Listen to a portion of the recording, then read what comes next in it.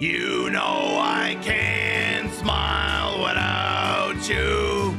I can't smile without you. I can't laugh and I can't sing. Finding it hard to do much else. You see, I feel sad when you're alive. I feel glad when you're dead. If you only knew what Vietnam went through. I just can't smile without you. You came along just like a bomb and fucked up our days. Who would have believed that you're a war criminal? Now it all seems 50 years away. And you know I can't smile without you. I can't smile without you. I can't laugh and I can't sing. Finding it hard to do anything. You see, I feel sad when you're alive. I feel glad when you're dead. If you only knew what Cambodia went through. I just can't smile. Now some people say happiness takes 100 years to find. Well, I'm finding it hard leaving your corpse behind me. And you see, we can't smile without you. We smile without you. We can't laugh and we can't sing. We're finding it a cinch to do anything. You see, we feel glad when you're alive. We feel glad when you're dead. If you only knew what we're going through, we just can't smile without you. Oh, you heard that right. Always smiling.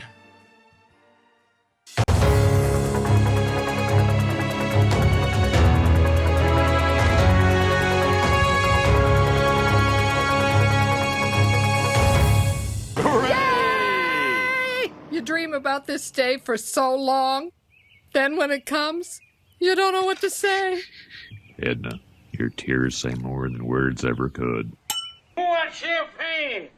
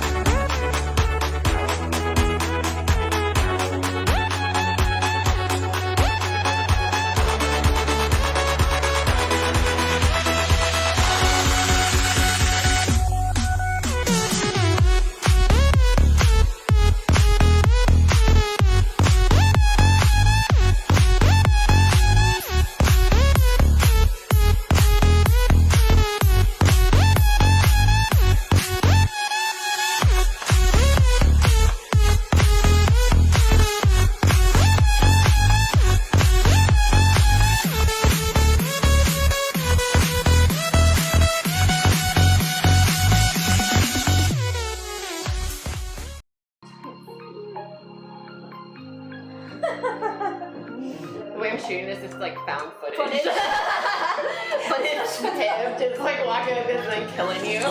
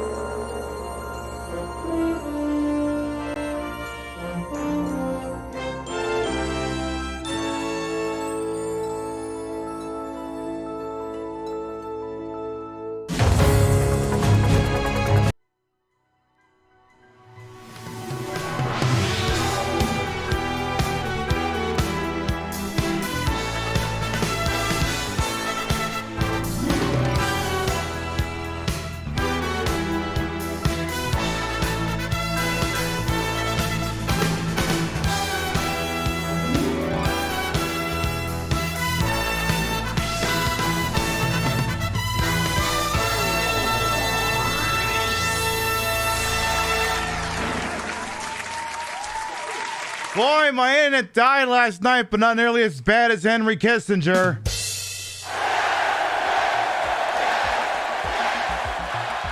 Good morning, afternoon, evening, whatever time of day it's been.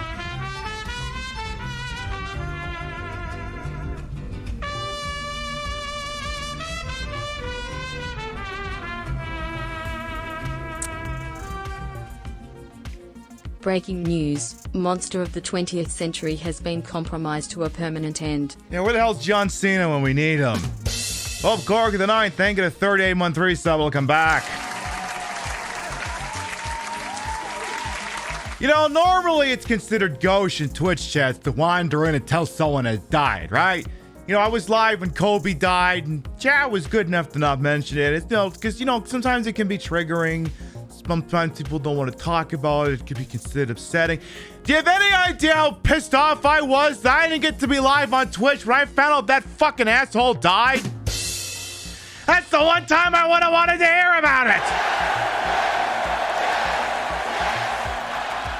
Oy vey. Ay, ay, ay. Whatever. Henry Kissinger's fucking dead. Let's party. This would ordinarily be the part of the show where I would scroll all the way up and then say hello to you all in turn. But considering the show started 20 minutes ago, we've all kind of been dancing our brains out since then. I'm just going to say, hi, how's every single freaking one of you doing tonight? I hope you're doing amazing. We're flying under the special events category for now because I figured politics will be too much on the nose. I didn't want to give all my mods a fucking hernia. So we'll discuss a little thing that happened last night just after I'd gotten out of drag and settled down to play RoboCop on the fucking Xbox. And we'll talk about why the hell we couldn't go live last night and what we're doing tonight, which, you know, if as far as because we were going to do Until Dawn, right? But Until Dawn needs 2 days, and I don't want to leave a fucking weekend in the middle, so Last night we were going to do Until Dawn, and my ISP took a shit. And I guess it doesn't matter if the ISP took a shit or not, because if it had, and I'd found out Henry Kissinger was dead while I was live, we would have stopped the entire show just to celebrate. Wonder what kinds of parties Vietnam, Cambodia, Laos, and the rest of them are doing tonight. I don't know, but whatever it is they do, they fucking earned it, these people, putting up with our shit. My ISP now is the warrant out for the arrest for Kissinger. It should be real easy to find and look for the dead guy who's 100 years old in Connecticut. Why are we not fans of Kissinger? Don't worry. If you stay here long enough, in about 20 minutes or so, we're going to go through the Rolling Stone op-ed that came out after he croaked, which someone did a very good job on. For those of you who may not be aware of the war criminal Harry Kissinger, don't worry. You will be learned tonight. You will learn. So there's this one picture. Oh, do what you gotta do, Cupcake the Fox. We'll see you when we see you. See you. Super happy to see you. Girl was bummed the stream didn't work out yesterday. I know. So what happened yesterday is my ISP took a shit. I don't know if my ISP is done taking a shit. We did have a tech come by. He did put a fancy pants filter thing on the line because apparently frequency on internet connections is measured in decibels between like -10 and +10 is the acceptable range. And I guess mine was 12, and I guess that was bad. So we put some filter on it. He knocked it down to +8, and we'll see how that goes. Knocking on particle board over here. Basically, last night we weren't going to be able to do the show because we were basically on like a 2-minute delay. So we're going to do Until Dawn. What we'll do is we'll push Until Dawn over to next week. So we'll don't worry. If you wanted to see me try and kill the entire cast of a Supermassive game next week, you'll see that shit. Now then, so tonight we're going to do a one-off.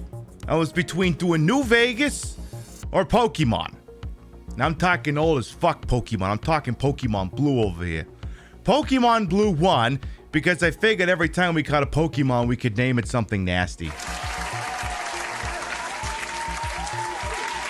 Like, we can find a way to sort of fit Rip and Piss Kissinger into the 7 or 8 character limit they give you for Pokemon and stuff. So that's a thing we can do. I also figured since Kissinger was dead, I kind of needed to dress up, so that's why I got all the sequins on over here. Figured maybe y'all would appreciate that. And of course, that new single dropped this morning, Can Smile Without You.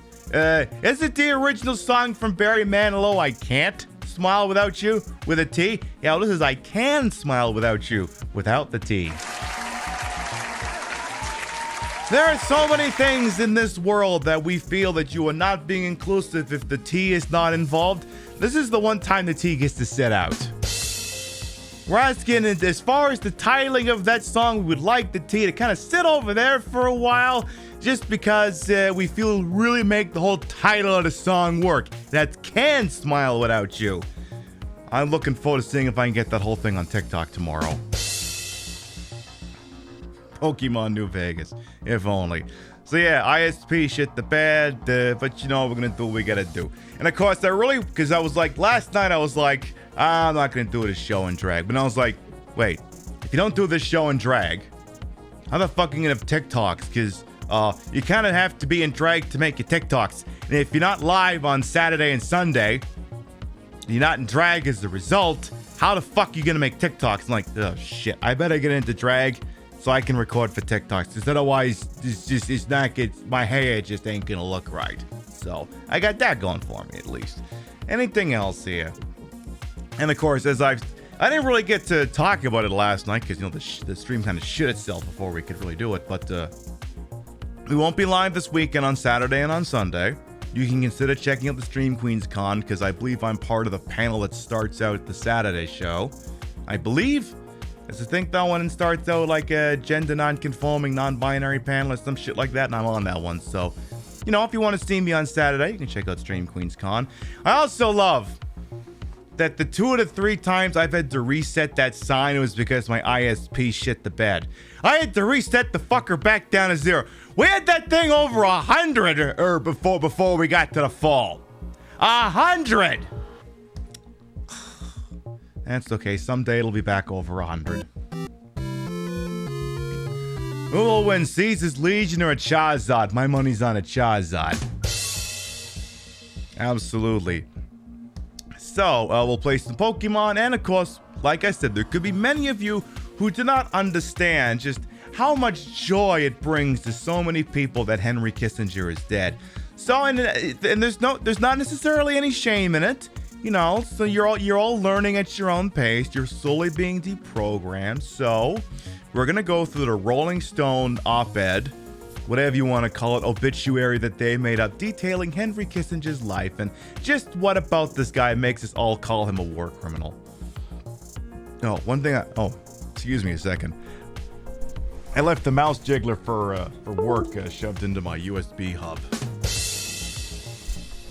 It's a mouse. I can't help that it moves the pointer 1 pixel to the left and 1 pixel to the right so that Teams never thinks I'm away from the computer or anything like that. Hint, it's all the war crimes? Yeah, pretty much. All you need was the Anthony Bourdain quote. Yeah, you're right. I'm going to bring that one up here too because I got a couple of things here. I can pull that one out of the Discord here. Give me a second. Yeah, it's also a happy Anthony Bourdain day because this would have been a day Anthony Bourdain would have loved today. He would have loved today so goddamn much. Kissinger's in the same place Nixon and Reagan went to. I know. I mean, look. Death comes for us all sooner or later.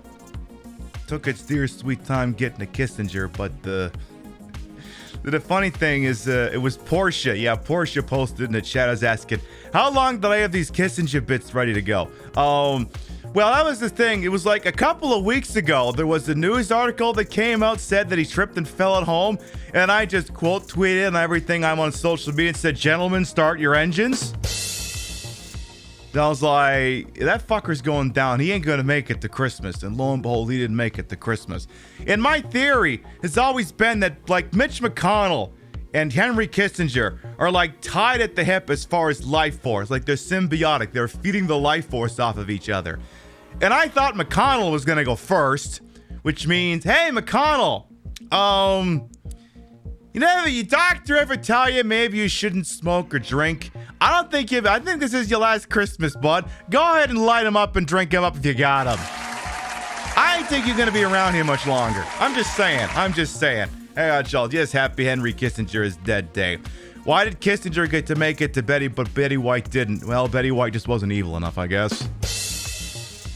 I don't know anything specific about Betty White being evil, but the saying goes, the good die young, and Ken Henry Kissinger got to live to be 100. Yes, the cursed amulet that was keeping him alive finally failed him, and we couldn't be fucking happier for that. Anything else I want to blab around before we start doing our show and tell? We talk about Henry Kissinger in more detail, and then maybe we play some Pokemon. Oh, yes, there's a picture. There's a picture I got to queue up as well here. Just a minute here. It's the picture I use for Go Live posts on the socials here. It's a very nice picture. Very, very, very lovely picture here. Also, happy we didn't have time to put his head or brain in a jar. We do not want that guy preserved. I don't want that guy's head pickled in a jar. I don't want that guy's head on anything. Other than, maybe a pike, but that's a discussion we can have another time. Alright, who wants to learn about why Henry Kissinger is an unrepentant monster? I think you all do. Oh, don't you worry, Pokemon. We'll get to you in a little bit. We will get to you in a little bit. I wonder if I should get some background music for all this stuff, because I hate kind of addressing in like dead silence, Let me get some background music here. Give me, let's go into the Fallout thingy here.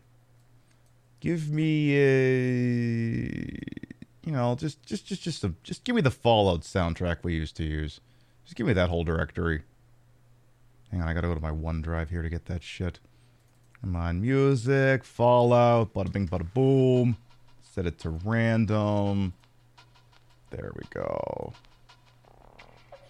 By the way, for anyone who might be new here, I am Queen Pill, Patricia, Inga, Bogart. You may also call me Trish. Retro variety drag queen streamer, the queen of the ways of the old. And your time on this channel, this fat-lipped, fat-hipped, fat-boobied, fat-booty channel is well-wasted. Welcome on in. Oh! Ooh, okay, we had some packet loss there. Half hour into the show. Okay. Okay. Okay, okay. Okay, ISP. So you're still a little fucked in the head. Okay. Okay, it seems to be okay. I hold up my hand to figure out how far behind I am.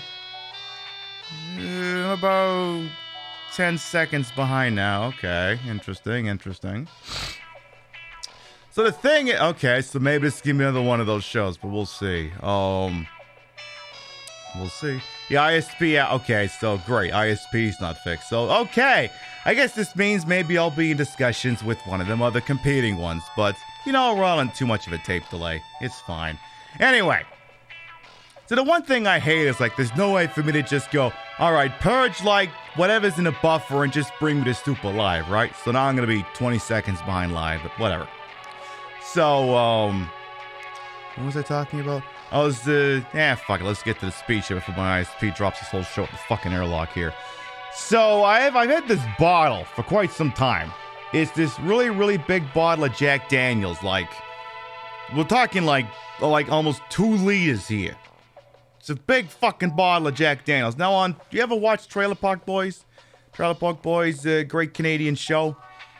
Well, it's a Canadian show. And some of the characters in them, the ones who go by Mr. Leahy and Randy, often have this big liquor cabinet.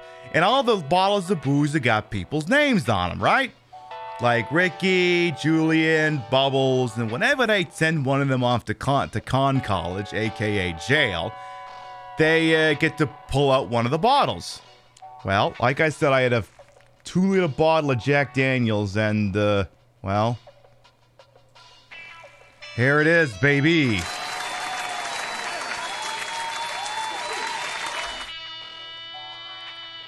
Let's see how... Alright, Jack. How you tasting tonight, baby?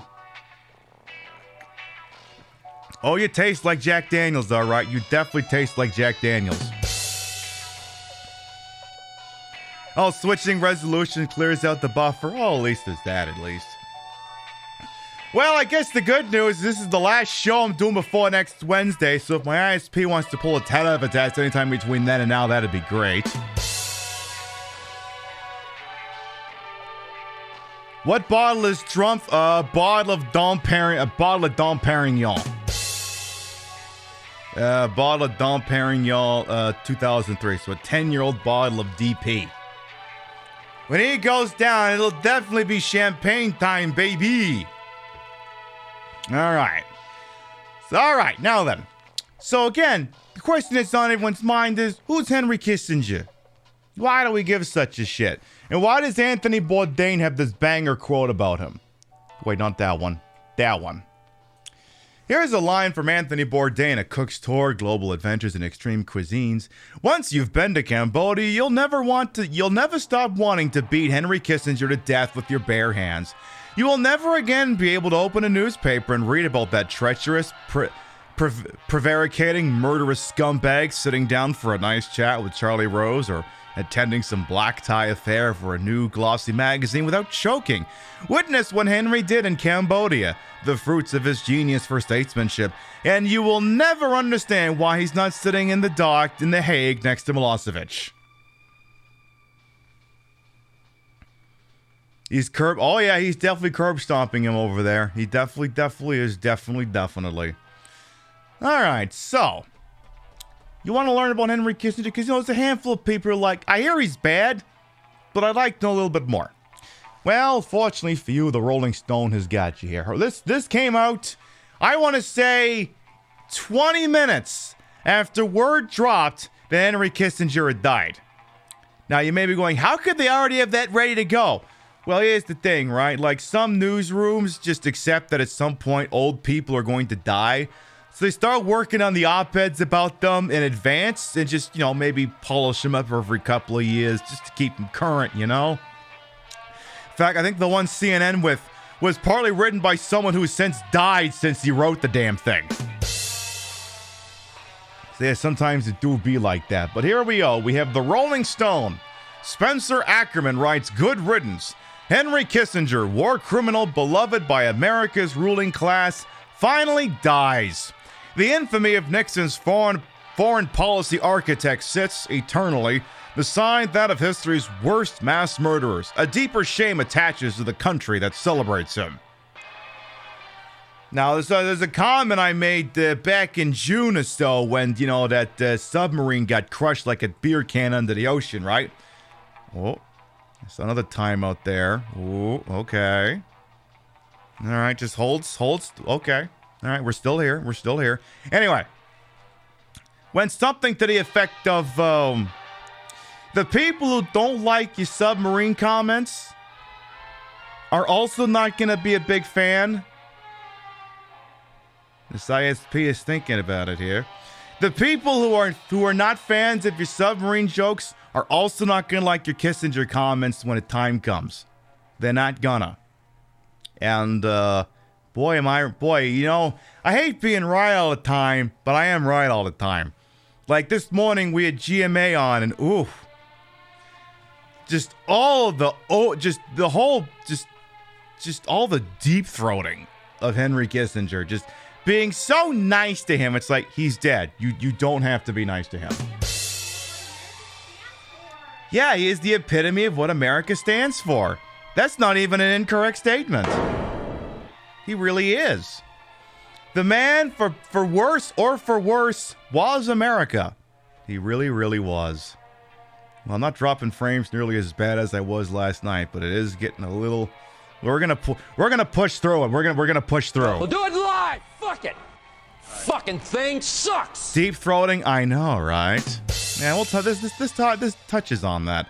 Hey, Banzheimer and Irresolution Illusion will come on, and yeah, the Venn diagram between those two groups of people is a circle.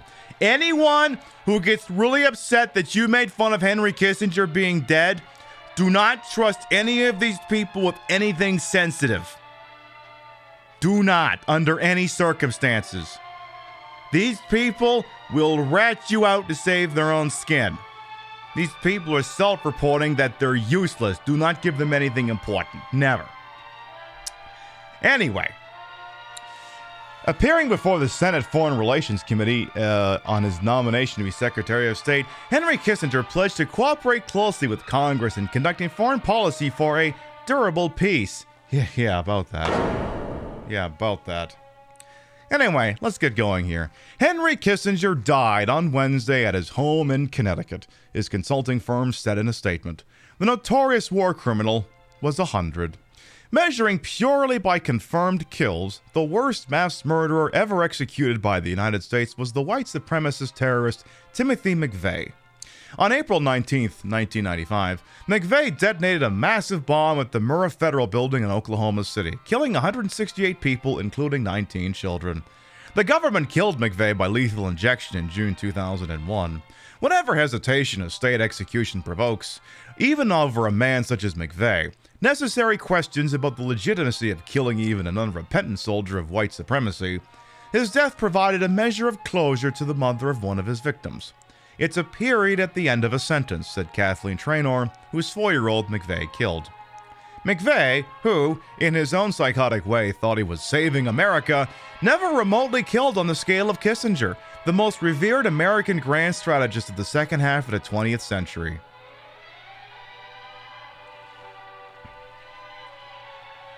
You barely trust those people with crayons, and yeah, he's a real shithead. Now, the funny thing is, I can tell when, like, a frame drop is going to happen. On one of my monitors here, again, I don't know why I'm pointing, you can't see it. I have a command prompt that's doing, like, a continuous ping to Google's DNS. And anytime it says request timed out, I can tell we're going to drop a couple of frames. So my ISP is still governed by shitheads. I love that. Anyway, we will press on. The Yale University historian Greg Grandin, author of the biography Kissinger's Shadow, estimates that Kissinger's actions from 1969 through 1976, a period of 8 brief years when Kissinger made Richard Nixon's and then Gerald Ford's foreign policy as National Security Advisor and Secretary of State, meant the end of between 3 and 4 million people with an M.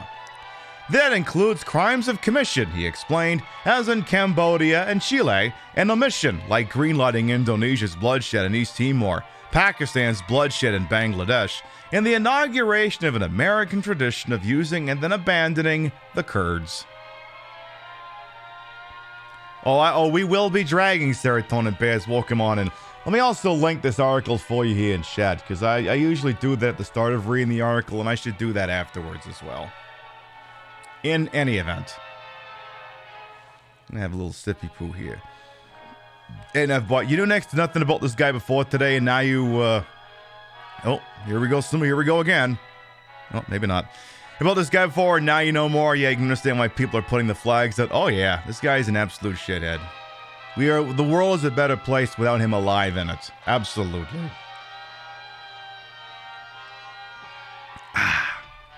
Are we getting into a weird discussion about Putin? Putin's a shithead. We're not too worried about that. Now then, the Cubans say that there is no evil that lasts 100 years, and Kissinger is making a run to prove them wrong.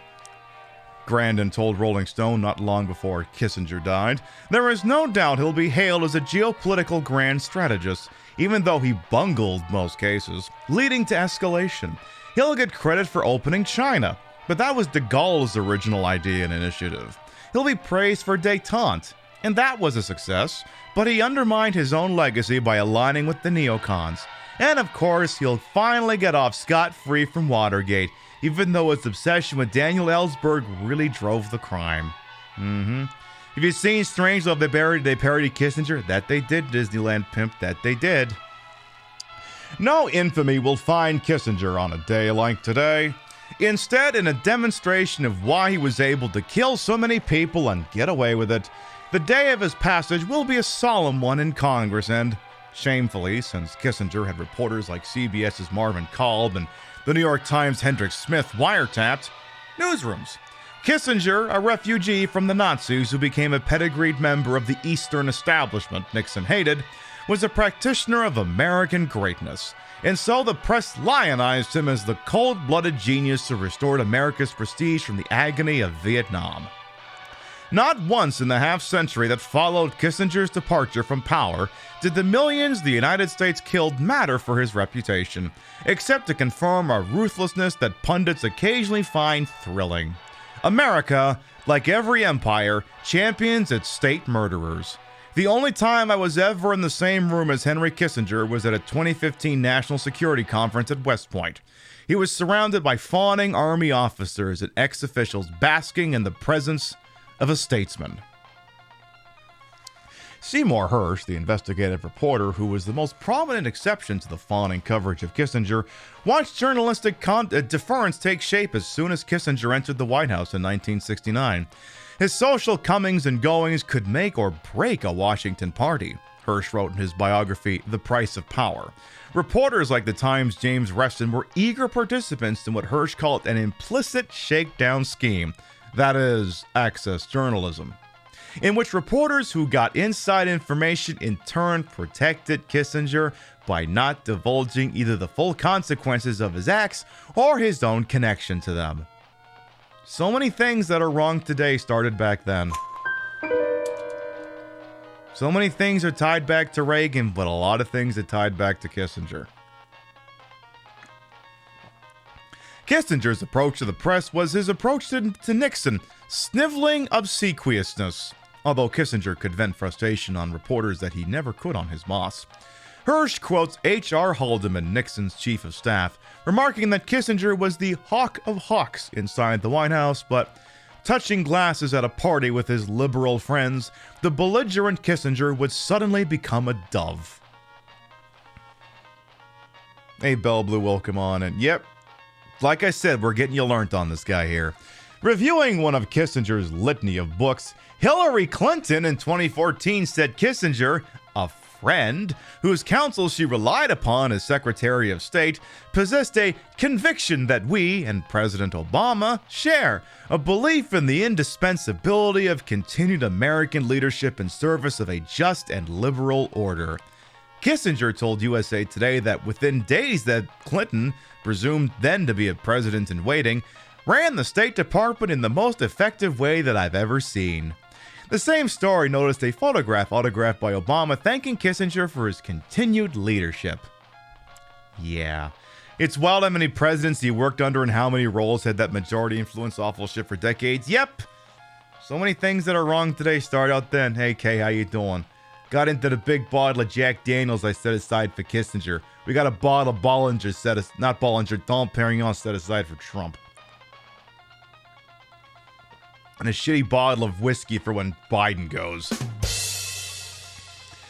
It's always valuable to hear the reverent tones with which American elites speak of their monsters. When the Kissingers of the world pass, their humanity, their purpose, their sacrifices are foremost in the minds of the respectable.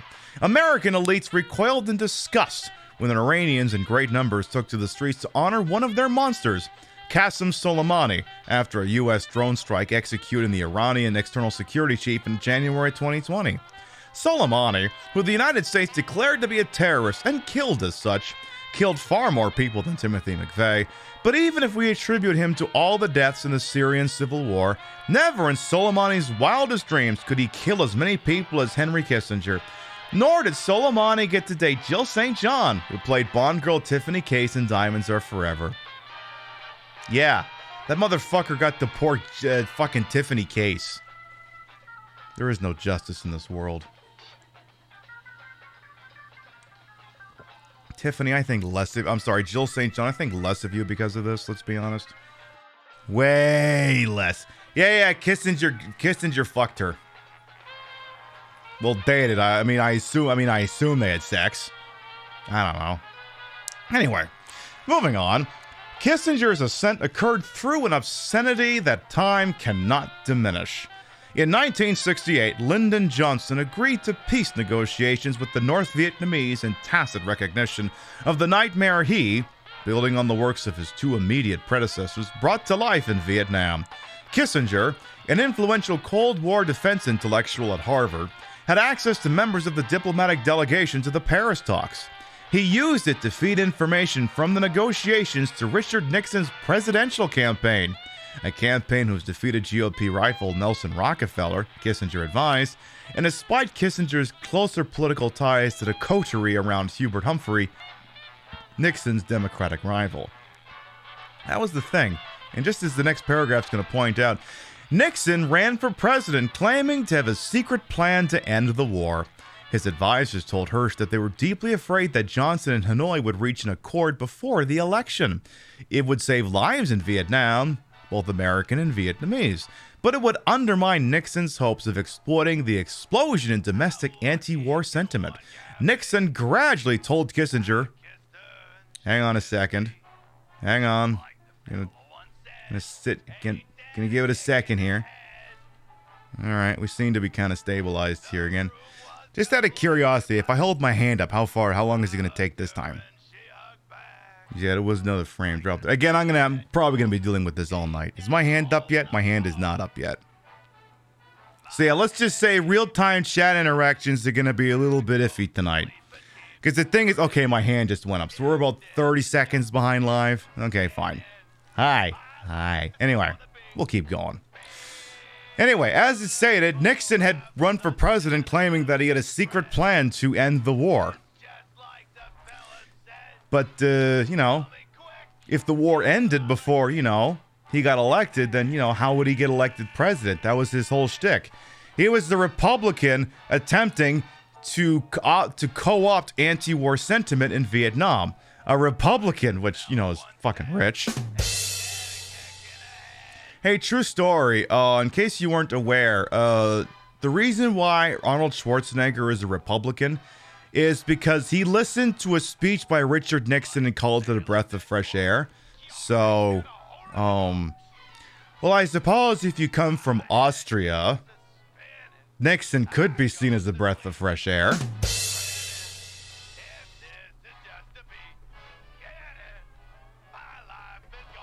Anyway, it would undermine Nixon's hopes of exploiting the explosion in domestic anti-war sentiment. Nixon gratefully took what Kissinger gave him to make the U.S.'s proxy regime in Saigon, whose regime peace would destabilize, more intransigent. No agreement was reached until 1973, and the war ended in American humiliation with Hanoi's 1975 victory. It's the great governors of California. I know, they always turn out to be crooks. When you raise my hand, you think I'm going to start reciting the oath? Yeah. Like I said, this is we're just gonna power through it tonight, because this is the only show I can do before next Wednesday anyway. We're just gonna power through the fucking frame drops and shit. Where's my fucking button? There it is. We'll do it live. Fuck it. Fucking thing sucks. Anyway, it took some balls to give us those tips. Richard Allen, a foreign policy researcher on the Nixon campaign, later reflected to Hirsch. After all, it was, wow, these frame drops. Wow, it's getting even worse. You know, if I didn't know any better, since it seems the majority of these things seem to happen in the evening, I wonder if they just got too many people on a fucking shelf. Which means, oh, maybe I should talk to those other people, because I'm paying for, yeah, and there's another one. Fucking scumbags. Well, I'll complain again tomorrow. Anyway. Every single person who died in Vietnam between autumn 1968 and the fall of Saigon, and all who died in Laos and Cambodia, where Nixon and Kissinger secretly expanded the war within months of taking office, as well as all who died in the aftermath, like the Cambodian genocide the destabilization set into motion, died because of Henry Kissinger. We will never know what might have been, the question Kissinger's apologists and those in the U.S. foreign policy elite who imagine themselves standing in Kissinger's shoes insist upon when explaining away his crimes. We can only know what actually happened. What actually happened was that Kissinger materially sabotaged the only chance for an end to the war in 1968 as a hedged bet to ensure he would achieve power in Nixon's administration or Humphrey's. A true tally will probably never be known of everyone who died so Kissinger could be National Security Advisor.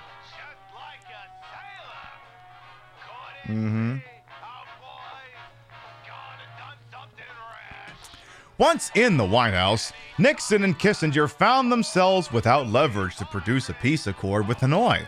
In the hopes of manufacturing one, they came up with the madman theory, the idea that North Vietnam would negotiate peace after they came to believe Nixon was adventurous and bloodthirsty enough to risk anything. In February 1969, weeks after taking office and lasting through April 1970, U.S. warplanes secretly dropped 110,000 tons of bombs on Cambodia. By the summer of 1969, according to a colonel on the Joint Staff, Kissinger, who had no constitutional role in the military chain of command, was personally selecting bombing targets. Not only was Henry carefully screening the raids, he was reading the raw intelligence, Colonel Ray B. Sitton told Hirsch for the price of power. A second phase of bombing continued until August 1973, 5 months after the final U.S. combat troops withdrew from Vietnam. By then, the U.S. bombs had killed an estimated 100,000 people out of a population of only 7 million. The final phase of the bombing, which occurred after the Paris Peace Accords mandated U.S. withdrawal from Vietnam. We have a code red.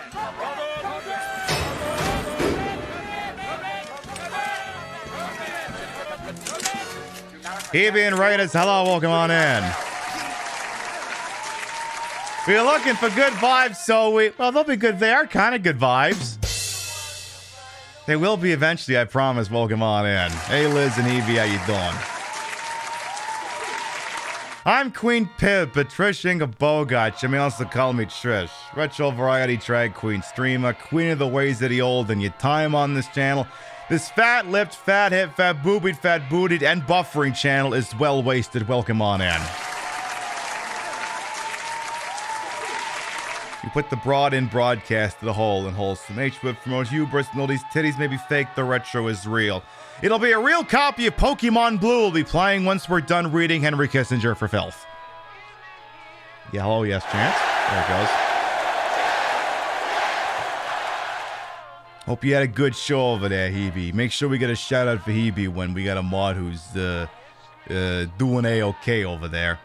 But yeah, and not the and buffering. Yeah, my ISP, clearly a straw has broken the camel's back, so I'm getting occasional frame drops.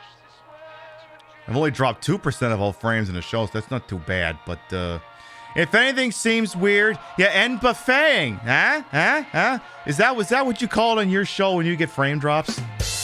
You're buffeting? I love that.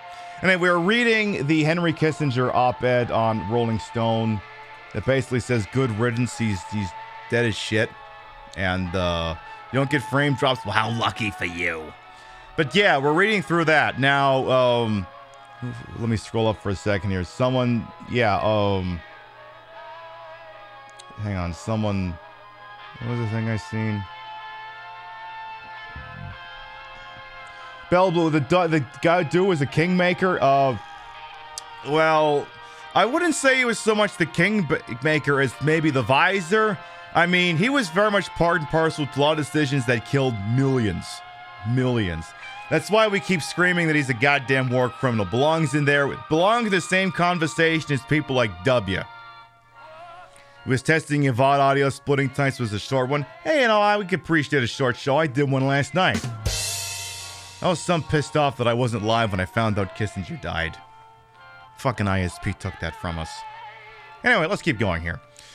Once in the White House, Nixon and Kissinger found themselves without leverage to produce a peace accord with Hanoi. In the hopes of manufacturing one, they came up with the madman theory. The idea that the North Vietnamese would negotiate peace after they came to believe Nixon was adventurous and bloodthirsty. Enough to risk anything. Is that some cowboy bebop? It's possible. In February 1969, weeks after taking office and lasting through April 1970, U.S. warplanes secretly dropped 110,000 tons of bombs on Cambodia. By the summer of 1969, according to a colonel on the Joint Staff, Kissinger, who had no constitutional role on the military chain of command, was personally selecting bombing targets. Not only was Henry Kissinger carefully screening the raids, he was reading the raw intelligence, Colonel Ray B. Sidden told Hirsch for The Price of Power. A second phase of bombing continued until August 1973, 5 months after the final U.S. combat troops withdrew from Vietnam. By then, U.S. bombs had killed an estimated 100,000 people out of a population of only 7 million. The final phase of the bombing, which occurred after the Paris Peace Accords mandated U.S. withdrawal from Vietnam, was its most intense, an act of cruel vengeance from a thwarted superpower. Yes, happy Kissinger Free Day. Hey, Red Geist, welcome on in. Yeah, there was someone screenshot the tweet of the account that would tweet every day if Henry Kissinger was still alive. And the one where he finally said no. They said, oh, another account's leaving Twitter. Cambodia, like Laos before, was a formerly neutral country, meaning that bombing it was an illegal aggression under the United Nations Charter. But beyond the control of Prince Sihanouk, the North Vietnamese used Cambodian territory for the Ho Chi Minh Trail, a weapons pipeline not unlike the one America is currently operating for Ukraine. In April 1970, following a coup by American client Colonel Lon Nol that overthrew Sihanouk, Nixon ordered U.S. troops in Vietnam to invade Cambodia outright. In the air or on the ground, they were able to destroy the trail. They were unable to destroy the trail, but only human beings. Those who survived reacted. Sometimes the bomb fell and hit the little children, and their fathers would be all for the Khmer Rouge. Former Khmer Rouge cadre told historian Ben Kiernan, founder of Yale University's Genocide Studies program. Well, while I wait for some more frame drops, I suppose we could do a flap here. Suppose that could be a thing we do. All right, let's see let's see if it'll be a minute before some people see this one. Ooh, that was a good meaty one. Hey, gimmick puppet. We're learning about Henry Kissinger being a war criminal. I was gonna say douchebag, but just go with war criminal. Douchebag doesn't sell. War criminal is the proper way of describing it. Absolute war criminal. We're so fucking glad he's finally dead. All right, Nixon and Kissinger's failure in Cambodia prompted, in 1971, the U.S. South Vietnamese invasion of Laos. Another failure. Kissinger later blamed defeat on the U.S. clients rather than, say, people like himself. In retrospect, I've come to doubt whether the South Vietnamese ever really understood what we were trying to accomplish, Kissinger wrote in his memoirs. It's coming up on Pol Pot, isn't it? I mean, it's coming up on some stuff, alright.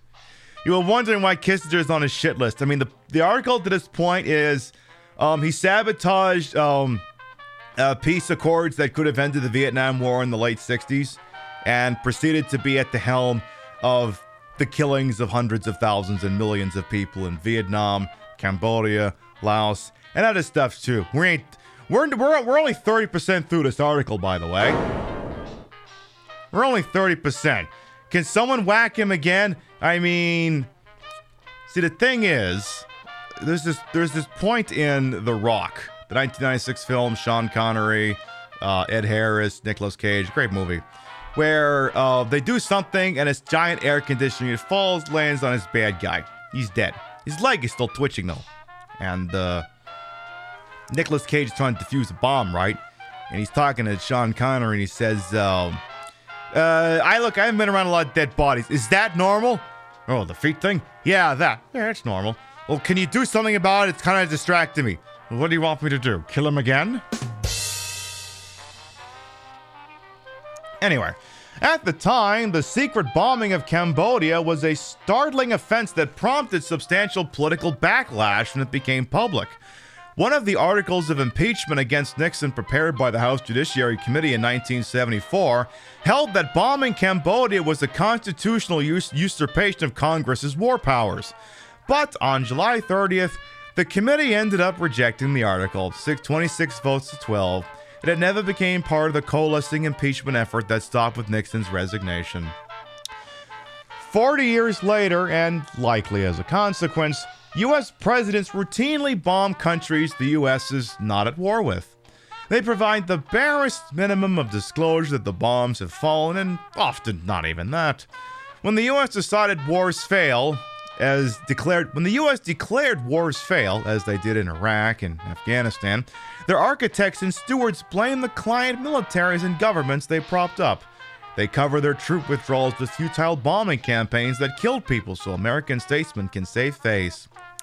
Whether he realized it or not, when President Biden in July 2021 blamed the Afghans for losing the Afghanistan war, the Afghan military collapsed sometimes without trying to fight was a typical line, he was reaching for Nixon and Kissinger's template.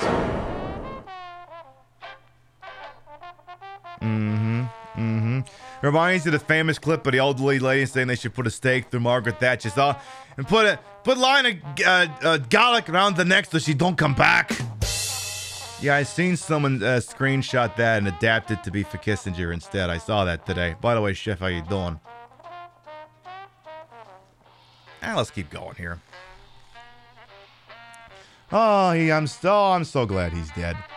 Kissinger played a role in the deaths of so many different peoples that treating each with due consideration requires writing a book. Here is one example among many of the sort of carnage Kissinger inflicted indirectly rather than by edict.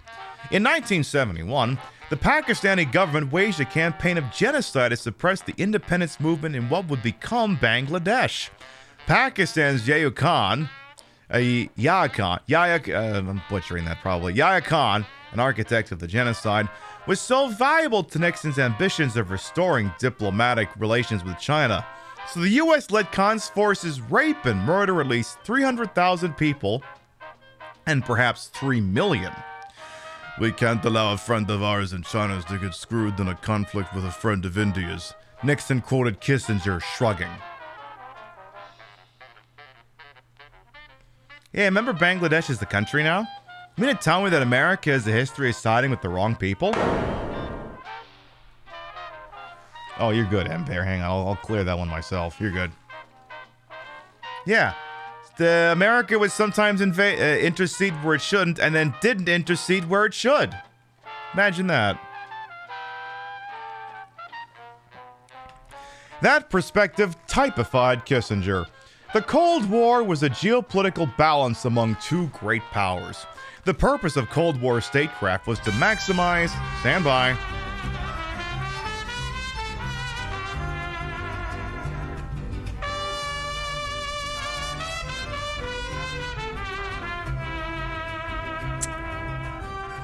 And thank you to 4-month Pindy resub. run, Welcome Pindy back. run. Thank you for that 4-month resub. Welcome back. Anyway, this typified Kissinger. The Cold War was a geopolitical balance among two great powers. The purpose of Cold War statecraft was to maximize American freedom of action to inflict Washington's will on the world. A zero-sum contest that meant restricting the ability of the Soviet Union to inflict Moscow's, without the destabilization or outright Armageddon, that would result from pursuing a final defeat of the Soviets. That last part explains much right-wing hostility towards Kissinger. Kissinger represented anti-communism without ideological zeal. He was an energetic, even relentless practitioner of the Cold War, the theater of anti-communist conflict. But like George Kennan before him, Kissinger thought viewing the Cold War in ideological terms missed the point. The point was American geopolitical dominance, something measured in impunity and achieved by any means necessary. That permitted Nixon and Kissinger the creativity to reopen China, something Nixon would have demagogued anyone else for attempting. PIB tokens, we're a gambling operation now. We can do the ponies and stuff, and maybe we'll do that later. Hey, King Darren as well, welcome on in. Reopening China was by far the greatest achievement of Nixon's foreign policy. It was the rare geopolitical initiative where Kissinger was a mere facilitator. Cy Hirsch, in The Price of Power, calls Nixon the grand theocratician of rapprochement with Beijing, with Kissinger Nixon's occasional operative. Kissinger's dramatic, secret July 1971 trip to Beijing in advance of Nixon's trip probably renders that description parsimonious. But, writes Hirsch, there is no evidence that Kissinger seriously considered the question of an American-Chinese rapprochement before his appointment as Nixon's national security advisor. Which is to say, Kissinger would never have been for this until Nixon made him do it. Which is just how hungry for power this guy was. Once it happened, Kissinger became an overnight celebrity, the sort of person destined to be shrouded in myth and apology. Oh, here's the Nixon and Kissinger, by the way, on Air Force One. Okay. At least Nixon's wearing, I mean, put your feet down, but at least he's not wearing white socks. I mean, okay, so he's 0.0001% not monster, and the rest of him is monster. Never wear white socks with a suit. Never ever. White socks with slacks is just asking for trouble. Kissinger might not have been motivated by hatred of communism, but he was a reactionary who empowered and enabled the sort of reactionaries for whom anti-communism was a respectable channel for America's racist and exploitive socioeconomic traditions. His chief aide on the National Security Council was a rabid anti-communist militarist, Army Colonel Alexander Haig, a future Secretary of State for Ronald Reagan. When Kissinger came under attack from neoconservatives and others on the right who couldn't tolerate détente with the Soviets and rapprochement with the Chinese, neither he nor they recognized that both of them were driven by the Cold War forces that Kissinger stoked when convenient. Let's to Jackson. Okay, yeah, Jackson can do white socks, but that's it. Most important of all the reactionaries was Nixon, without whom Kissinger would have lacked power and from whom Kissinger would withstand any indignity. Nixon was one of the original Cold War demagogues, the men who never hesitated to identify communism with black people, and the Eastern establishment liberals who postured as allies. His escalation in Vietnam, along with the secret bombing in Cambodia he revealed in a televised address, prompted a resurgence of the anti-war movement. Nixon exploited the mass protests by contrasting them with the silent majority of loyal Americans. Yeah, he's where that term came from. Instead of ending the war, as he had campaigned on doing, and silencing or co-opting the anti-war movement in the process, Nixon inflamed the culture war to distract from it. It was an echo of his infamous Southern strategy to harness for the Republican Party the electoral benefits of white backlash to the civil rights movement. Turns out the culture war shit, gee, I wonder who started. The people who complain about it sounds like the people are the ones who started it. Well, the thing is, Belle Blue, like so much of this stuff, was done in secret, so you wouldn't have known about it at the time. Nixon was not subtle about who he meant by the Eastern establishment. When the media seized upon the U.S. massacre at My Lai, Nixon remarked, and I'm just going to read the quote verbatim here, "It's those dirty, rotten..." You know, I can't actually bring myself to say that, to be honest. I also don't want to be quoted out of context. Why, it's those dirty, rotten... I also don't like when people shorten it and make it... Like, I don't like that. I don't like that. Especially not when it's being used like this. Anyway, it's those dirty, rotten... from New York who are behind it. Nixon's White House counsel John Ehrlichman recalled Nixon talking about Jewish traitors in front of Kissinger, including Jews at Harvard. Kissinger would assure the boss that he was one of the good ones. "Well, Mr. President," Ehrlichman quoted him responding, "there are Jews and Jews." Huh. Feels like a topical comment these days. Huh. I wonder if there's anything going on right now that kind of harkens to that sentiment, huh? Huh.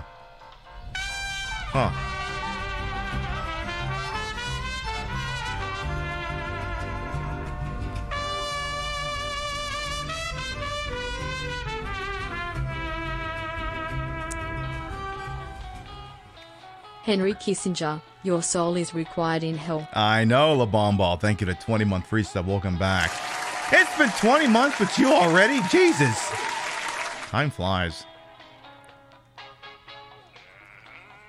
Yes, the other thing, Bell Blue, is like... The thing is, inside the Imperial Core, there are so many machinations and things set up to reinforce the Imperial Core, and part of that is the educational curriculum that handwaves so much of what America did because America always does things right. So it's not so much that you didn't learn what you were supposed to. According to the powers that be, you learned what you were supposed to. The problem is we have to spend all these years deprogramming ourselves and learning what the hell actually happened.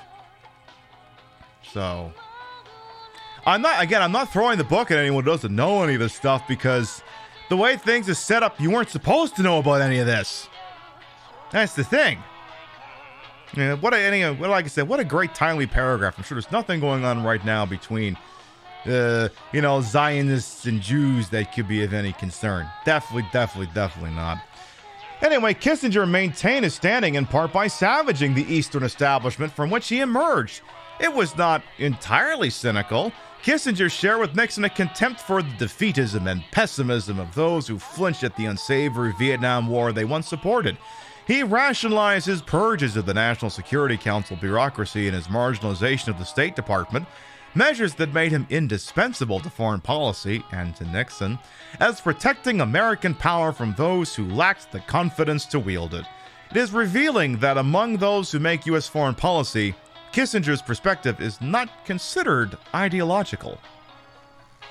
Kissinger's consolidation of bureaucratic control was punitive and paranoid. He used the fear of internal leaks to get the FBI to wiretap his staff and the journalists he suspected of receiving their information. Yet the Eastern establishmentarians around Kissinger, on his staff or in the press, followed him like a puppy seeking an ear scratch. His cold-blooded American exceptionalism was the perfect tone for speaking to a shaken ruling class. Anthony Lake, who had gone to become National Security Advisor to Bill Clinton, finally quit in May 1970 alongside his colleague Roger Morris. Their breaking points were the Vietnam escalation, Nixon's alcoholism, and the surreptitious White House wiretaps that Nixon also pursued to enforce loyalty. But Lake and Morris opted not to go public.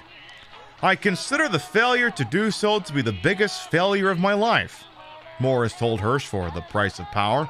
"We didn't do so on the single calculation that would destroy Henry." Weeks later, Kissinger, via Hague, had the FBI wiretap Lake.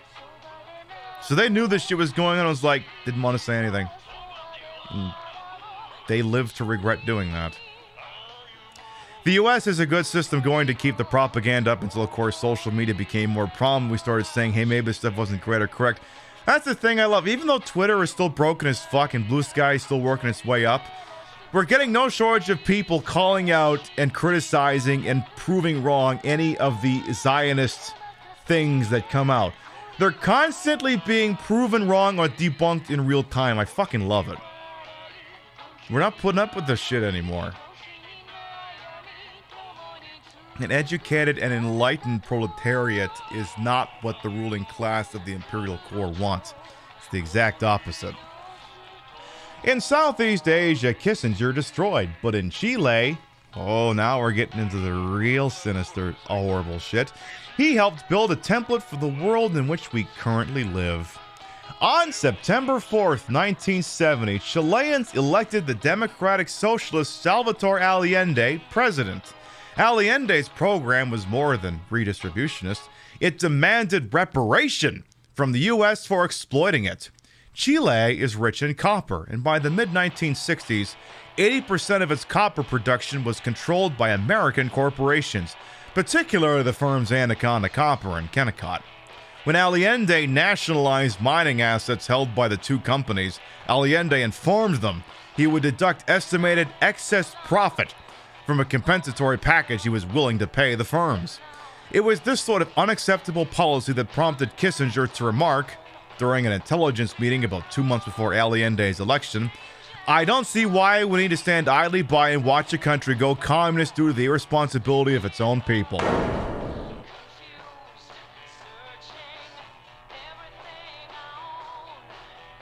Like, there's so many things where America's like, well, we have to defend America. From what? The people want to fuck us up. Who wants to fuck you up? The South Americans, the Iranians. Why do they want to fuck you up? I don't know. Is it because you cooed all their countries? No, we never did that. But you did. No, it's just because they hate freedom.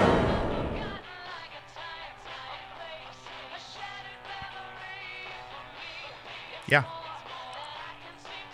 Chad, it's not getting any nicer from here. It's not getting any nicer from here. But yeah, Kissinger said, yeah, actually, we don't think these people should be able to self-determine their own future. We don't think they should be allowed to do that. Another nation. We're going to fuck them up.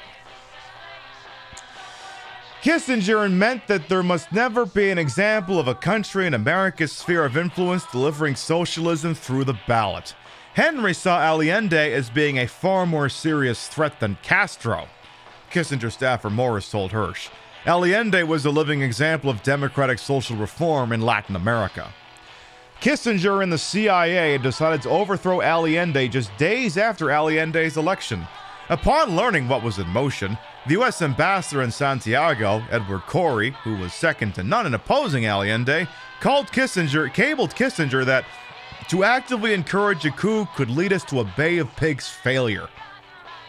An apoplectic Kissinger told Corey to stay out of the way, according to Tim Weiner's Legacy of Ashes, The History of the CIA. When the CIA failed at what Corey termed a Rube Goldberg gambit to get the Chilean Congress to stop Allende from taking office, that's right, the CIA tried a January 6th in Chile. Haig urged his boss to purge the key left-wing dominated slots in the agency.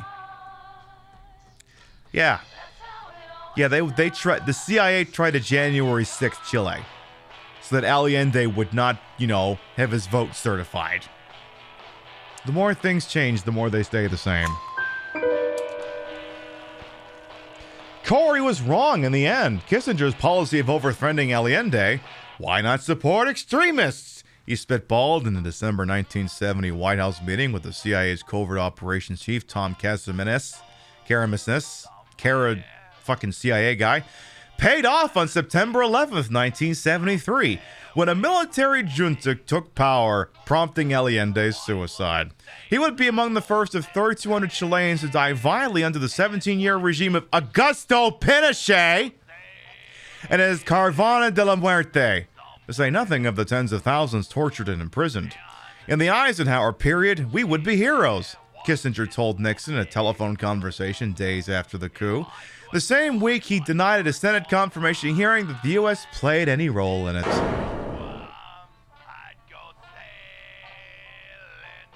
Yeah, they did it, and then he lied to Congress about it. So, how can he tell when a politician's lying? The lips are moving.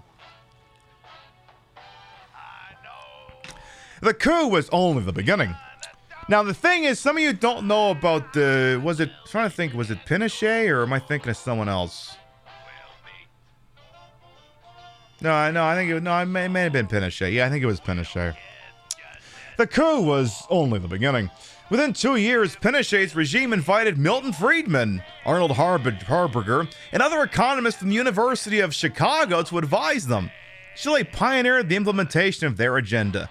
Severe government budgetary austerity, relentless assaults on organized labor, privatization of state assets, including healthcare and public pensions, layoff of government employees, abolition of wages and price controls, and deregulation of capital markets.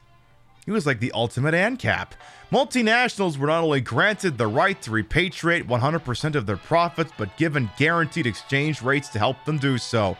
Grandin writes in his book Empire's Workshop, European and American bankers flocked to Chile before its 1982 economic collapse. The World Bank and Inter-American Development Bank loaned Pinochet $3.1 billion between 1976 and 1986. As Corey Robin has documented, Friedrich von Hayek's neoliberal Mont-Pelerin Society held a 1981 meeting in the very city where the junta plotted the replacement of democratic socialism with a harbinger of today's global economic order. Yeah, Pinochet, like there was a lot of shit that, I think it was Pinochet who got dragged up in front of I remember that. I remember that a lot from the 90s. I think it was Pinochet or some other guy. But he went like hyper-cap. He said, yeah, come and pillage and take all this shit. What the fuck do I care? I still get to have power. Isn't this the guy who made an appearance as the final boss battle of Metal Gear Solid game? Maybe you're thinking of Revengeance. We gotta play that one sometime. I've never played that game. I gotta do that sometime. Pinochet's torture chambers were the maternity ward of neoliberalism, a baby delivered bloody and screaming by Henry Kissinger. This was the just and liberal world order Hillary Clinton considered Kissinger's life work. Remember that quote earlier? Hillary Clinton thought Kissinger was poggers. Now, this is why when we say, the left and the right, they're not so different. When it comes to enforcing America's will, they're all bloodthirsty. And I'm actually not a really big fan of Jack Daniels. And I'm not drinking it neat, I was drinking on the rocks. But even then, Jack Daniels is very much a mix. Real's also like, I don't remember that giant bottle. It's not on the shelf. Do we actually have that bottle, or is that a Santa booze you pulled out as a prop? And I'm like, I don't know. Maybe she didn't look on Blue Sky. Anyway. He was no less foundational in pushing the frontiers of where American military power could operate. It turned out the secret bombing of Cambodia of Laos, which lasted years, represented a template. When Nixon in 1970 revealed the secret bombings, it was a step too far even for Thomas Schelling, one of the Pentagon's favorite defense academics, who called them sickening, and not in the manner in which we like to throw that term around.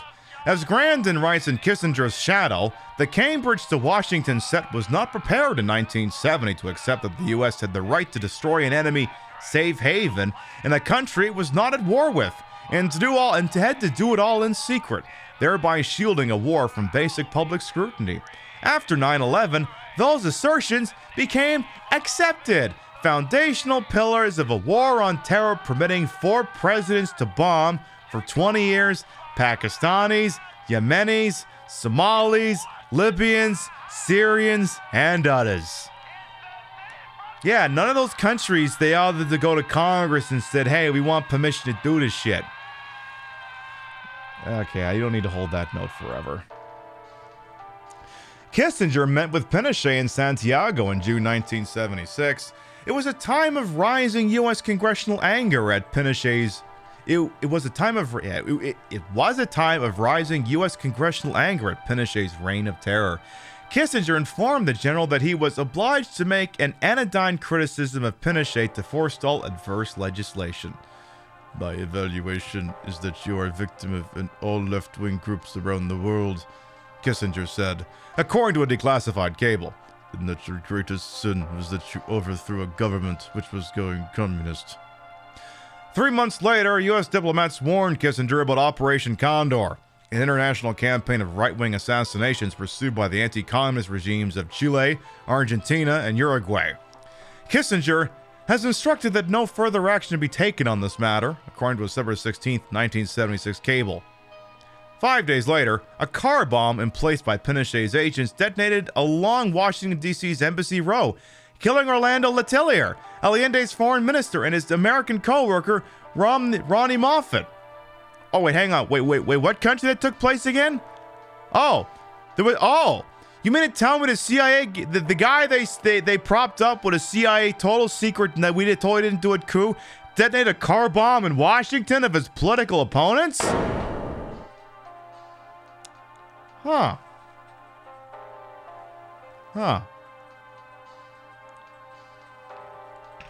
The Intercept just came out with an article that said Netanyahu's Likud party was plotting to assassinate Kissinger in 1977. Worst person makes right point, etc. I'm going to expedite a point I was going to make, butt nerd. By the way, Emron as well, welcome on in. So, the ADL put out a statement on Twitter here. Basically deep-throating the guy, no pun intended. Henry Kissinger was a towering intellect, yada, yada, yada, yada, yada. Basically going, oh my God, he was such a great Jew. And of course, every once in a while, the community comments on Twitter are actually quite useful. During a meeting of the Washington Special Actions Group, Kissinger said, if it were not for the accident of my birth, I would be anti-Semitic. Any people who have been persecuted for 2,000 years must be doing something wrong.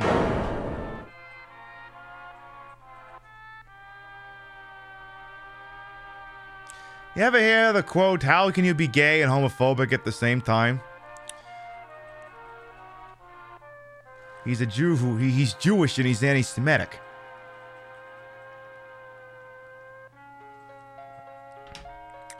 And this is where it kind of toes in with, modern day stuff where people are like, oh my God, how can all these people who are anti-Semitic, how are they all pulling for Israel? It's like anti-Semitism and Zionism are two sides of the same fucking coin. I'm not even joking here. Anti-Semitism and Zionism go hand in hand. The idea being, first of all, that, hey, we need all you wonderful Jewish people to go occupy Jerusalem so we'll bring about the apocalypse.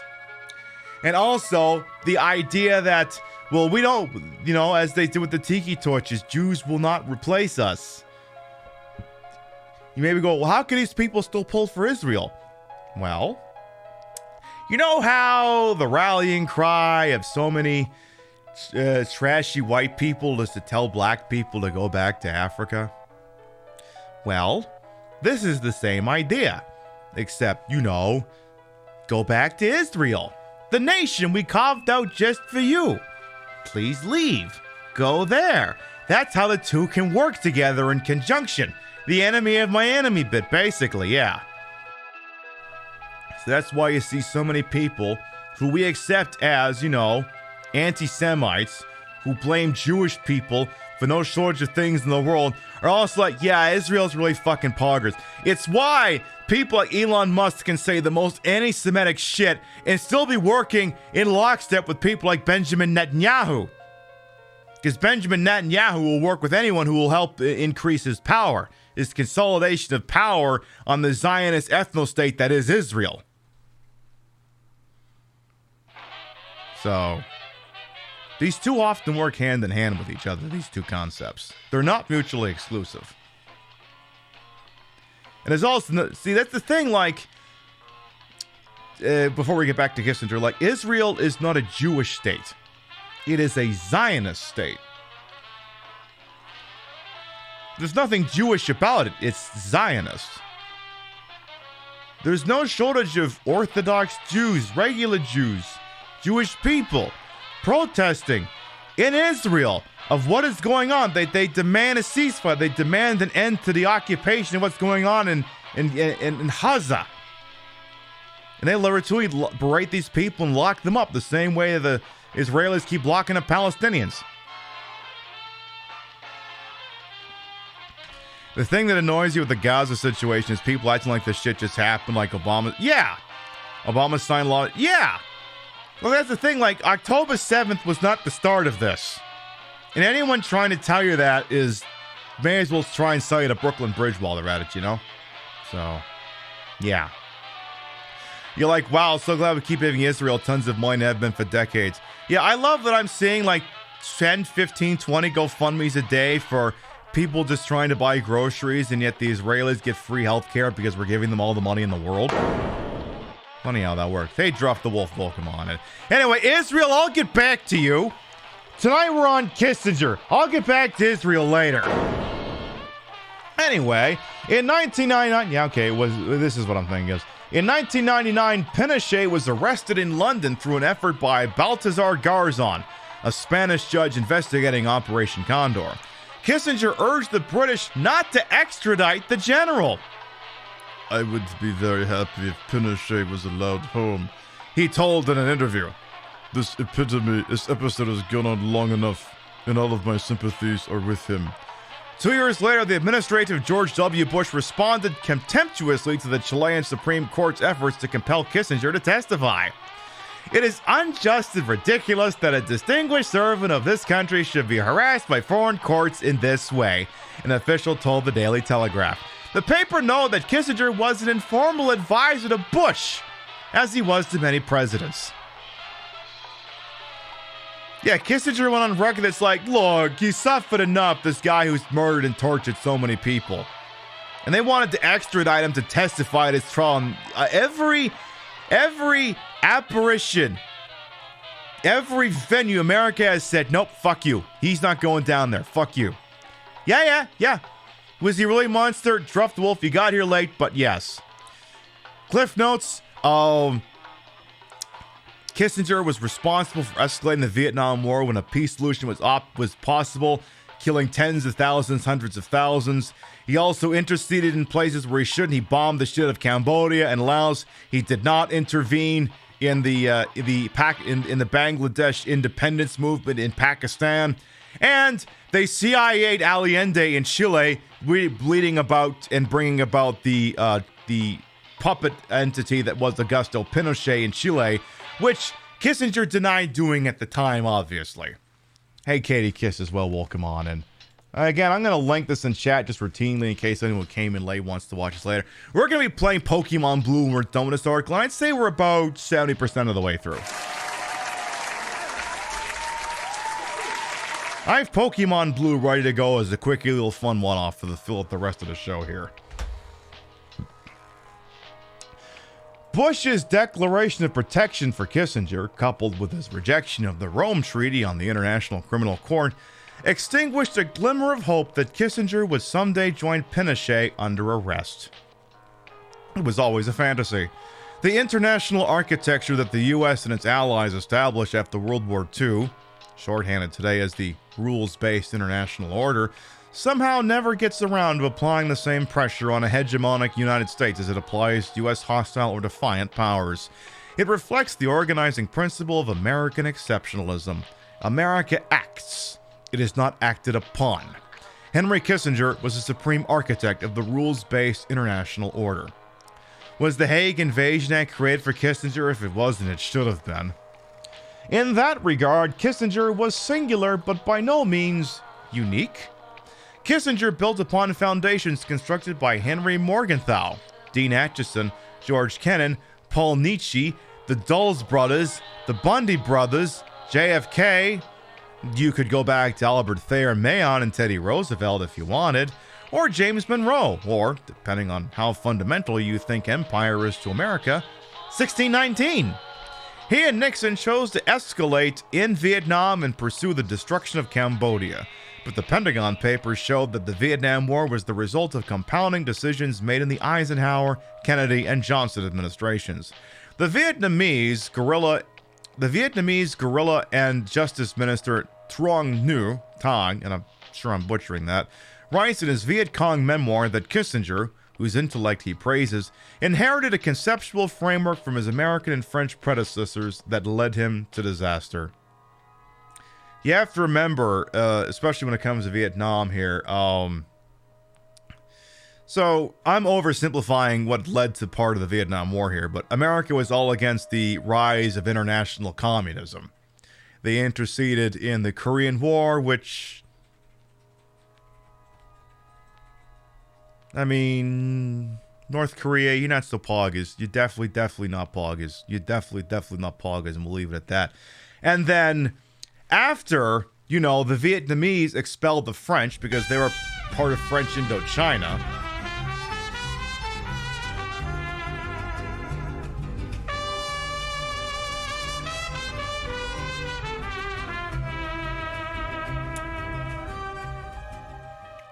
Apologies if I'm behind on this, but what's the relation between Kissinger and Netanyahu? Apparently in 77, Netanyahu wanted Kissinger whacked. That's the only thing we've mentioned so far this evening. Hey, Stable Mind, thank you for the 20 months as well. Welcome back.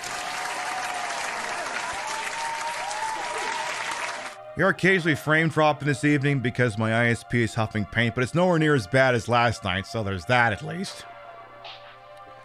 But yeah, the Vietnamese expelled the French who had created French Indochina and sought to, adopt socialism, adopt communism. America went, we're not doing that. And they invaded. And the Vietnamese, it wouldn't have mattered why America invaded. Vietnam saw the Americans coming and going, oh no, we're not doing French Indochina again. We just got rid of that shit. Get the fuck out of here. The Vietnamese could have been trying to implement furries at the government level. And any nation attempting to intercede that would have gotten the same result. Vietnam could have decided that they wanted to base their entire ideology around furries, and any nation intervened was going to get Vietnamed. Which is to say, a long protracted pissing match that resulted in the deaths of hundreds of thousands and millions and made people really upset. Furries at the government level has been done since ancient Egypt. I mean, we could try it again, but we've taken some notes. Missed opportunities, I know. Hey, Lightning, welcome on in. But yeah, I'm basically saying that the Vietnamese are no stranger to, attempting to expel foreign colonials. Because again, we always talk about American colonialism and European colonialism and English colonialism. Really, European colonialism was the worst. England did shit. The French did a lot of shit. A lot of shit. A lot of shit. Hey, remember when the French did nuke testing in Tahiti? Take it easy there, ISP. Again, you're not dropping nearly as many frames as you did last night. Anyway, Kissinger and Nixon turned that into Watergate. As Grandin pointed out earlier in the story, Watergate began with a demand for vengeance on Daniel Ellsberg, the anti-Kissinger, for leaking the Pentagon Papers. Watergate was a grim demonstration, for neither the first nor the last time, that the crimes America commits abroad have a dialectical relationship with the crimes that America commits at home. Infamy has as many fathers as victory. That, ultimately, is why Kissinger died a celebrity, with the wealth necessary to get taken in by Theranos. It is why Roger Morris and Anthony Lake opted against telling the country that the commander-in-chief was an alcoholic who was secretly surveilling his real and imagined critics. Whatever Kissinger's origins, whatever rants about Jew boys he had to endure, Kissinger was an example of the self-confident geopolitical potency that America's elites, whatever they might personally think of Henry Kissinger, want America to make the world respect. When the Roger Morrises and Anthony Lakes and Hillary Clinton see Henry Kissinger, they see, despite what they will rotely and euphemistically acknowledge as his flaws, themselves as they wish to be. Kissinger lived for over half a century in the world he made. He was its hubris. He could see that the Iraq War would be a disaster, but he went along with it anyway, declaring, "The case for moving Iraq's capacity of mass destruction is extremely strong." Kissinger's calculation, expressed in the noblest possible way, is that acceptance of an impending disaster is the price of influencing and hence mitigating it. His accommodation to the inevitability of political decisions he thought were folly harkened back to his 1968 embrace of Nixon. What were the lies of Vietnamese, Cambodians, or Iraqis compared to Kissinger's opportunity to help shape history? But Iraq and the broader war on terror that Kissinger wanted expanded, lest it peter out into an intelligence operation while the rest of the region gradually slides into the pre-9/11 pattern, presaged the world Kissinger made coming a part of the foundations. The man who repositioned U.S. foreign policy as a wedge between Russia and China lived long enough to see the February 4 declaration uniting Moscow and Beijing. The reactionary forces he encouraged at home and abroad are showing the world that the rules-based international order is about capitalism, not democracy. Whatever bitterness Kissinger in his final days experienced over the erosion of his enterprise is little comfort to his millions of victims. America denied them the closure Kathleen Traynor experienced when America, declaring justice, ended Timothy McVeigh.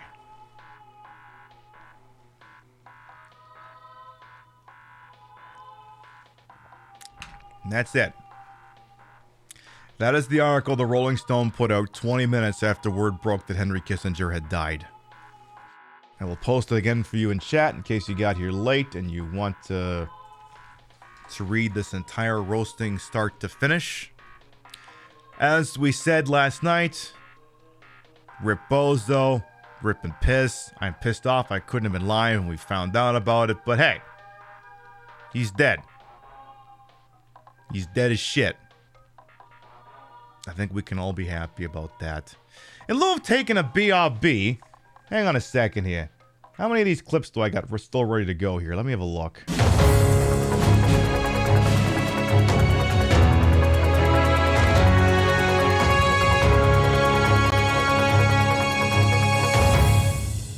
Yay! You dream about this day for so long. Then when it comes, you don't know what to say. Edna, your tears say more than words ever could. Who wants champagne?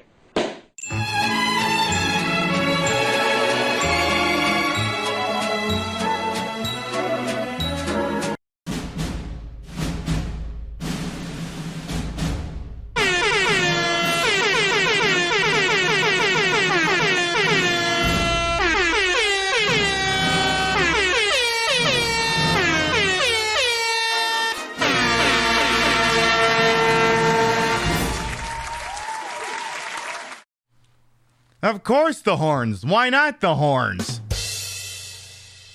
And there. That is why we busted out the big fuck off bottle of Jack Daniels, because finally Henry Kissinger's dead. I can open a goddamn thing.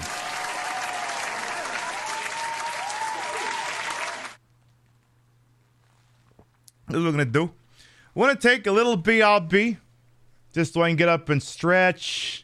So everything's going. And then when we come back, I think we're going to have to play a Pokemon game.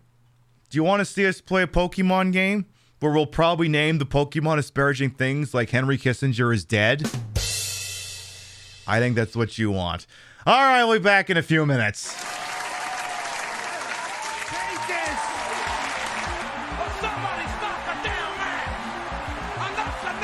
There's blood and pieces of banana everywhere. What did we just see? What did we just see?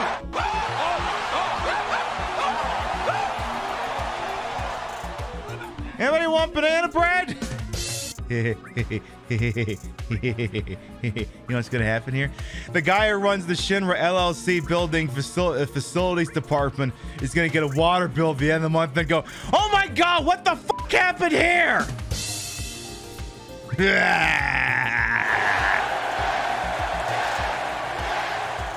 because they really did you dirty, but that's okay. I'll make you feel all better, Bugsy. I'll make you feel so much better.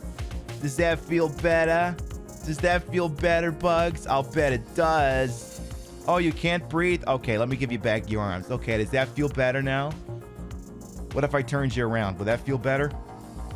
What if I turned you around? Would you like that more? Oh, yes, I'll give you all the sweet, I give you a nice, big, loving hug there, Bugsy. You're gonna feel so much better. There, I stretched my legs. We're back. You know, before we get going to Pokemon here, I kind of feel like singing a song. Chat, do you mind if I sing a song? Are you okay at that? Would you be offended if I chose to sing a song that maybe some of you have already heard today, but so many more of you probably haven't? Let's do it.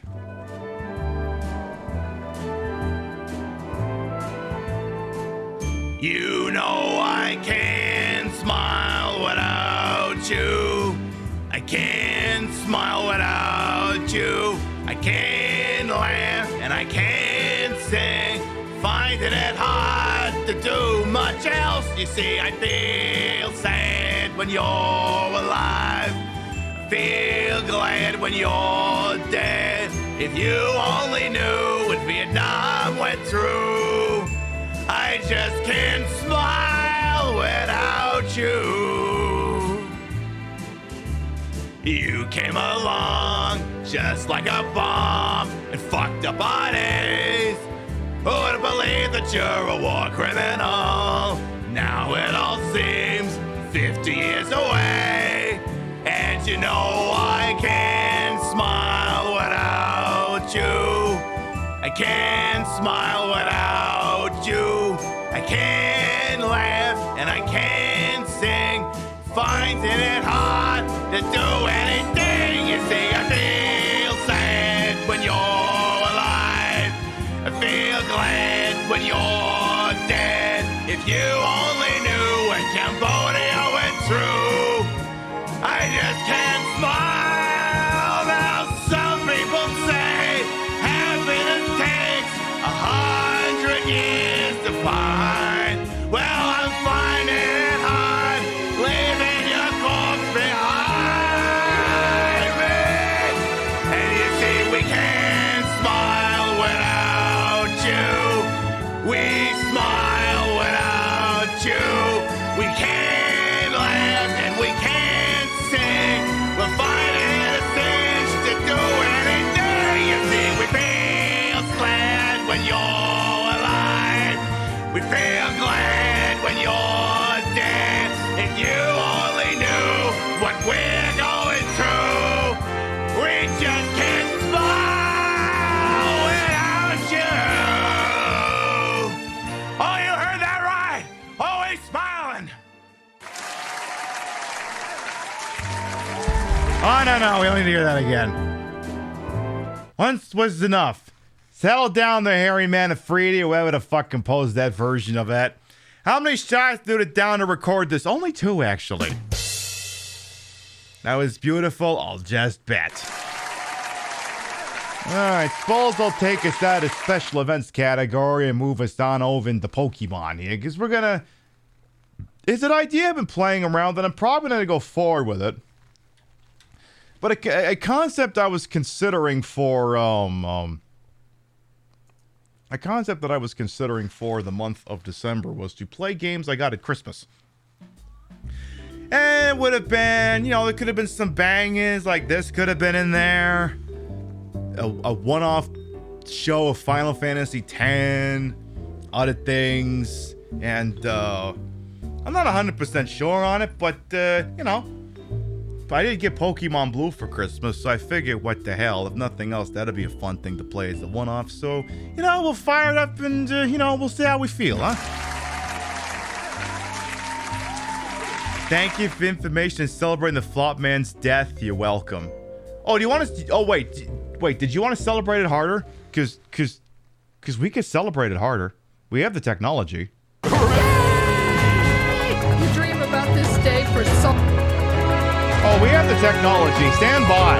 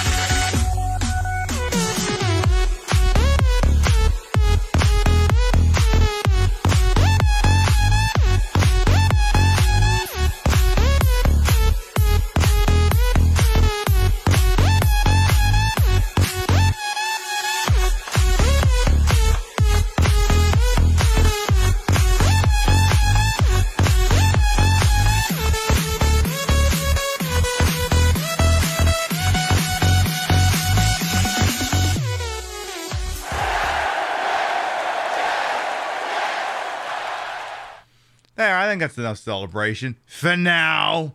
For now. Do you have any idea how much it fucking pisses off some white people that nothing they ever do will ever be as cool as what the thing... no, none of them will ever be as cool as the people we steal everything from.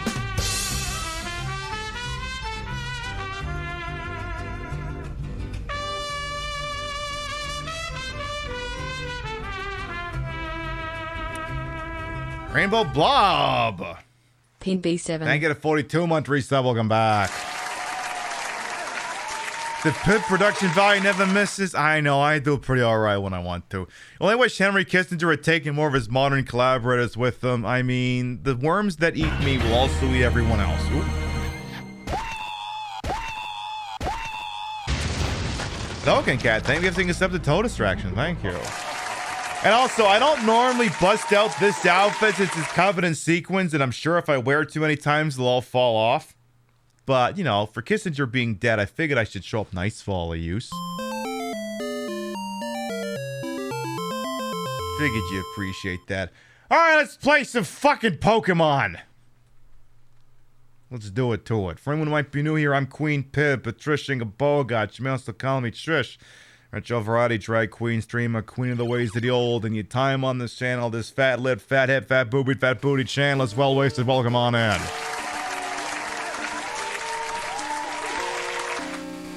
And back in my day, Pokemon sounded like a dot matrix printer having sex. You kids with your modern day Pokemon games, this is a Pokemon game.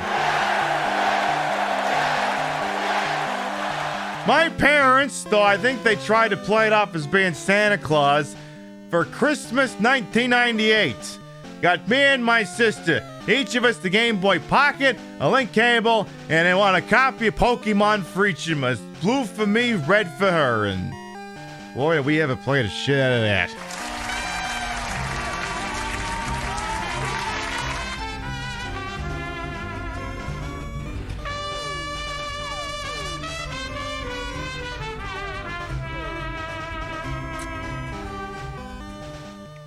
Love your channel. You're awesome. Ruff the Wolf, thank you. 2-month reset. Welcome back. Why is my Ko-fi not up here? Like there's a bunch of browse things in my computer that are all fucked up. Like I noticed in a BRB that chat wasn't showing up. Oh, that was weird. Oh, it's there. Anyway, let's do some Pokemon. Am I playing Pokemon a Super Game Boy? Yes, we're using a Super Game Boy to play this. The Super Game Boy makes an effort to sort of colorize the game, and it does put on one of these fancy pants borders that some games when you play them on Super Game Boy do. Now, I guess I'm just gonna have to start a new game. Hello there! Welcome to the world of Pokemon. My name is Oak. People call me the Pokemon Prof. Oh god, I just consider the possible voice acting possibilities for Pokemon games. Oh, you know, if Sega ever fires all their North American Union talent, maybe Pokemon can pick up the slack.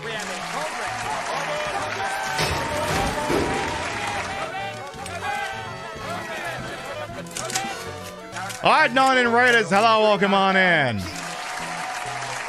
We're about to start playing Pokemon, but I want to show you something real quick. I want to show you something. Hang on a minute here. Whoa, whoa, whoa, whoa, whoa, whoa. Quiet, quiet, quiet on the set.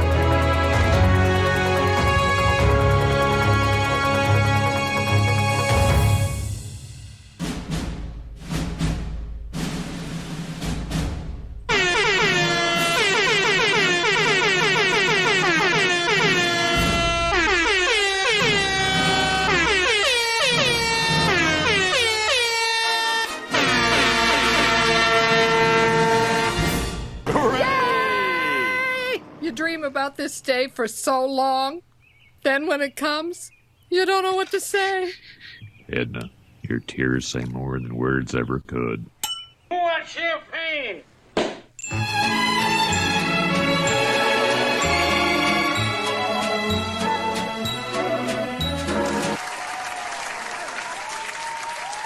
Here we are, now welcome on with all of you. I'm Queen Pib. I got titties. We're out to play a Pokemon game over here. We're celebrating the demise of Henry Kissinger. Hey, Hambot, you take it fucking easy on reverse threat. Jesus Christ. Hambot, you do that again, you're fired. I'm yelling at my chat bot. But yes, we have been celebrating the demise of Henry Kissinger. I opened up a giant fuck up bottle of Jack Daniels. I'm drinking it. That some bitch is dead. Fuck that guy. Yo, you're good, reverse threat. You're good. You're good. My chat bot is just unhinged. Hard non, I know you got a lot of raid targets out there on the TTV, and we're always thankful when you choose to spend time with little old me. Thank you so very much for coming on by with your folks, seriously. You can help me name my new Pokemons, because we just got started. Hey, Car, I see you up there as Volcamon, and yes, I wonder if there's certain people very interested if I suddenly took on the Pokemon meta. Well, we'll see. Anyway, this world is inhabited by creatures we enslave for sport called Pokemon. For some people, Pokemon are pets. Others use them for fights. Other people use them for things I dare not utter because it's unholy. Myself, well, I like to wear Pokemon fursuits. I study Pokemon as a profession. First, what is your name? My name is, star name Thaddeus William Tad Bill for characters limit. Yeah, that would work. In ancient times, humans and Pokemon would marry. Oh, God. How about let's see. My name is, allow me to teach the ways to Rule 34, young trainer, pretty much. Oh boy, it's getting greasy up in here. Maybe I do need to buy a Pokemon game for Switch. Maybe I do. I got that Dragon Quest Pokemon game is coming tomorrow, but I think I'll just enjoy that one off stream. Let's see, my name is gonna be, how about Kissinger Dead. No, Dead. D-E-D. My name is Kissinger's Dead. Right, your name is Kissinger's Dead. Anyway, right, this is my grandson. He's kind of a fucking idiot. Apparently you've also been rivals or something, I guess. What was my grandson's name again? I got a little drunk this morning and I forgot my notes. See, I'm a lot like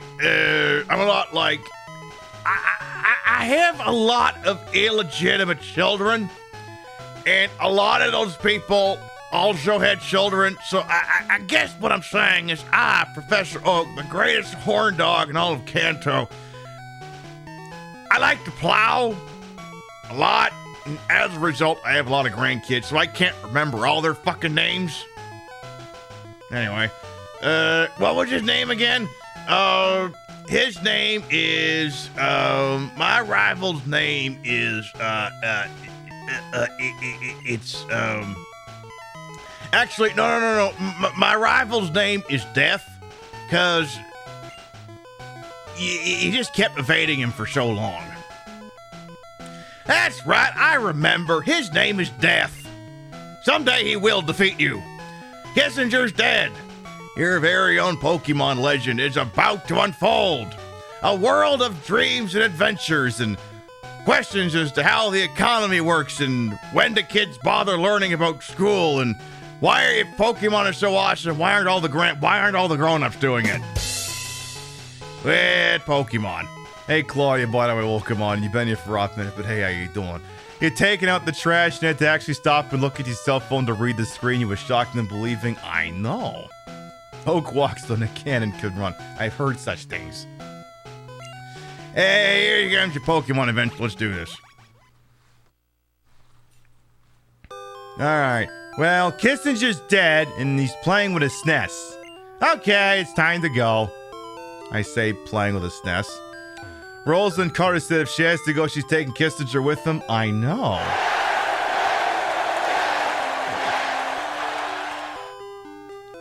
So, I don't know if any of you kids know this, but back in the day, if you didn't leave this room without getting the potion downloaded out of your computer, you were a noob. Also reminds me, although It's Always Sunny in the Philadelphia thing, go download me a hoagie off the internet. Well, it turns out you can download a hoagie off the internet. At least in a Pokemon world. Well, let's see what the hell my mother wants. Where's Dad, by the way? Right, all boys leave home someday. It said so on TV. Professor Oak next door is looking for you. Oh, that was the end of the speech. Okay. You wouldn't download a hoagie, yes you would.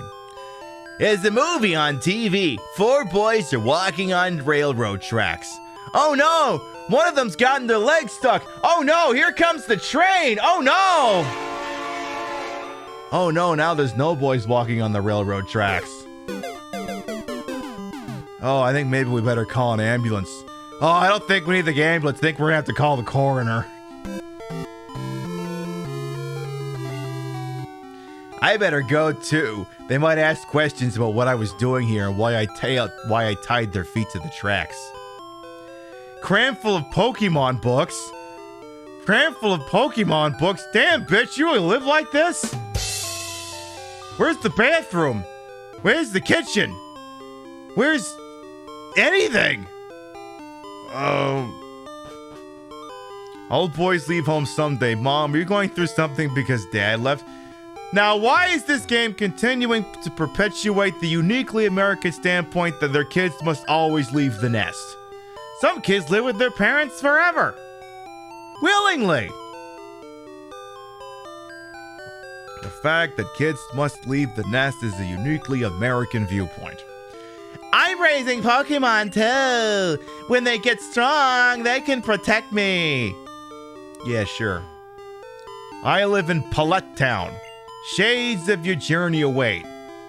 How about those shades? Are those shades? No? Okay.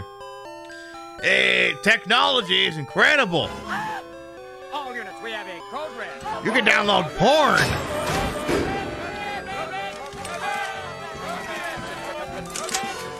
They're firing raiders as well. Welcome on in. Welcome on in, Zero Fire. I'm Queen Patricia of Bogart. You may also call me Trish. Retro Variety, Try Queen Streamer, Queen of the Ways of the Old, and your time on this channel. This fat lips, fat hip, fat booty channel is well wasted. Welcome on in. We spent the first 2 hours of the show reading Henry Kissinger for filth. Had a little bit of Jack Daniels. Now we're going to just play a little bit of Pokemon and see where the hell that takes us.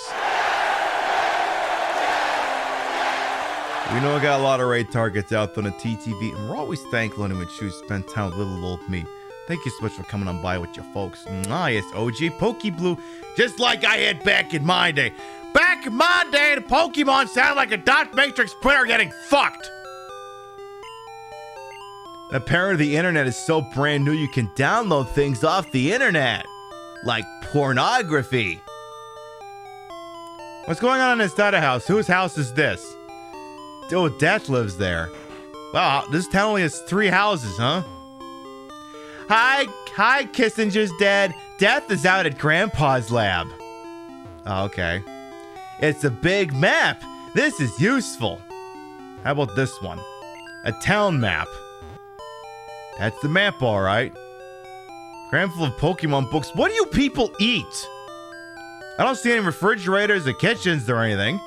What do you people subsist on? Dead war criminals and Pokemon Blue is a new peanut butter and jelly. So true. They eat Pokemon? I mean, I wasn't going to say it, but... I mean, there's 3 buildings in town. I'm pretty sure they just eat the Pokemon. Well... I study Pokemon is Professor Oak's age. Sure. You guys twins or something? What the hell?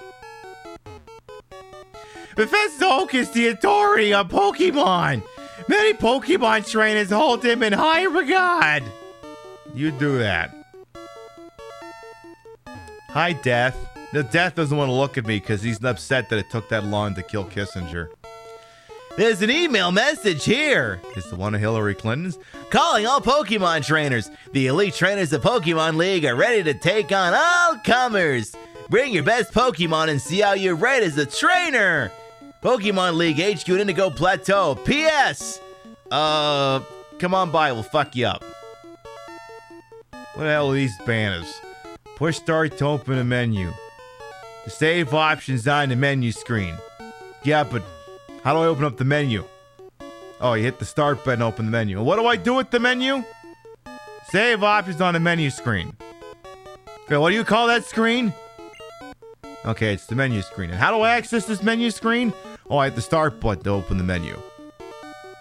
Yeah, you said push... Wait, what does the start button open? Oh, it opens the menu. And what can I do in this menu? Oh, the save option. What is that menu called? Oh, it's the menu. Chat's like, you're not doing the thing at Camp McCarran and Fall in Vegas again, are you? You don't want to hear about I'm Captain Parker and I'm in charge of this camp? You don't want to hear about the adventures of Captain Parker? Chat's like, don't pull that clip up, I swear to fucking God. Okay, I won't. Yeah, we paid for that Iron Dome too. Pip, are you pulling up the are you pulling up the progenitor of this bit? Yes. Yes, I am. Yes, I can, and there's not a goddamn thing you can do about it. Hang on a second. So, a little bit of advice for all you people with Twitch channels out there. I know there's quite a few of you. Here's a free bit you can have. Free bit. I won't come after your wig or anything like that. I got a free bit you can have. It's one of the greatest bits to the history of bits. And it's real easy to do. Phenomenally easy to do. You're gonna love this bit, I swear.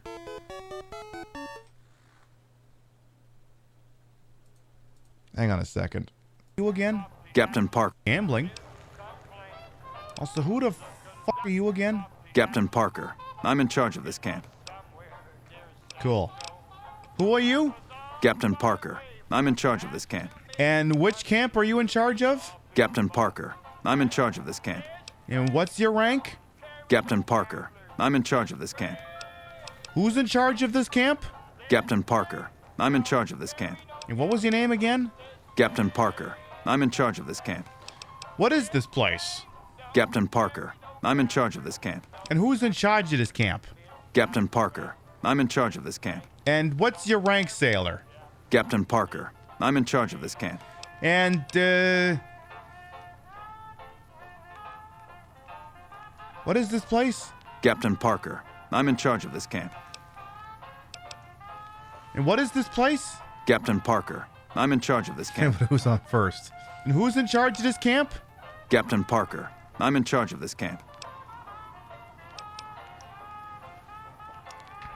But who's really in charge of this camp? Captain Parker. I'm in charge of this camp. And what's your rank again? Captain Parker. I'm in charge of this camp. And who's in charge of this camp? Captain Parker. I'm in charge of this camp.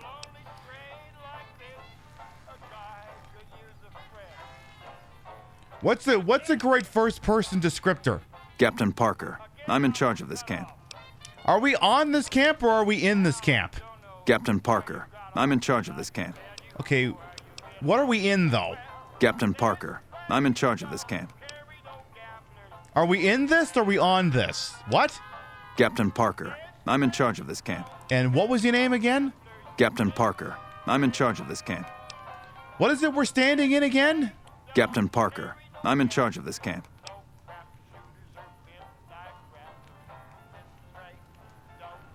Wait. What was your name again? Captain Parker. I'm in charge of this camp.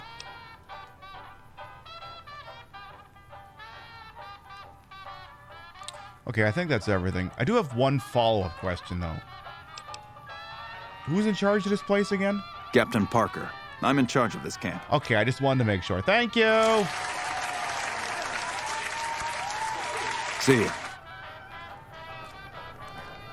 I gotta tell you, Did you know the strip's all stirred up lately? Captain Parker, I'm in charge of this camp. Yeah, but what's your name again? Spectre's song. Yeah, free bit. Just do that. Just do that in video games anytime someone makes a declarative statement like that, and just keep running the thing into the ground. Wait. Everyone's like, Pib, I'm not sure. Do you have another example of you doing that? Do you have another example of that bit? You in charge? You're Dan Hostler. Who the fuck are you? Hello there. Welcome to the Crimson Caravan Company. How can I help you today? Who are you? The name's Hostetler. Don Hostetler. Can I help you with something? I gotta wear that again. What was your name again? I already told you I'm Don Hostetler. And what did you already tell me? I already told you I'm Don Hostetler. Did you tell me that? I already told you I'm Don Hostetler. And what was your name again? I already told you I'm Don Hostetler. And who did you tell? I already told you I'm Don Hostetler. And who told me that? I already told you I'm Don Hostetler.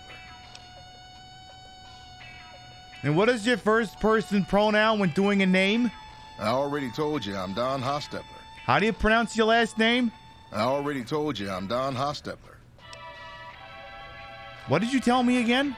I already told you I'm Don Hostetler. Yeah, it must be related to Captain Parker. Chat's like, we're not doing this bit again, right? Yes, we'll run that bit into the ground. Is there any work to be had here? You know, hiring isn't really my department. You should talk to Miss McLafferty about work for hire.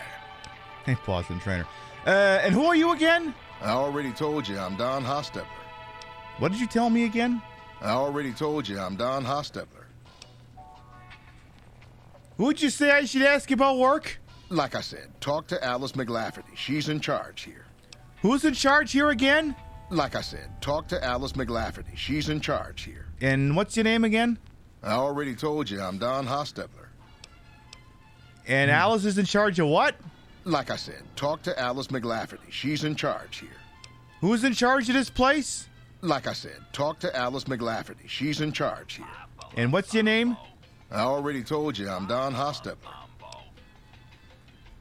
And what did you tell me? I already told you I'm Don Hostetler. And who's in charge of this place again? Like I said, talk to Alice McLafferty. She's in charge here.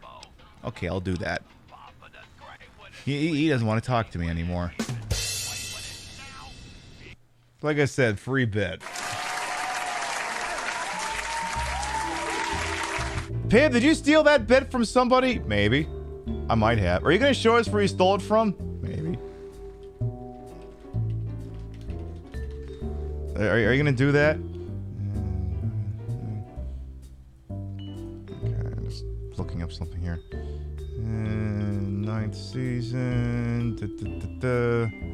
Don Hostetler is done with this. I know. My ISP is like, wrap it up or we're going to drop more frames. Well, I meant for that to be my rim shot. Let's see. TV shows. It'll be the second time The Simpsons comes up here tonight. Let's see, I need season 9. I need episode 13, The Joys of Sect. And I need...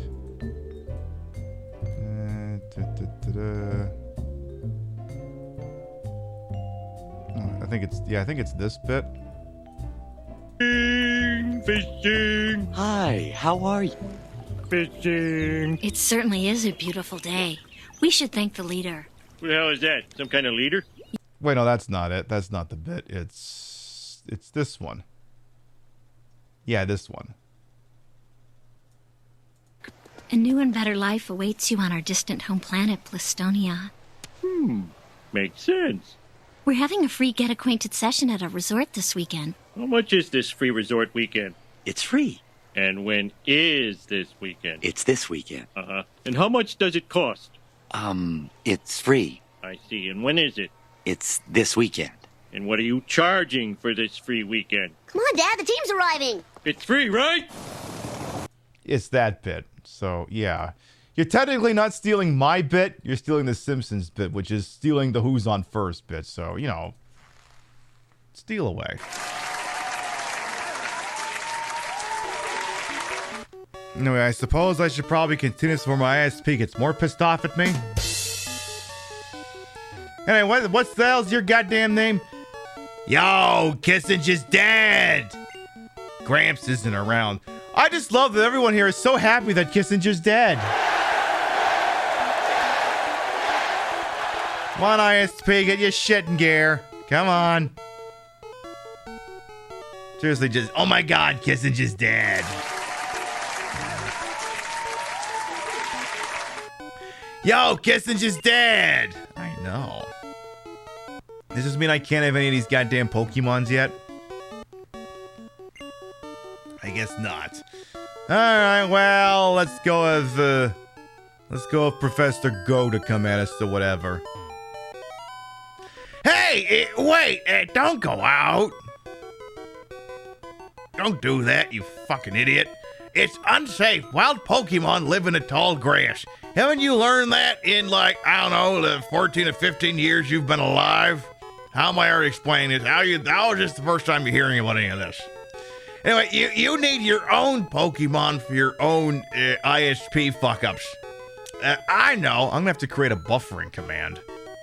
That just any time it's buffering, it's just for like the next while I have to blame the ISP. Like I could show you this right now. Cause yeah, like I said, I've got I can tell when this shit is happening because I have a command prompt going here.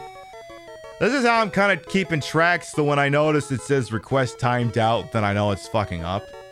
I'm just pinging Google's DNS forever, because, you know, I'm a learned queen here, and when I see request timed out, I can tell it's about to fuck up if it's not already fucking up. It's a pretty good indicator, because it's starting to fuck up again. Though it hasn't shown up in that, so who the hell knows. Again, by the time we return next Wednesday, hopefully we'll have its shit in gear. Oh yeah, there's the timeout. That's what I figured. There it is. Okay, so it's telling me about it late. Anyway, for those who aren't aware, we won't be live this weekend on our Saturday or Sunday time slots. Assuming you can even hear this. I have a outpatient procedure on Monday, and prep for that kind of begins Saturday night. So I'm going to take the weekend off.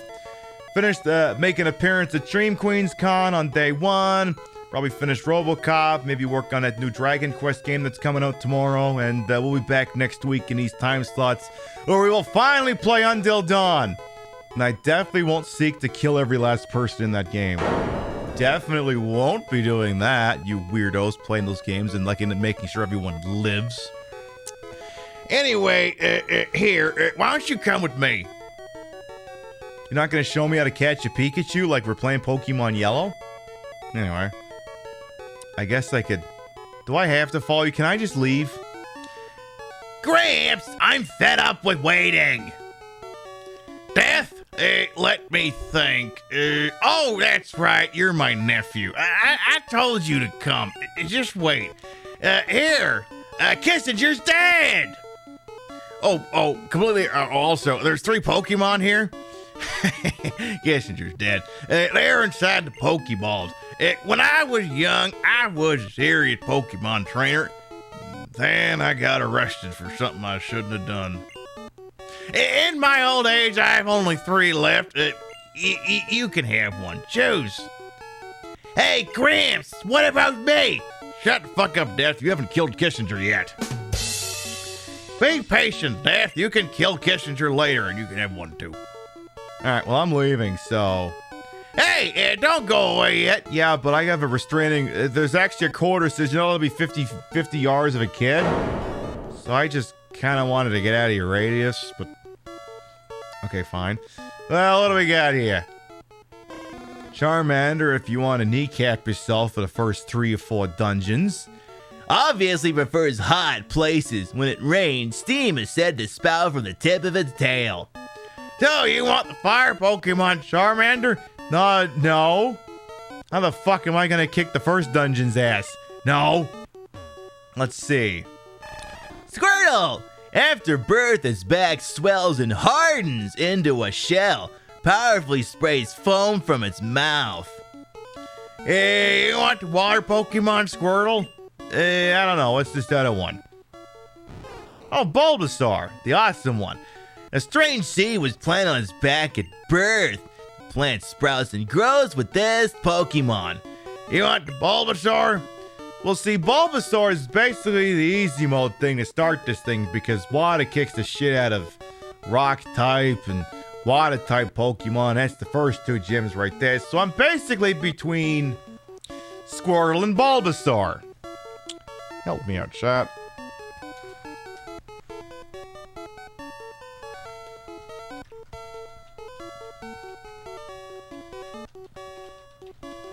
Hey, what, you guys, y'all got 1 minute.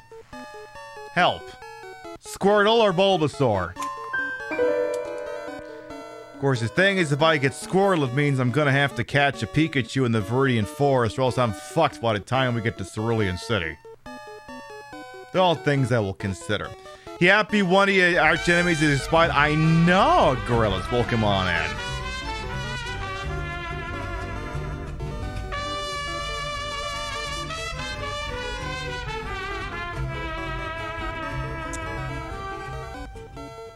I kick Brock's flowers with a Metapod. You kick his flowers? My goodness. God, that no, thank you. The 32-month resub will come back.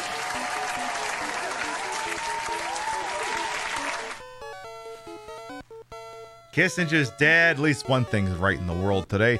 My ISP may be shitting the bed. I may have dropped 10,000 frames tonight, but at least Kissinger's dead. Steal all three. Yeah, I'm not that good. Bulbasaur wins with 71%. Bulba, bitches! This Pokemon is really energetic. Well, I'm glad you didn't give me one that's fucking lethargic. Do you want to give a nickname to Bulbasaur? As a matter of fact, I do.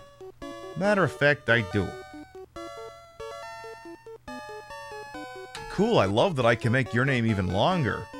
How about... Hey, Manny the Elf, welcome on in. See you come over to Banzai's from Cooking Says Bulba's yours. Yeah, Bulbasaur was my actual first one when I played back in the day. Way the hell back. Welcome on in.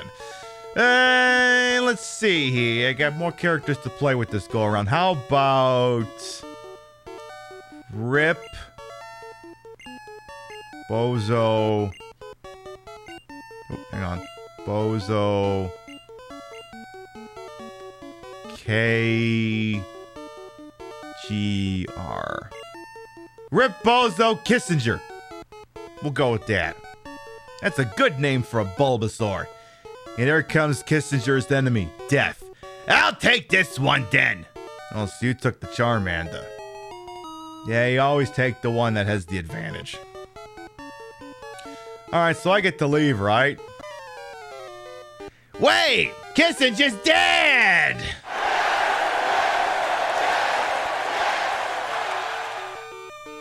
I know, but I'm confused as to why you keep screaming that. Let's check out a Pokemon. Come on, I'll take you on. Oh boy. Uh-oh. Uh-oh. Uh-oh, are we doing an epic first fight? Death wants to fight. Death sends out Charmander. Kissinger's dead sends out Ripbozo Kissinger. Hang on, this battle music's not epic enough. Give me 2 seconds here. Not epic enough. Hang on. I got this, Chad. Hang on here.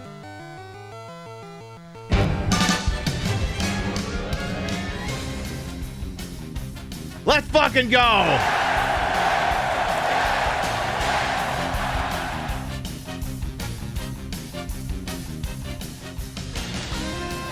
Alright, I don't growl at this idiot first just to drop his attack or something. Charmander used Scratch, you motherfucker! Ripbozo Kissinger used Growl. Enemy Charmander's attack is fallen. And with that, you better tackle this bastard. Oh no, Charmander thought of it too. Ah, fuck! Captain, they've adapted. Use your tackle! Kick the shit out of him! Oh, uh-oh. You took more damage than he did. I'm a little worried here.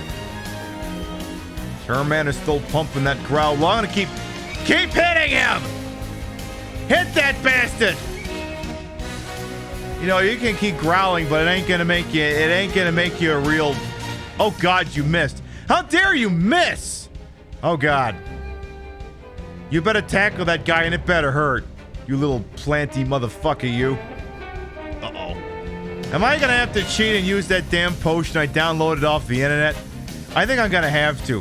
I'm gonna have to use that hoagie I downloaded off the internet to save your fucking ass. I am not losing. Kissinger cannot lose to death. Not this early. All right, all right, that's it. You're gonna have to use the damn thing. You know he would do the same thing in this position here. All right, Rip Bozo Kissinger recovered by 16. He's gonna try his goddamn growl again. We'll tell you what, I'm gonna take that voice box, tear it out of your damn larynx and shove it up your ass. See what you think about that.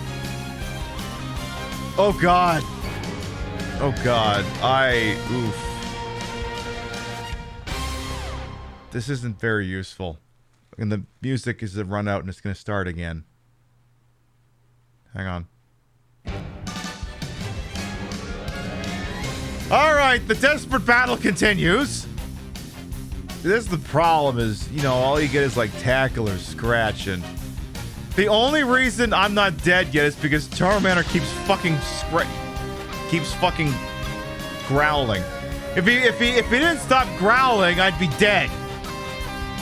Because now he's still spamming it and it can't. Okay, I win. Oh my goodness, the enemy Charmander. It fainted. You didn't mean to post it, but all the same, Alex Buttercup, but I'm doing good. Rip Bozo Kissinger gains 69 experience points. Nice. Nice. Kissinger's dead, defeated death. Wait, how does that work? Again, the jokes write themselves, folks. What? Unbelievable! I picked the wrong Pokemon! Yeah, go take the Squirtle, see where that gets you. Okay, I'll make my Pokemon fight to toughen it up. Kissinger's dead! Gramps, smell you later. Again, the shit writes itself. Can I have that auto one? Please? Pretty please, can I have that last Pokemon on your desk? Pretty please? Ask Professor Oak's last Pokemon. I want it. I want it! Because otherwise it means I gotta get a Game Link cable and Sonos is willing to wipe out their Pokemon save. Kissinger's dead. Raise your young Pokemon by making it fight. Why can't I just love and nurture the damn thing? Why do I have to make it do cockfights? You're kind of a sadistic fuck, ain't you? The only difference between you and Michael Vick is Michael Vick went to jail because he's black and you're not. The only difference between you and him is the color of his skin, you motherfucker, you. Come on, you had to say Michael Vick at some point here. Alright, well now that I am now armed with Pokemon, I guess I could stop and say bye to Mom. You gonna be upset that I'm like leaving town or anything? Kissinger's dead! You should take a quick rest! Also, Kissinger's dead. That's why you get 2 DS's. You know, back in the day you had to get 2 fucking Game Boys. Oh good, you and your Pokemon are looking great! Take care now! Did Mom already get into the wine? She doesn't seem that heartbroken that a kid is leaving. Like, I think my mom got a little upset when I left for college. A little. This one's like, could you please leave? I never wanted you anyway. Hey, what? Let's save the game here just for funsies. Let's do that. Yeah, mommy's little mommy juice is what it is. She's a good mom. She's alright. Alright, so...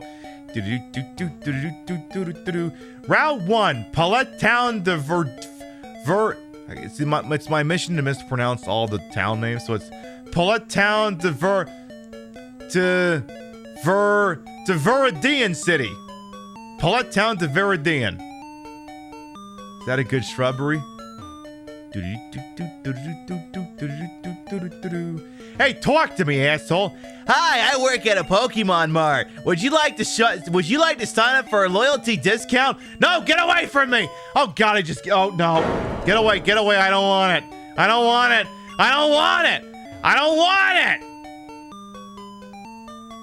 I got enough fucking loyalty cards in my wallet. Fuck off. Okay, we might have to play we might have to unironically play a more modern day Pokemon game on the show. Maybe, I don't know, one of them GBA ones or something. You know, I'm the worst person. I have a bunch of Pokemon games for DS. I haven't played them. They're worth hundreds of dollars. I have a full in-box version of Soul Silver. It is the funny little box that goes around. It's got the game. It's got the Pokewalker. That's my retirement plan right there. Buy a Pokemon game and wait 30 years. You might be able to pay for retirement with it. Also Black and Black 2. I think I only played Black 1. Oh no! Oh my god! It's one of them pigeons. A wild pigeon appeared. Now, of course, the thing with Mr. Pigeon there is, you really want to get him worked up early. So fortunately, we can't catch him yet. But a flying type very much needs to be at the forefront of your attack, because the flying types will fuck up the ground and the bug types. So you want to get yourself a Pidgey early, from what I recall. These aren't Pokemon. Pallet Town is just infested with pigeons and rats. Yeah, that makes sense.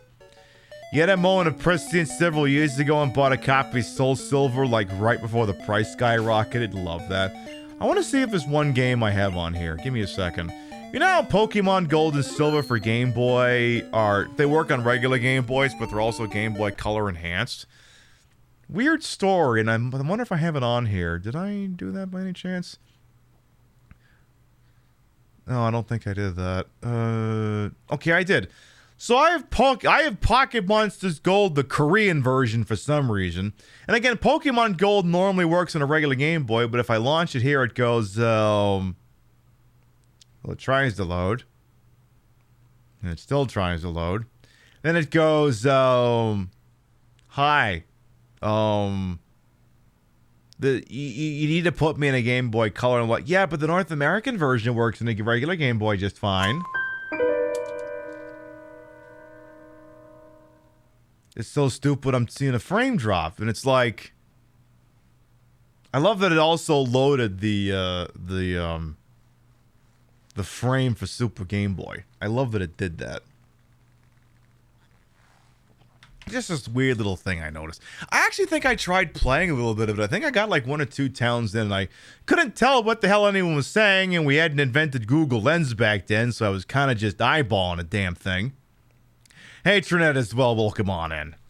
If it only worked on Game Boy Color. No, those games worked on Game Boy regulars.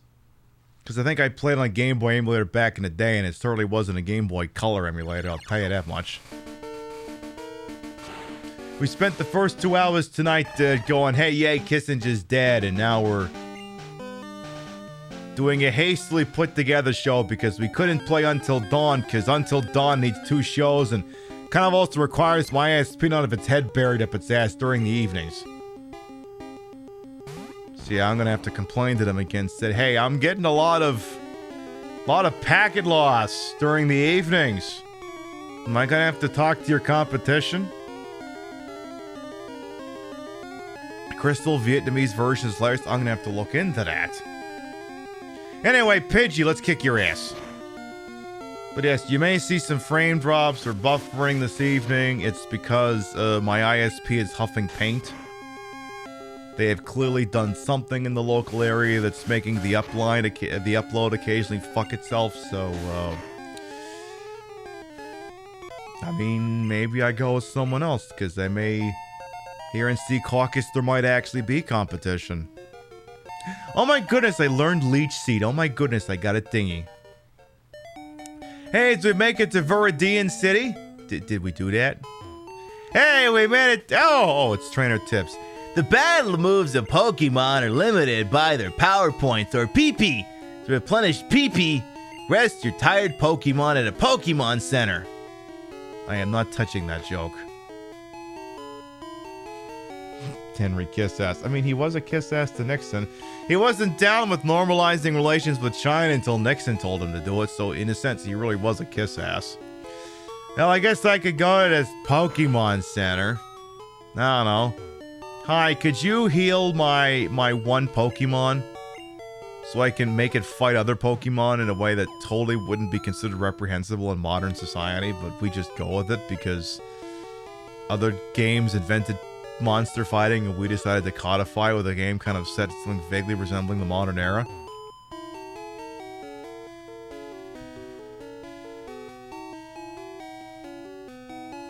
You okay, ISP? Seriously? Hey, get back here, you. You want to know about the 2 kinds of caterpillar Pokemon? No. Oh, okay then. No, I don't want to know. I'm good. Hey, you came from Poet Town, right? How can you tell? You got that Poet Town drip that says my mommy dresses me. You know Professor Oak, right? His order came in. Hey, will you take it, Tim? We got some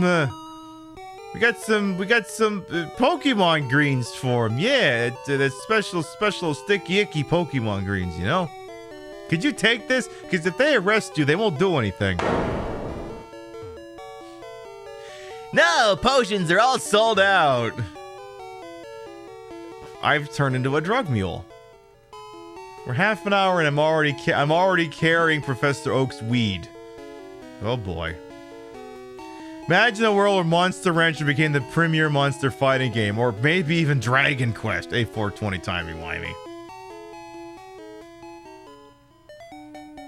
Well, I guess we can just walk home then. We gotta do this so we can start buying Pokeballs. Because Lord knows we'll let me do that otherwise. Oak's getting his Poke Viagra, he's getting something, alright. Hey, I got your Poke Weed, your Poke Cialis, whatever this is. Get this thing off me, the cop's looking at me funny. Oh, Kissinger's dead! Oh, how is my old Pokemon? Well, it seems to like you a lot. You must be talented as Pokemon trainer. What? You have something for me? Kissinger's dead, delivered Oak's parcel. What the hell are you doing with... Oh, this is a custom Pokeball I ordered. Yeah, it's very custom. Oh, it smells funny? Oh, don't worry about that. Thank you. Hey, Gramps! The hell do you want? What did you call me for? Oh, right. I have a request to you two.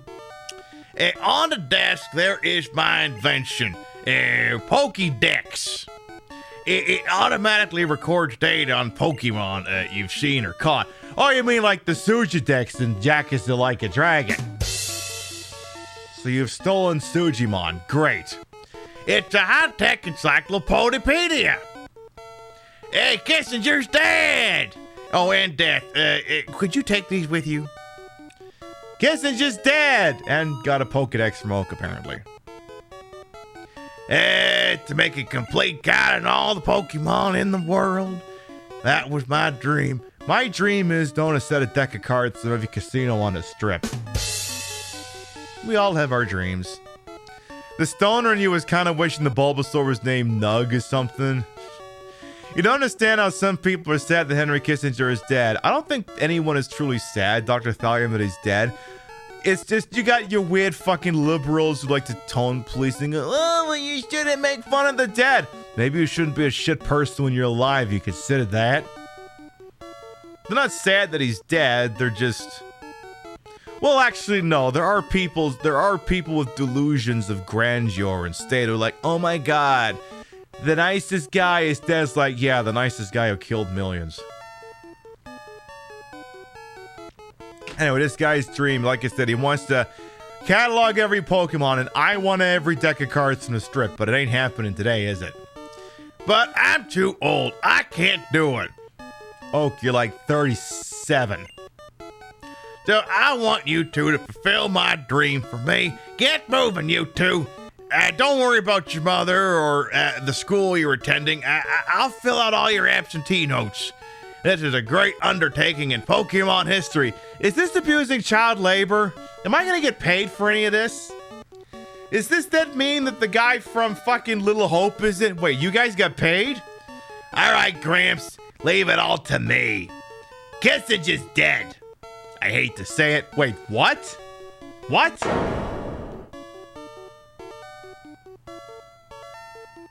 Let's try that again. Kissinger's dead, I hate to say it, but I don't need you. Okay. I know, I'll borrow a town map from my sis. I'll tell her not to lend you one. Kissinger's dead! I just love that everyone in this universe just keeps saying that. I love that. They're as excited for the death of Henry Kissinger as everyone else here. Yeah, I want you two 10-year-old children to travel cross-country alone, uphill both ways in 9 feet of snow with few supplies. You're not Oak supporting unpaid internships, aka modern slave labor. Yep. Yeah, give me that town map, why don't you? Thank you. Thank you very much. Alright. Oh, more frame drops. Oh well. Let's get back to town so we can buy some fucking Pokeballs. And I need to catch myself a goddamn Pidgey. Really need to catch myself a fucking Pidgey. Then I gotta use it to beat the fuck out of normal types. Like this thing, for instance. A Rattata-tap-tap-tap-tap-tap-tap-taparoo. Alright, Rip Bozo Kissinger is gonna use Tackle. Damn, that's not too shabby. Hey, how dare you tail whip me, you bastard! That's it, get the hell out of here. So long, gay boys. So long, gay Bowser. Alright, let's get up here. I seen a joke, so if some of you aware that there was a teaser for a third Sonic the Hedgehog movie, and they've basically laid out that Shadow's gonna be in the movie. I love that a parody account on Twitter put out a tweet saying that Chris Pratt was confirmed as the voice of Shadow, and just so many people are falling for it because it's so believable. It's just so believable. Wait, he's voicing him? No one knows who the hell's voicing him. It was like, oh, Chris Pratt's voicing him. Oh, that's believable. Oy vey. Ash Ketchum CPA. So, your only source of income was animal fights and taking little kids' money. Basically, yes. Yeah. A third, you haven't seen the first one. I've heard they're good. I haven't seen them either.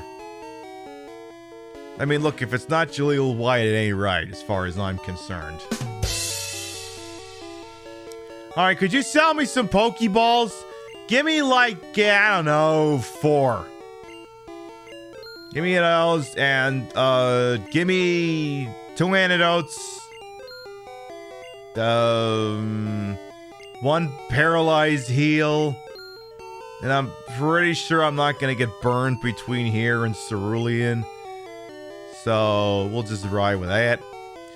And, now I need to go catch me a fucking Pidgey.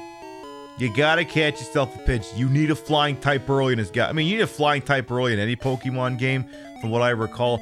But you definitely win there, because the flying types fuck up so many of the ones you encounter early on. The normies, I think they fuck up.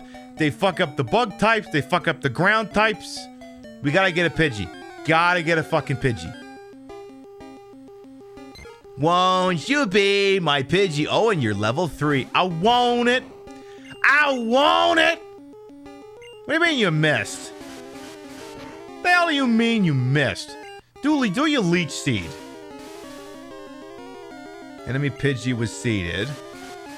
So we gotta work this thing down, but not quite kill it. So that'll help. Tackle it once, and that should honestly be all the attack. Okay, stop. Is Chris Pratt becoming to animated movies what Rob Schneider was to any movie that asked him? Pretty much. So we're gonna hold on attacking here just because I want to catch this guy in the first go. So I'm gonna have Rip Bozo Kissinger here to just kind of do a stat attack here. Especially because any of the health that he loses from, you know, Pidgey's attacks is gonna be regained in the Leech Seed anyway. So we're just gonna get him a little bit down here. Just like my ISP's trying to get me down here. Is this thing empty? Alright. So do another growl here, and then I think we're gonna go ahead and attempt a Pokeball chuck here. Alright, now give me a little bit of your health back, thank you. Yes, Pidgey is also future transportation, that is true. Alright, the Pokeball! Go! perfect. 10 out of 10. I have no notes. See? It worked.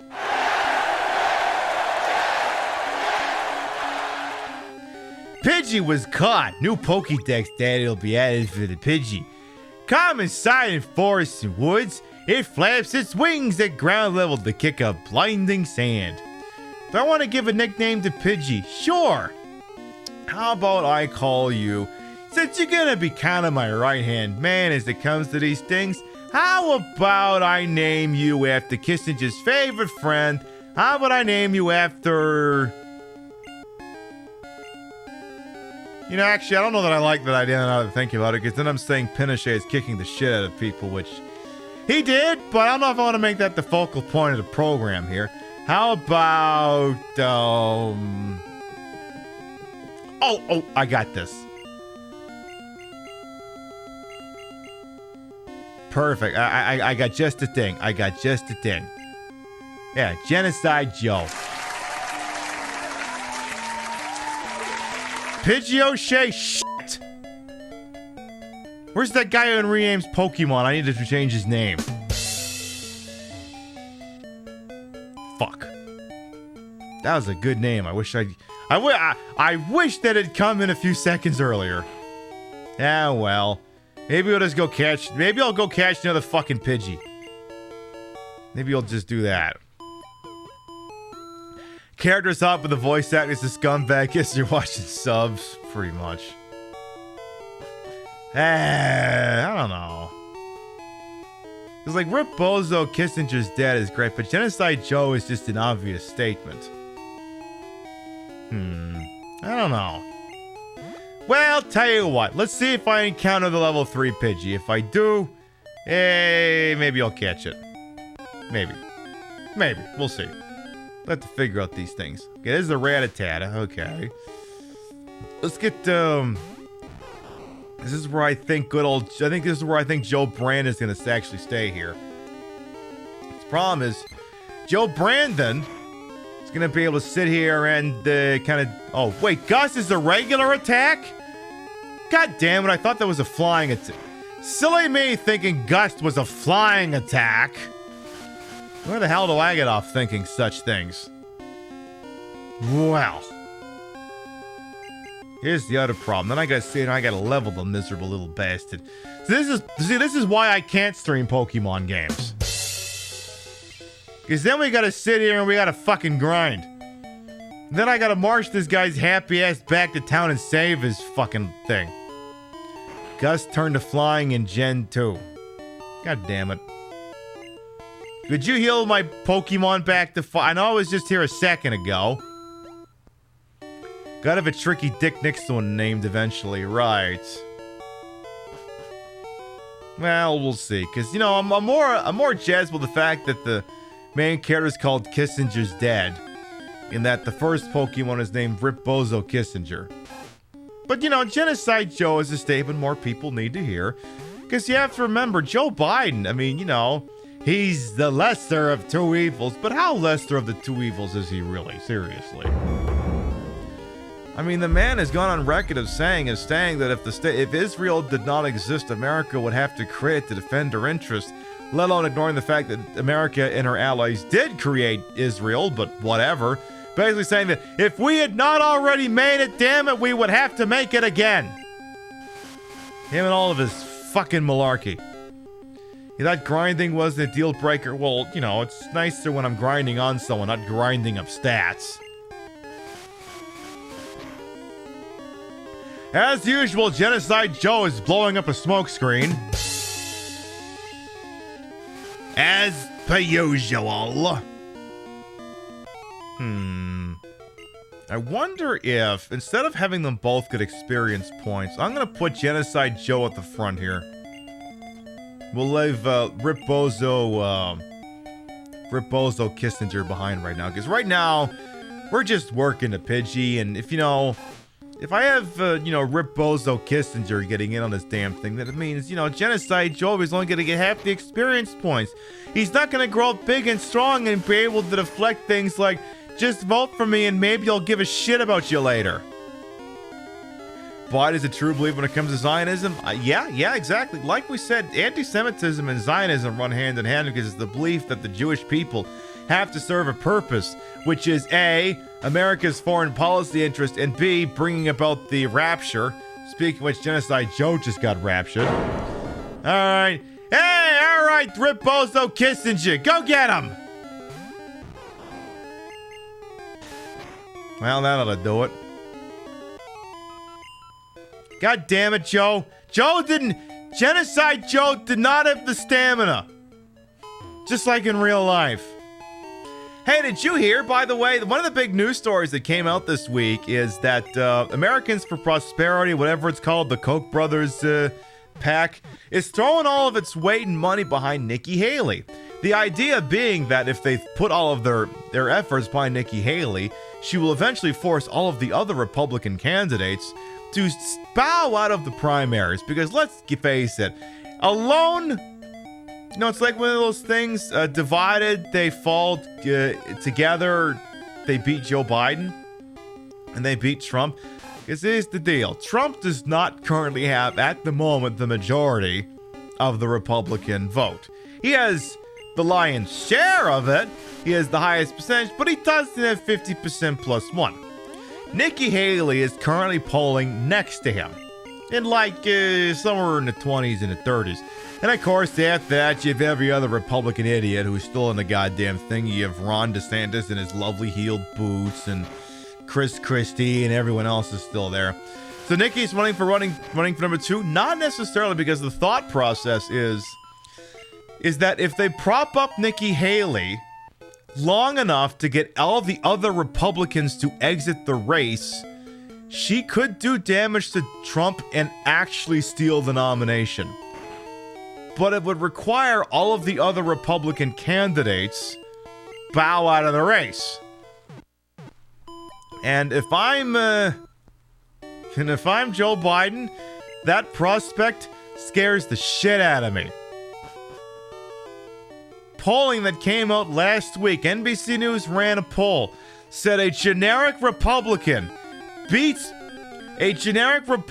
will beat Joe Biden by 10 points. The only chance in hell Joe Biden has the re-election is if he's running against Trump. A generic Republican beats him soundly.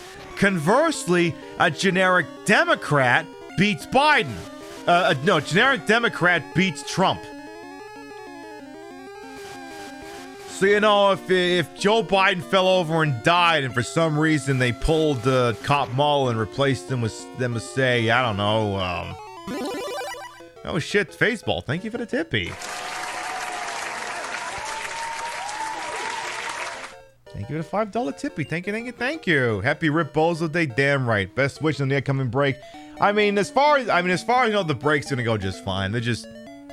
Doctors noticed something in my ass and they gotta take it out. If you want me to be more detailed in the matter, there's a polyp in my colon. It was noted in a check 6 months ago, and it's not cancer.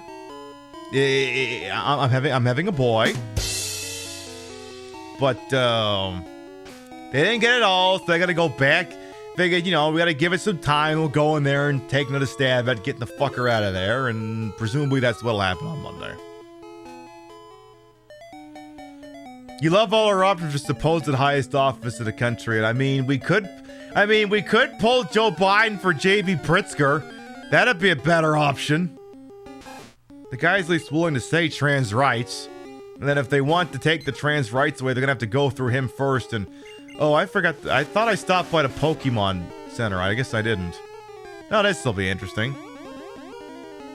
Being a surprise Disney will drop. No, you're not getting that. But yeah,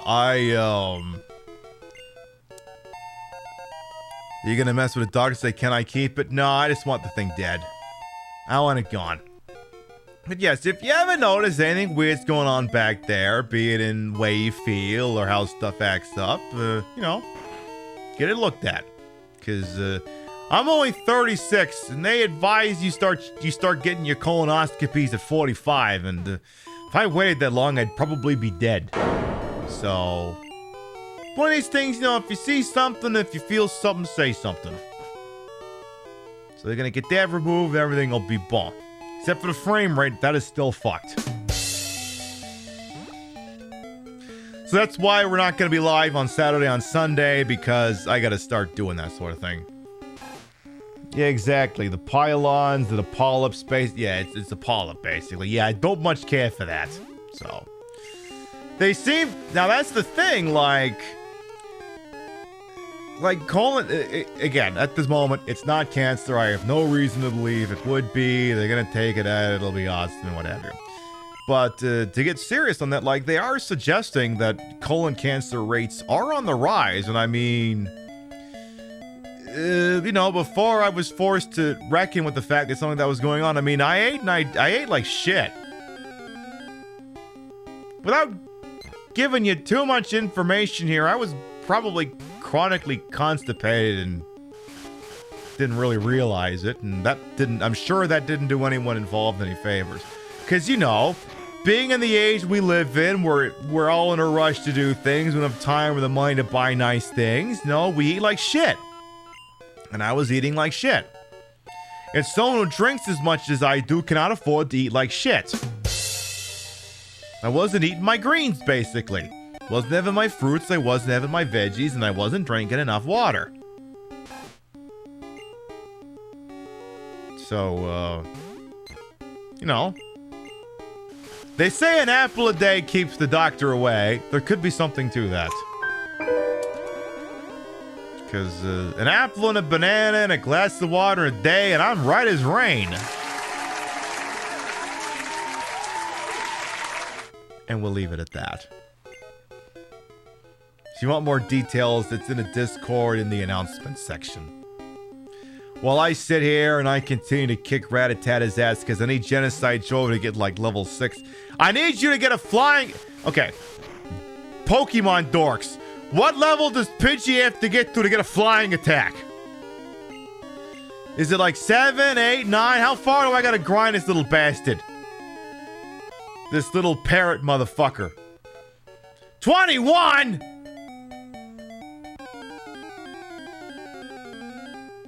Oh, fuck that. If it's 21, fuck that noise. We'll just go. I mean, Genocide Joe is starting to kick some ass. Some ass. Spearers to the west of the second town and start with a flying attack. Okay, fuck you, Genocide Joe. You're out of here.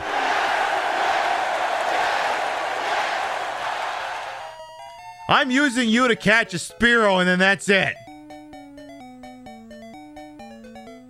I'm gonna do exactly what I'm doing to you what the DNC should do to you. I'm kicking your ass to the curb. 21 is legal drinking in flying age. What a coincidence. No kidding. 28?! Jesus fucking Christ! You think I was gonna spend all this time with Genocide Joe? Yeah!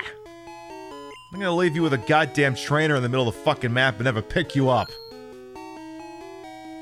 Alright, so there's this little section west of town here that you go when you're trying to pick up like Nidorans and shit like that. Let's go hang out in here for a second.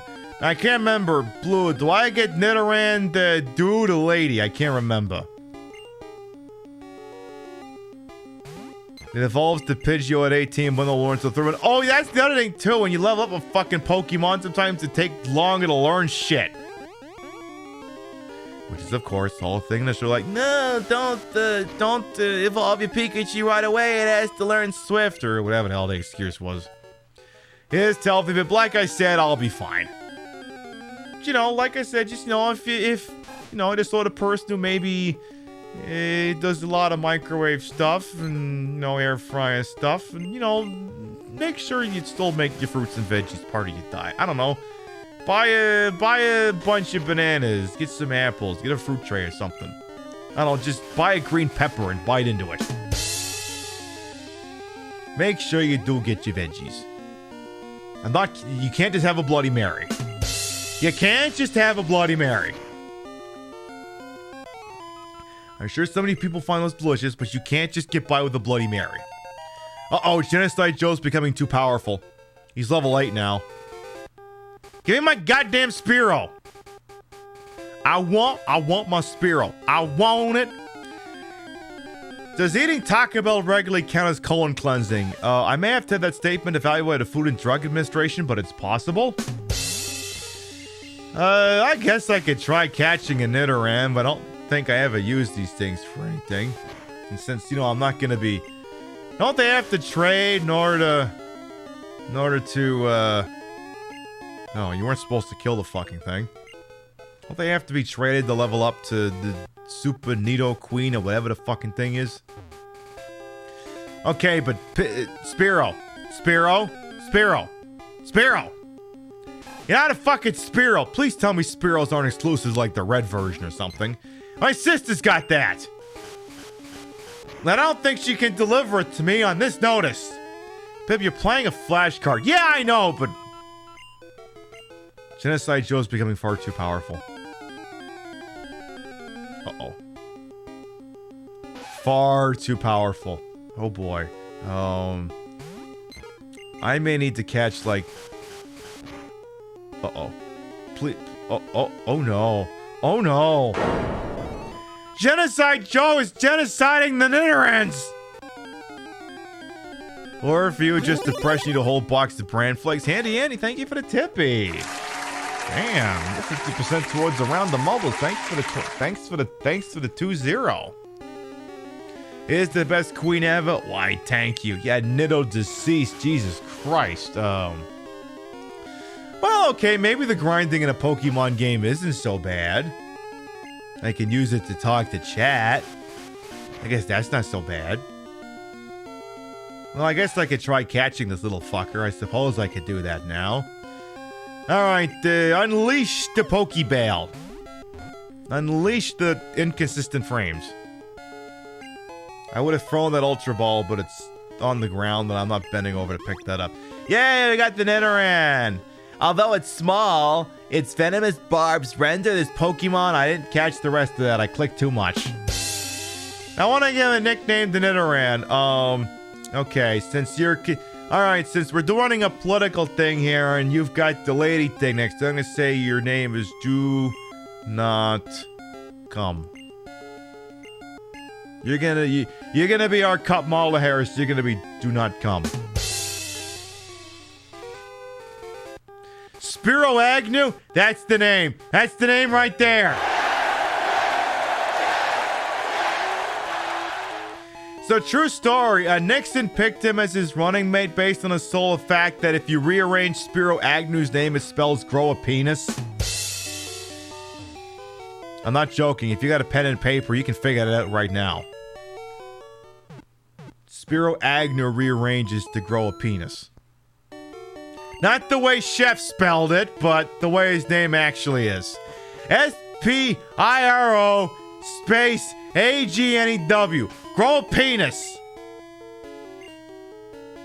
Again, if you got a piece of paper in front of you.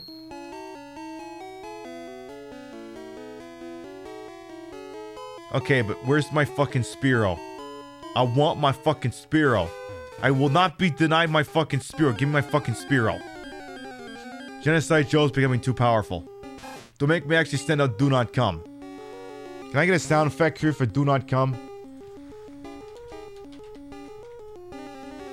Yeah, don't make me send her out.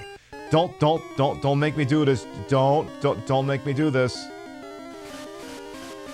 At the same time, I want to be clear. Only coming out of one ear. Folks in this region who are thinking about making that dangerous trek to the United States-Mexico border. Do not come. Do not come. You hear that, chat? Don't come.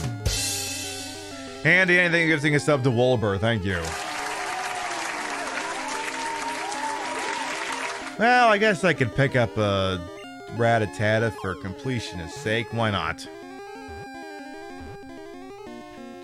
Hey, I got myself a Rattata. Yay! Alright, let's see here. You're a rat. Bystanding with attacks. Small and very quick. Do I want to give a nickname to Rattata? Yes, of course. Why, that's the Secretary of Transportation. It's Pete Buttigieg. How do I spell your whole name? Pete Buttigieg. I'm not sure how to spell your name, so I'm gonna say Pete Buttigieg. Yeah, you're Pete Buttigieg. You're Rat Boy. There, I have a Rat Boy. Alright, where's my goddamn Spiro? Pete Butts, that name sounds too good. I'm not letting him have that name. Not letting him have that name. Yes, Trashowitz there. Do you not dare come. Yeah, do you not dare come. No coming. Alright, Genocide Joe is becoming too powerful. You forgot he existed? I'm sure he's relieved to hear that. Pete Buttigieg is the fucking, what the hell was Trump's running? What was the Trump's vice president? I can't remember his name anymore, which I'm sure he's thrilled about. Pete Buttigieg is the, I still can't remember his name. You know what? No one don't tell me what his name is. I don't remember his name, and I think that's my brain. Pence, damn it. Yeah, Pete Buttigieg is the Mike Pence of Democrats.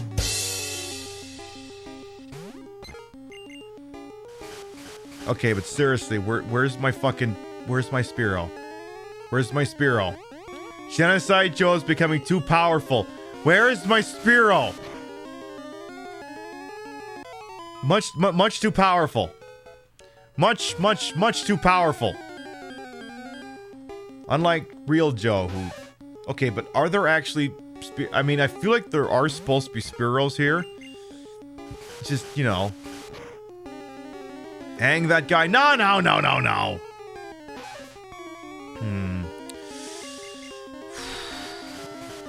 Seriously though, Spiro, baby, honey, sweetheart, you busted my balls over here. Come on. You bet you find a Nidoran M before Spiro. You know, yeah.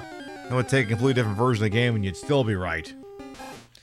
It was super common in red, maybe less common in blue. I mean, I can't reach any other conclusion because Genocide Joe was genociding all these fucking rats and little, whatever the fuck a Nidoran is. What is that even? Is it like some kind of lizard or something? What the fuck is a Nidoran? Is it some kind of fucking lizard thing? Is it a mole? What the hell is it? I gotta pull up this old box of fucking McDonald's and Burger King toys. See, there's a goddamn Nidoran there for fucking comparative purposes or something. 10% on Route 22, which is where I is. Also, it's a 10% shot. So I have a better chance of playing the ponies and hoping that Haribo LG wins the goddamn thing. We could do a pony race. Did they do the different Pokemons per game thing with Red and Blue? Is Spiro even in this game? Yeah, because he's right there. Alright, I'm pulling you for Rip Bozo. I'm pulling you for Rip Bozo Kissinger. Oh, right, you're gonna get your ass kicked. Do a Leech Seed. Are you the only one who believes that if your boss at work tries to kill you, why would you want to return 2 weeks later? I mean, if my boss was trying to kill me, I guess I wouldn't come back. Oh, you probably shouldn't do, you probably shouldn't have done Leech Seed again. Oh no, Kissinger's gonna die again! Oh dear. Well, you're dead. Okay, whatever you do, do not kill this fucking thing. Alright, hey! Oh, do not come. Yeah, perfect. Get out there. Come on, Kamala, you fucking tell him. You fucking tell him what gives. Do not come. Do not come. Okay, maybe I do need to unironically play Pokemon on the show sometime.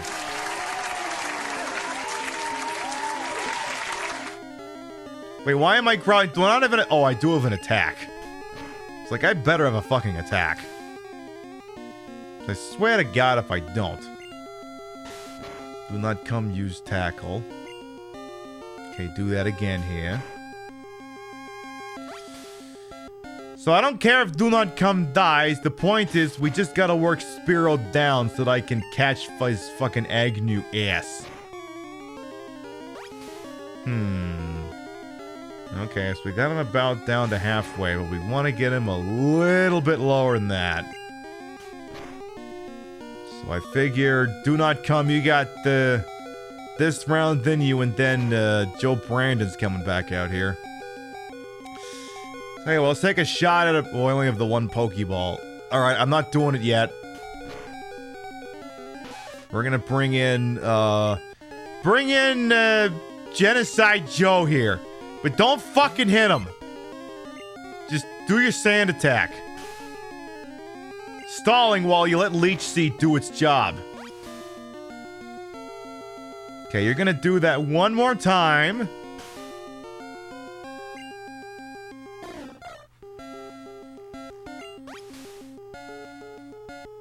Alright, you're gonna chuck the Pokeball now. Go! Ball thing! Yes! There, we got Spiro Agno. Tiny bird. Eats bugs in grassy areas. It has to flap its short wings at high speed to stay airborne. Yes, I'd love to give a nickname to Spiro. Your name is... Spiro... Oh my god, will this actually fit? Hey...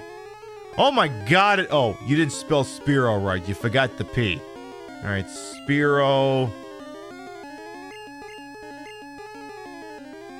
Okay, I just can't put any spaces in it. Spiro Agnew. AKA grow a penis. There. And the whole fucking Kissinger shit show rolls on. Alright, let's get all these Pokemon arranged here. So, Genocide Joe, your days are numbered. I'm replacing you with the Spiro, whose name can be rearranged to spell grow a penis. So, let's do that here. Perfect health, yeah, blah, blah. So, Spiro is gonna be overpowered because he's gonna wreck the shit out of fucking bug-type Pokemon. Let's see here. Genocide Joe, gonna move you to the ass end of this. Spiro Agnew's going in front. I think I'm gonna bench Pete Buttigieg. Let's be honest here. Would you want Pete Buttigieg in your party in anything? I mean, I don't. Let's log into someone's PC and, hey, Pete Buttigieg, get your ass out of here. You ain't gonna be necessary. And frankly, I don't think Do Not Come is gonna be much useful either. So you're gonna go bye-bye as well. We're just gonna roll with the three of you, and we'll leave it at that. Now I want to go to the store and buy myself a couple more Pokemon balls just in case here. In case, God forbid, I want to catch a fucking Caterpie or whatever the hell's in this goddamn game. I think it's Caterpie. Yeah, I'm pretty sure Caterpie's in blue. I think, yeah, Weedle's in red. Yeah, give me 4 more Pokeballs, please, and thank you. Thank you. And then get out of my goddamn face. Let's make our way up north here. Let's do part of the well, actually, I guess we could stop and talk to people. Hi, what's your story? Whoa, I'm trying to memorize all my notes. What does it say? Looked at the notebook. First page. Pokeballs are used to catch Pokemon. Wait, really? Oh shit, this is high level stuff, folks. Up to 6 Pokemon can be carried. Why only 6? People who raised to make Pokemon fight are called fugitives in the law's eyes. I mean, Pokemon trainers. Turn the page. Sure, second page. A healthy Pokemon may be hard to catch, so weaken at first.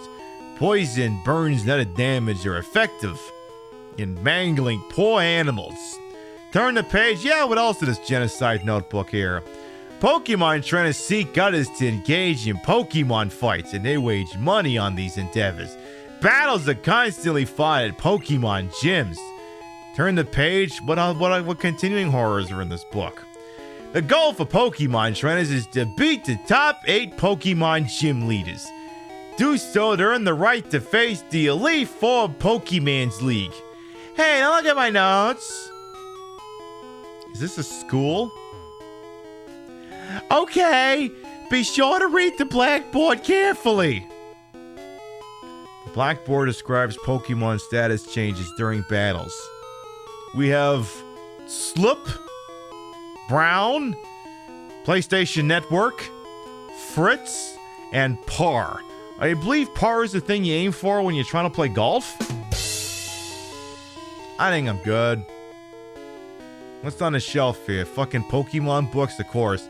Is anyone in this town of a career that has nothing to do with Pokemon? Anyone who's not tied into the Pokemon war economy? How about you? When I go shopping in PU City, I have to take the winding trail in Viridian Forest. Okay. Whose bird is this? Whose fucking bird is this? Is this your bird? Coming up with nicknames is fun, but hard. Simple names is easiest to remember. I know! That's why I named my Bulbasaur Rip Bozo Kissinger. Very easy name to remember. You're so right, bestie. Speary, your name is Spiro. Fucking insightful. My daddy loves Pokemon too. I think he loves the Pokemon more than me. It's why Mom left. Not that. How do we get up there? Could Par be short for Parmesan? It's possible. Let's see here. What There's a gym here. Can we go in there? The gym's doors are locked? What the? Hey, I wanted to talk to that asshole. Why did you go down? What the? Hey. What if I want you to talk to this motherfucker? Who the hell is this guy? Yes, Pokemon gym is always closed. I wonder who the leader is.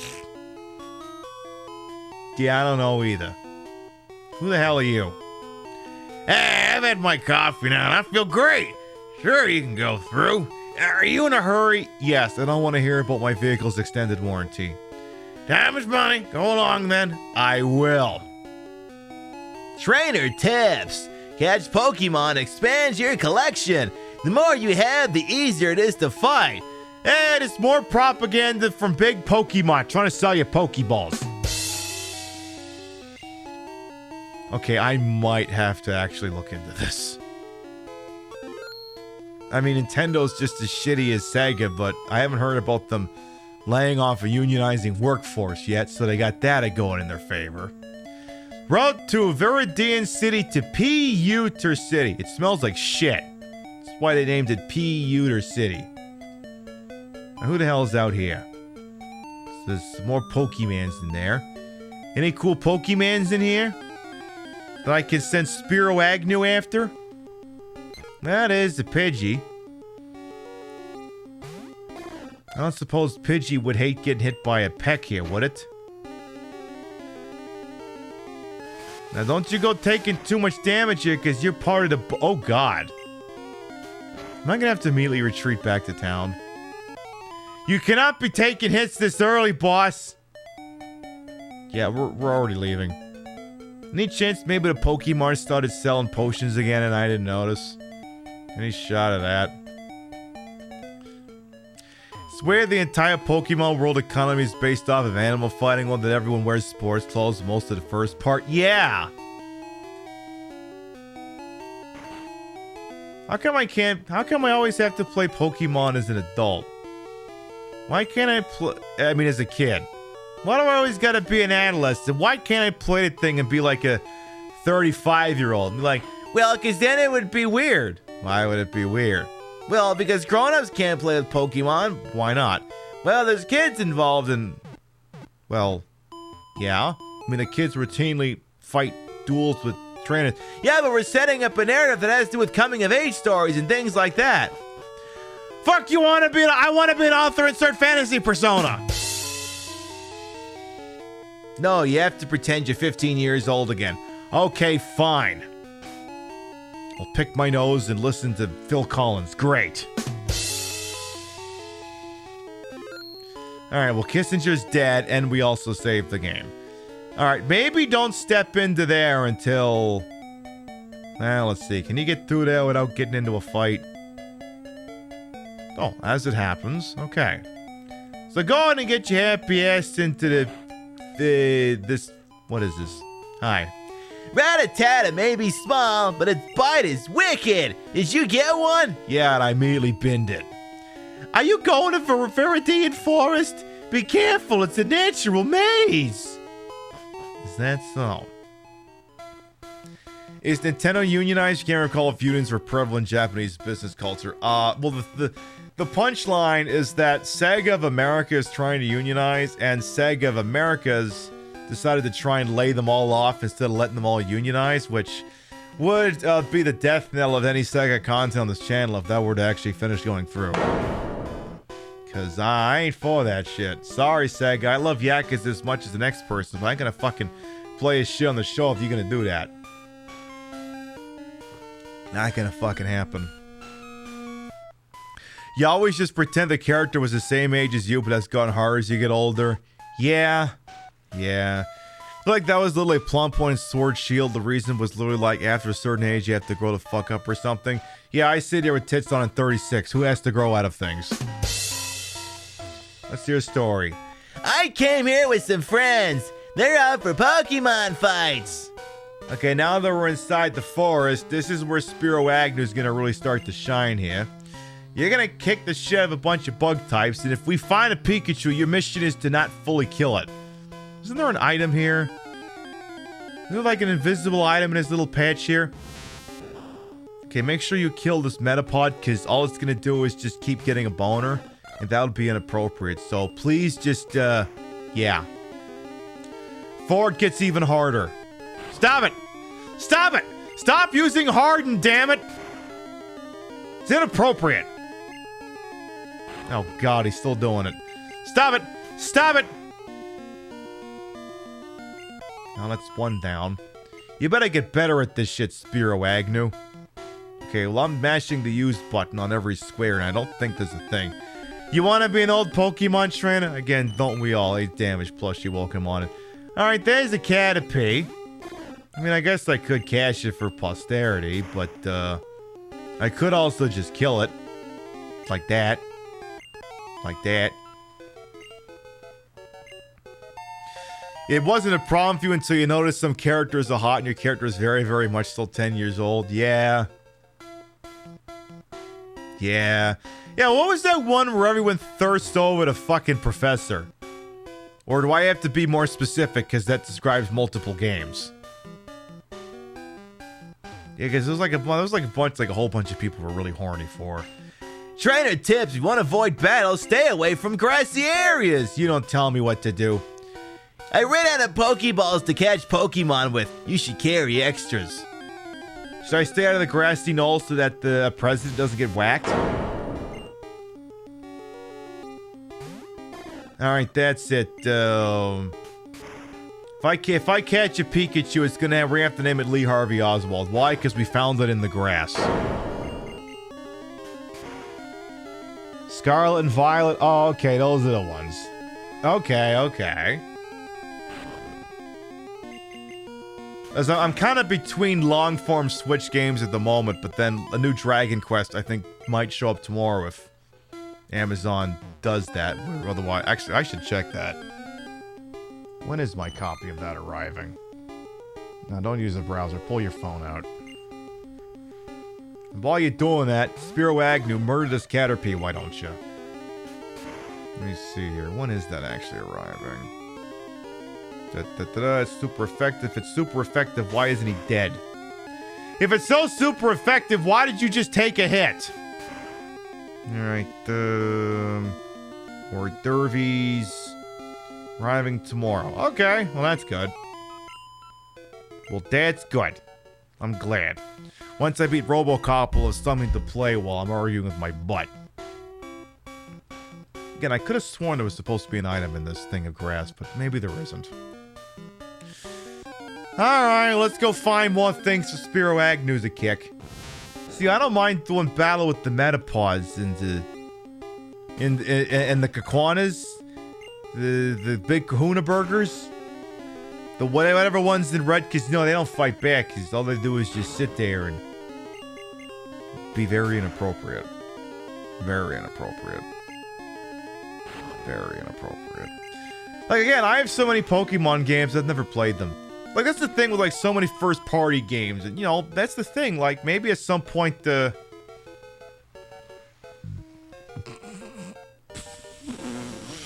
Damage plushie, nice. Well. Oh, no. Can't do that anymore. I think I got something. Hang on.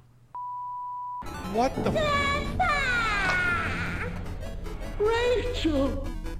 I miss you so. Let's go back to hell. Hey, you, young one! Thank you. I'll never forget your kindness. Chat, are you pondering what I'm pondering, chat? Are you pondering what I'm pondering, Pinky? Mr. K, first of all. Glad to catch you. Sorry about last night's stream not going through.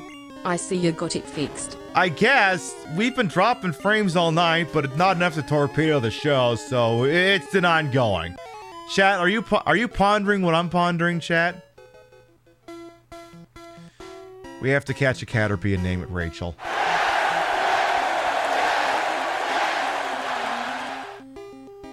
We gotta do that. Are we gonna use it? No.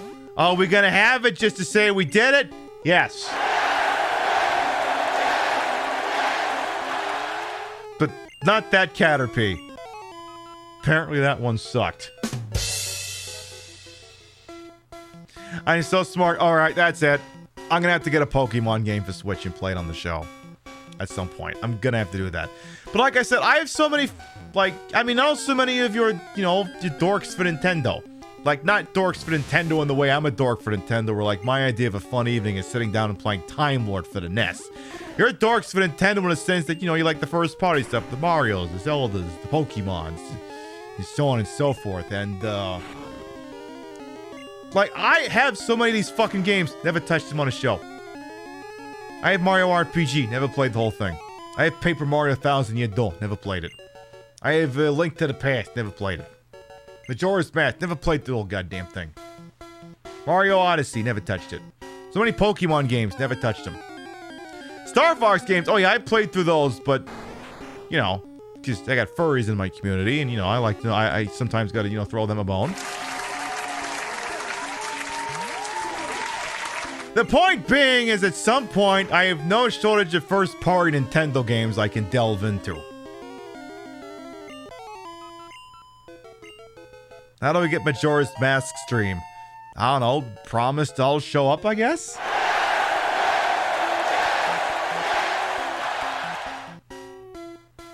Alright, hey, here's the deal. Okay, so here's the deal.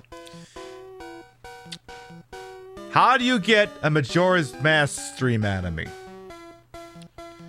I'm gonna give you the same answer that Frank Sinatra got when they asked Dean Martin how do you make a fruit cordial. Be nice to him, I guess.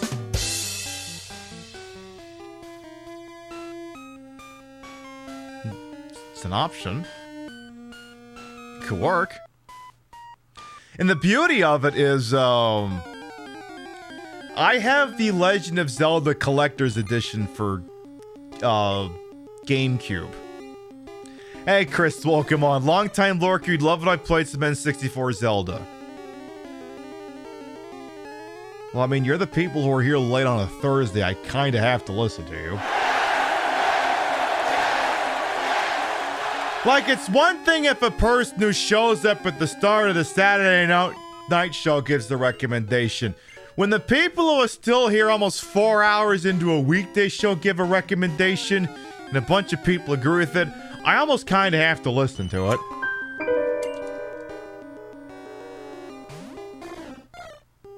It's a possibility.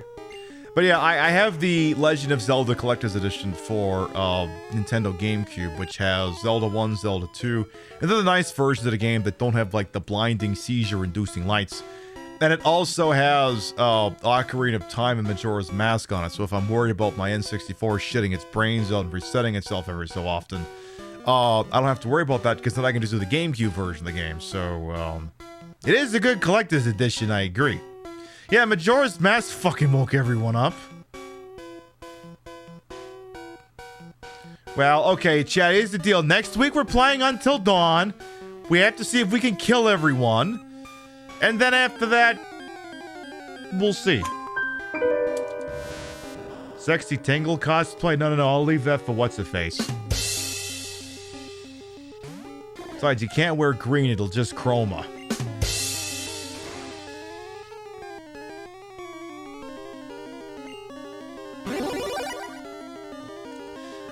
Someone likes the idea, apparently, of the Zelda meta. Damage Plushie, thank you for the tippy.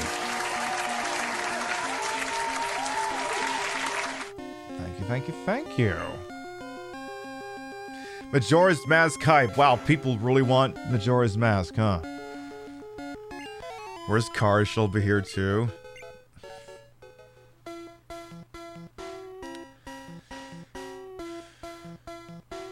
Alright.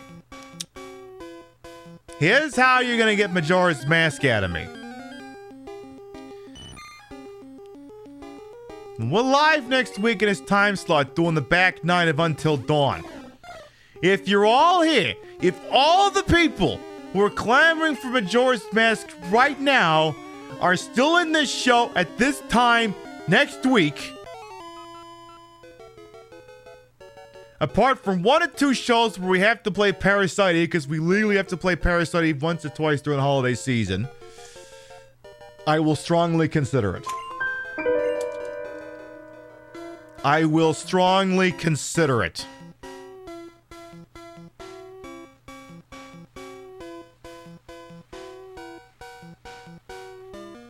There, you've all been put on notice. Because that's the thing, right? I know the one thing that's the bane of most streamers' existence, and no one here really does this, and I'm not using this as an example here, but I know one of the things that streamers secretly, and no, streamers won't tell you this except when they will because they want to get engagement on Twitter, is the one thing they usually hate more than 5,000 suns is when someone in chat says, "Hey, you should play blah blah blah blah blah." Now, granted, this situation is different because I brought up the game and then was like, "Oh my god, could you play that, please?"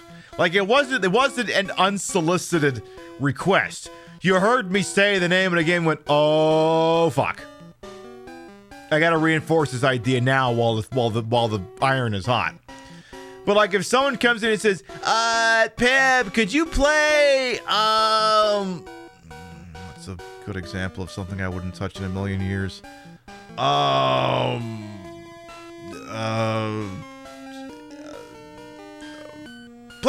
Could you play Genshin Impact? I'd be like, are you gonna show up if I play Genshin Impact? Yeah! Yeah, you play it, and then, where the hell are they?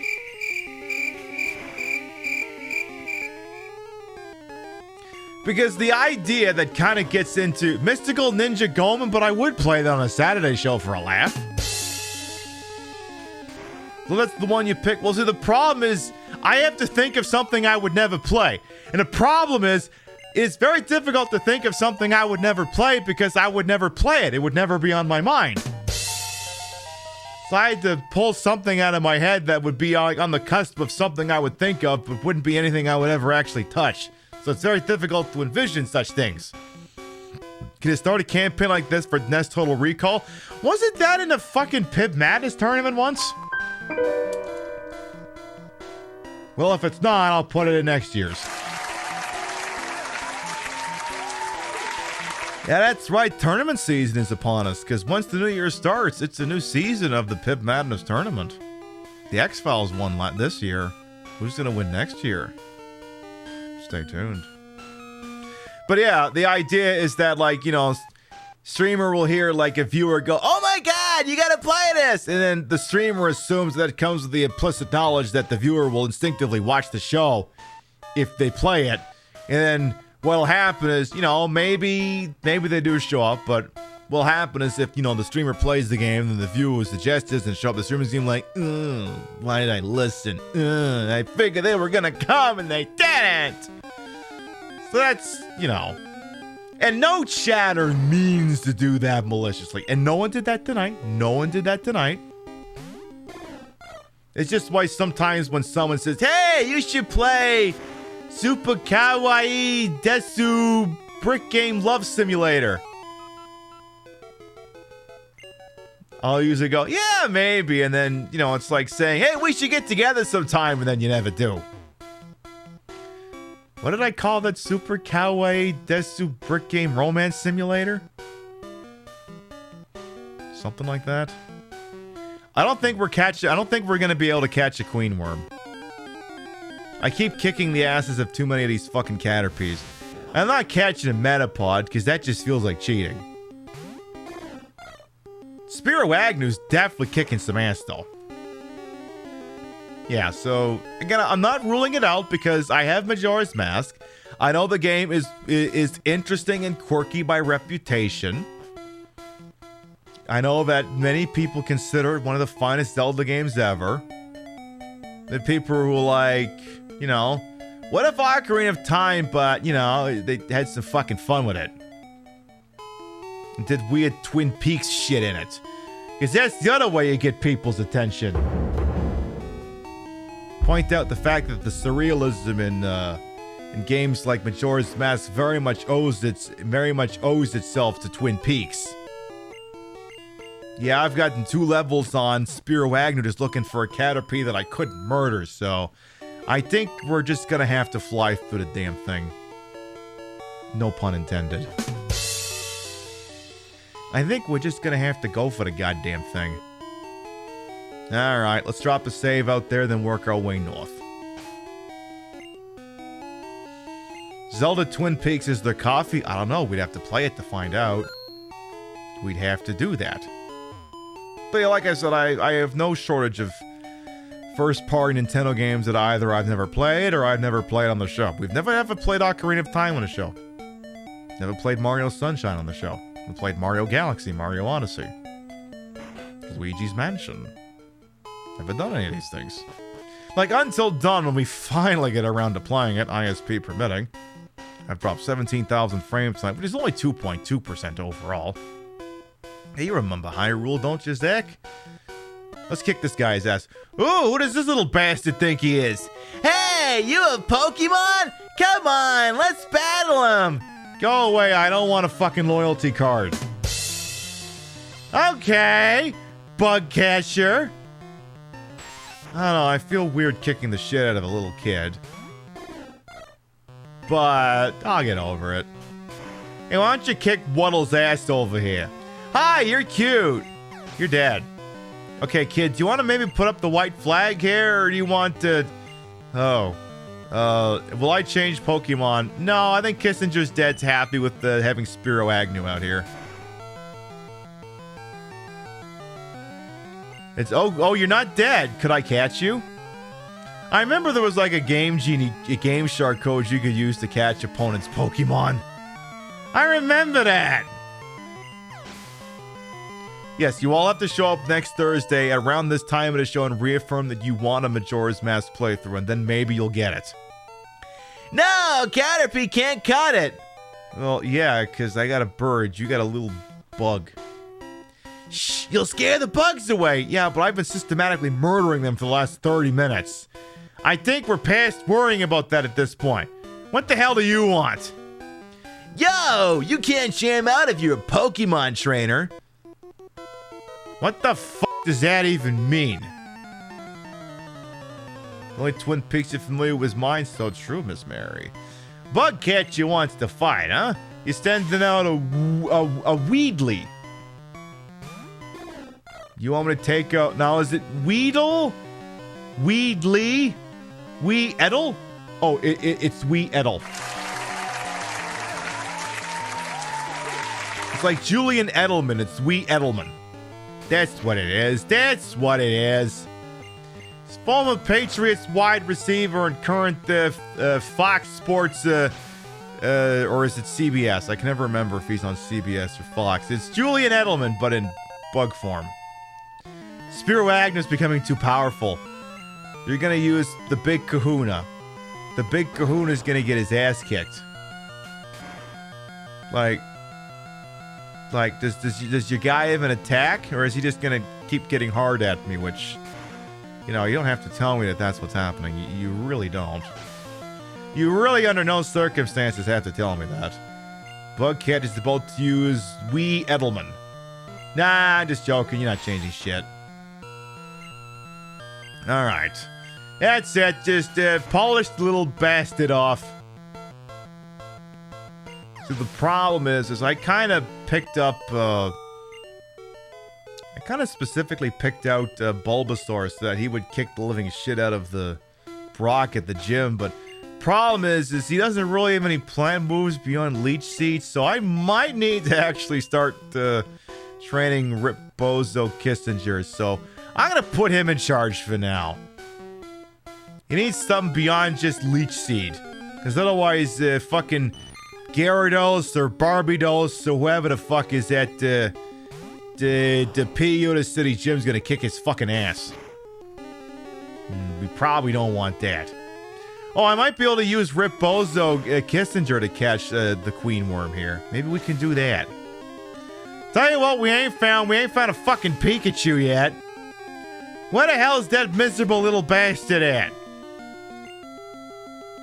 Where is he at?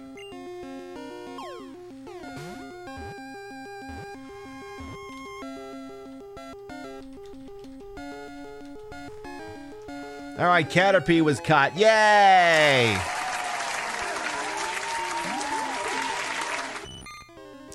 Its short feet are tipped with suction pads that enable it to tirelessly climb slopes and walls. Yes, I want to give it a nickname. It's Rachel, the Queen Worm. R-A-C-H-E-L. Yay, it's Rachel! You're going right in the bin. You've heard of Twin Peaks, haven't seen it. What can you see it on? Hulu, Paramount Plus, or, you know, you could just sail the high seas. Rachel, we going back to hell? I don't know. I just need to find a fucking Pikachu. Where's Pikachu at? Seriously. Who's that Pokemon? It's Pikachu! It's Clefairy! Fuck! Who's that? No, that's not the one I want. That's not the one I want. But you're thinking, and that's important. That's not it. Oh.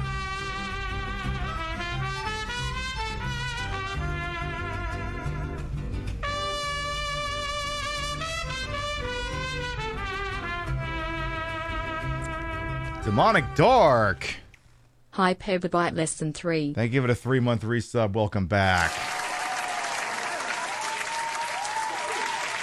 Your bitties raid subs and tippies to this channel will never be quite always appreciated. Thank you. Is it this one? Is it this one? Well, let's see. Is it this one? It's Pikachu!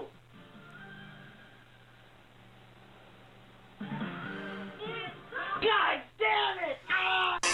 Who's... I love that. Just the anguish now. Just, God damn it! Ah! Love that so much. How you doing, Rip Bozo Kissinger? Hey, you're not doing too bad. But we gotta get you some more. Ooh, what's this? Ooh, a shiny. Kissinger dead found the antidote. Not to whatever killed him, I hope. So, is anything doing up here, or is this just a big old loop section? Just a big old loop section, alright. And we'll probably go for another 45 minutes or so, but our next scheduled broadcast will not be for a week. Our next scheduled broadcast will be Wednesday, 7 p.m. Eastern, 4 p.m. Pacific. Again, we're not live this weekend. I'm taking this weekend off for rest, recuperation, and getting ready for a colonoscopy. And I don't know if you know anything about the prep work that goes into colonoscopy, but let's just say wearing all these layers would not be conducive. So, I'm going to take it as a clue to take the weekend off. Like I said, I'll finish up the RoboCop game. I'll maybe work on that new Dragon Quest game that's coming out, play that. And, you know, we'll hang out at Discord, we'll talk shit, we'll watch Stream Queens Con and all that shit. Drink some stuff, stay close to the bathroom. Yeah, oh, believe me, I know this isn't my first rodeo. It actually wasn't as harrowing back then, but that's, anyway, more than we need to hear about. Hey, wait up! What's the hurry? Oh, I don't know. Do you want me to bust out Spiro Agnew? Oh, you've got to... Oh, no. Bro, this guy's got Weedle. Bro, this guy's got Weedle. This guy's got Weedle. We are so fucked. We are so fucking fucked. Oh, no, you jizzed on me. Hey, fuck off with this fucking Mothra larva motherfucker, you. That's it. Get out of here. Oh, right. You're a level 9 Weedle. I might actually have to pull Rip Bozo Kissinger. This Weedle might actually kick my ass. Don't fucking make me put in Spiro Agnew. I will put in Spiro Agnew. Do not test me because I do not test well. Don't fucking do it. You're testing my patience here. Oh, by the way, I learned something. Can I stop this for a second? You remember we were playing RoboCop, by the way?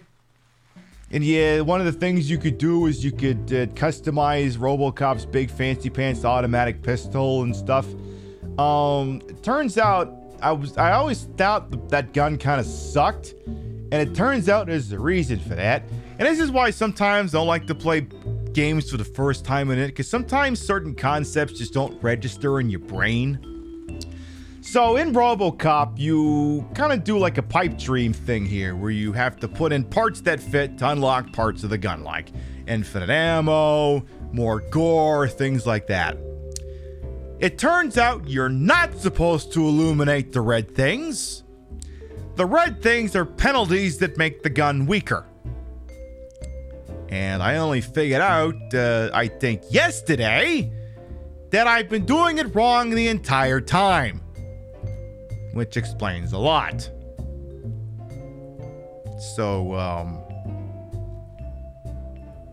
if you play RoboCop, bear in mind that when you're connecting all these various doodads here, do not connect any in such a way that the red things get touched. Because otherwise, it won't work out very well. Oh, I think I also have a really great clip from that game, by the way, here.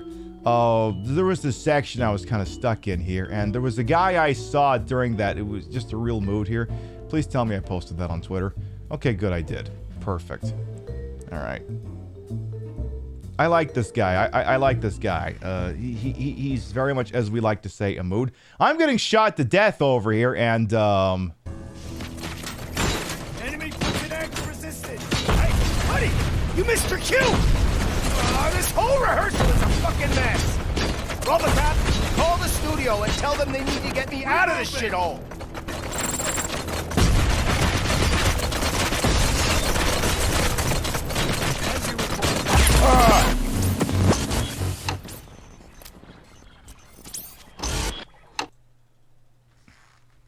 he was such a mood. Do what you gotta do, Cupcake to Fox. Don't sweat it. We'll see you when we see you. Mwah. Thanks for popping on in. Anyway, let's see if Rip Bozo Kissinger can get the edge on his Weedle or not. That clip do be a mood. Yeah, that part of the game was kind of kicking my ass because those guys have like armor. Of course, my gun wasn't configured properly, so I couldn't kill them with my starter pistol, which meant that I had to steal their gun, but their gun reloads real slow. And basically, it was like 1 hour of trying this one sequence. And of course, the problem with that is, please don't kill me. The problem is like, I would beat that section and keep going, and then I would die in the next section, but they didn't put a checkpoint there. So I'd have to do that shithouse section again. At least Rip Bozo Kissinger got to level 8.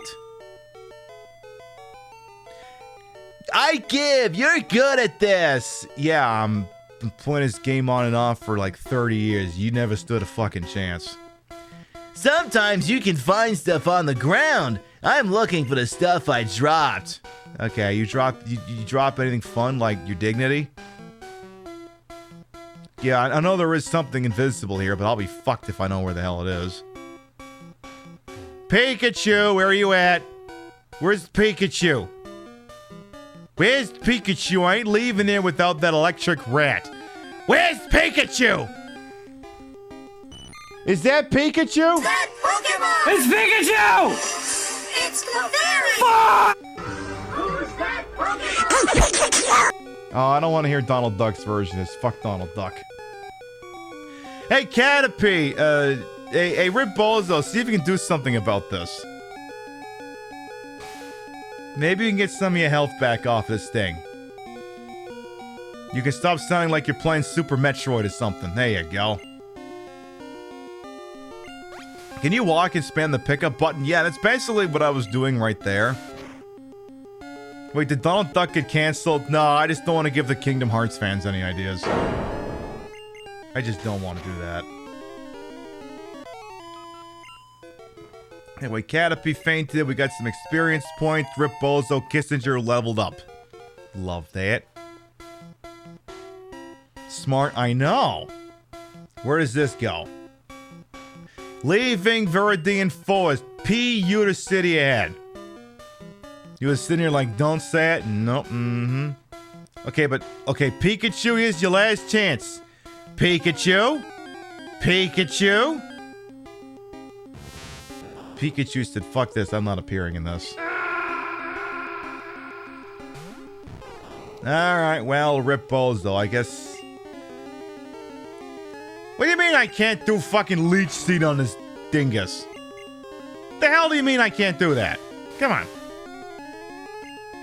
Kissinger leveled up, he has descended. I know. What's gonna be my endgame Pokemon? See, I think the last time I actually did a full playthrough of Pokemon, I think I named them all after Kaiju. So, I think that meant I had a Blastoise and I named it, Gamera. Then I think there was a Muck and I named it, Hedora.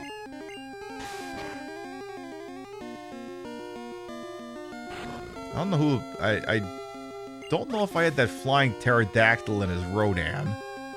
Maybe I did. But I don't think you can rename the one in that game, so no, I wouldn't have done that. Oh, you know what I must have did? I must have had a Butterfree and then I just put Fly on that. That must be what I did. And then, what other obvious ones would I have done? Bearing in mind that we're talking about Pokemon Blue here. Maybe a Dragonite named Godzilla? Maybe. That sounds like the kind of thing I would do. And,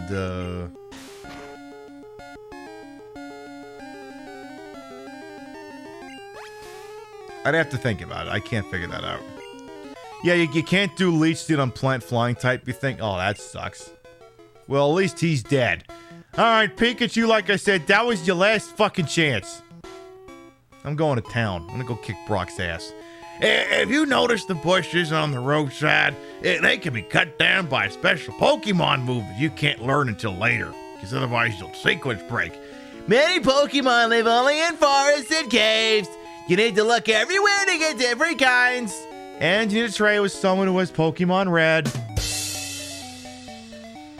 Dragon is one of your fave. Snorlax is your fave, though, with twinsies. I think Rio has a Snorlax plushie, I think. Pretty sure she does. So what the hell am I going to get into a fight with if I stand here?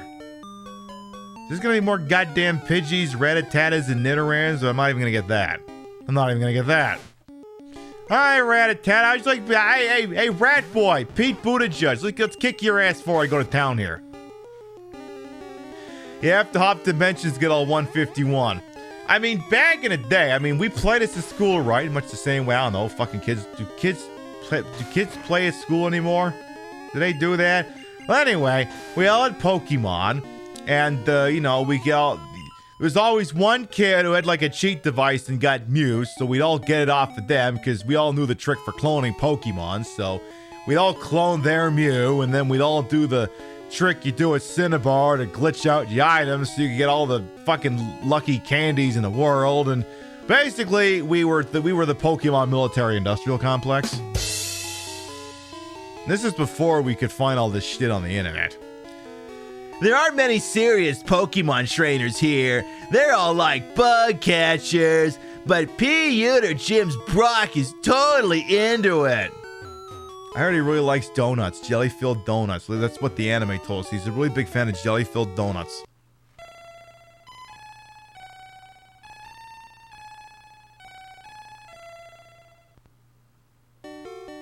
How dare you say that? There are children watching this. Actually, there aren't. You can say whatever you want. Oh. Everyone's like, what did Clefairy say? They said this. Grab his dick and twist it! Oh my god, dude, this is an MMA fight, dude! You twist that dick! Twist his dick! Twist his dick! Oh my god! Oh, dick twist! That's what Jigglypuff said. Yawn! When Jigglypuff sings, Pokemon get drowsy. Me too. Snore. You do that. I remember having Missing None, but those are the awesome days. Hey, I never lost my save file doing that. Yeah, there was some kid I remember. Like, you know, like you could get glitched Pokemon going up the reef in Cinnabar Island if you did that trick with the old man from Viridian, right? There was one kid at school who, with the name they had, enabled them to get Mewtwo's and Alakazams off that goddamn thing. Imagining you could have a party that was 6 Mewtwo's. And fucking Victory Road couldn't do a thing to touch you at that point. What? Team Rocket's in Mount Moon? Huh? I'm on the phone. Scram. Oh, you're just some asshole. Welcome to the Cable Club. This area is reserved for 2 friends who are linked by cable. Are we talking about docking? Because it's not my thing. I mean, maybe others, it's not for me. Not my thing. Did I heal my Pokemon? Okay, I did. And do it again, just for funsies. You roll up on the playground with the Game Shark. Give me $1, I'll hook you up. Give me your fruit snacks. Give me your fruit snacks and I'll give you an Alakazam.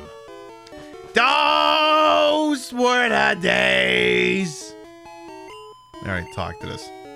And Gemma was the only move super effective against Psychic types Pin Needle and Twin Needle. I mean, I don't think there was an effective countermeasure. Like, apparently it was supposed to be Ghost, but even that I don't know about. Weren't Ghost types supposed to be superior to Psychics back then? Or am I thinking of this backwards? Pewter City, a stone gray city. So I guess what you're saying is brutalism kind of rules the roost here. Fair enough. Who the hell's walking around up here? Psst, do you know what I'm doing? Yes. That's right, it's hard work. Okay, but suppose I don't know what you're doing. I'm spraying Repel to keep Pokemon out of my garden.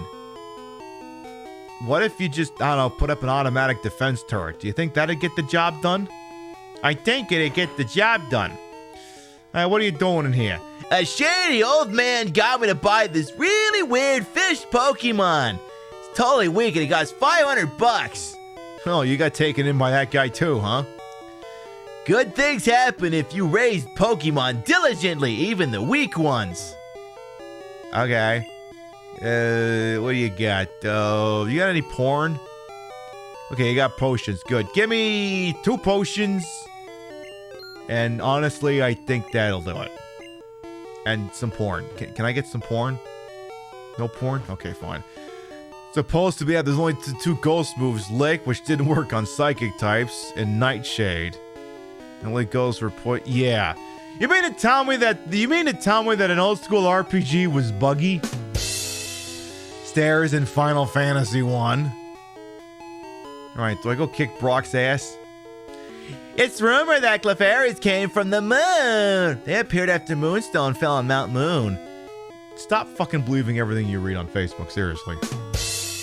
Get that kid off the fucking internet. Remember, don't believe everything you read on the internet or you'll be an idiot. Pewter Museum of Science. Oh, this I gotta see. This I gotta see. It's $50 for a child's ticket. Would you like to come in? Oh, I don't have it ready to go. At the border. Do not come. Do not come. No, never mind. I guess we're going in. All right, what do you want? Guys, one magnificent fossil. Okay. Aerodactyl fossil, a primitive and rare Pokemon. Why did she say it like that? I don't know. I think she was trying to be dramatic. What the fuck is that thing? Kabutops fossil, a primitive and rare Pokemon. Looks like a fucking Nickelodeon character or something. For the meme, no, we ain't found the Helix fossil yet. We have a space exhibit now. I can see that. You have a space. Space Shuttle Columbia? Isn't that the one that blew up? Or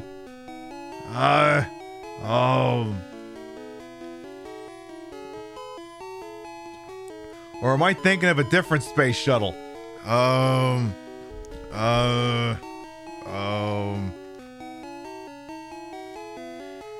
Which space shuttle blew up in 1986? Oh, that's Challenger. Never mind. Did Shuttle Columbia blow up? Oh yeah, there was a Columbia space disaster. Oh yeah, I remember that one. It burned up on re-entry. Okay. Right idea, wrong shuttle. Yeah, oops. Yeah, that one burned up on re-entry in February of 2003. That was the one with the piece of foam that smacked the wing on when it launched or something like that. Yeah, didn't SpaceX rocket go kaboom? It's a trick question. They always go kaboom. Space Shuttle Columbia, during the better days, I guess. Awkward. I want a Pikachu. It's so cute. I asked my daddy to catch me one. Your daddy looks very gruff. What did he say? Yeah, Pikachu soon. I promise. Oh. Wait. Actually, I'm now being told that this isn't a child. She's actually 25. And she's saying, I want a Pikachu. It's so cute. I asked my daddy to catch me one. And daddy said, yeah, Pikachu soon. I promise. No, lady, he didn't mean to say he was going to catch you a Pikachu. He said he was going to peek at you. He was going to ogle you. Because he's your daddy. Not the paternal sense, but the, how you doing? Yeah, we got Pikachu at home. Moonstone? What's so special about it? I don't know, maybe this guy will tell me. July 20th, 1969. The first lunar landing. I bought a color TV just to watch it.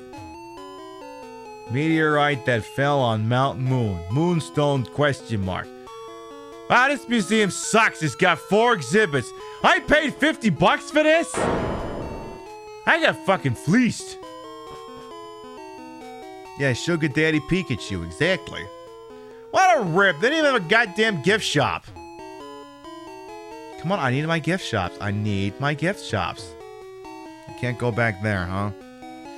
Is that the thing? Like, for real's birthday, when I pop down to Atlantic City, I haven't decided between either Borgata or Golden Nugget yet, but I will get souvenirs. Ah, you know, you went somewhere. Can I squeeze through here, or are my breasts too large? I am being notified that my breasts are far too large. Yeah, $50 for that shit. It's one of those box TVs, you try moving it, you might die. Ooh, is that what it is? It falls on you.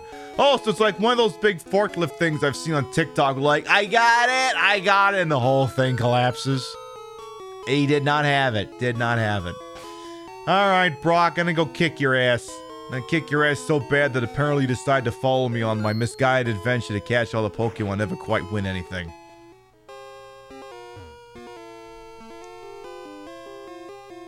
Hiya! I can tell you have what it takes to become a Pokemon champ. I'm no trainer, but I can tell you how to win. Let me take you to the top.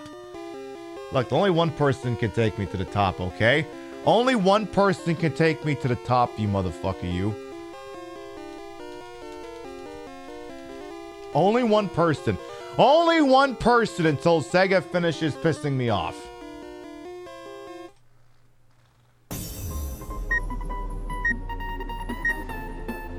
Let's get to the top. Let's get to the top.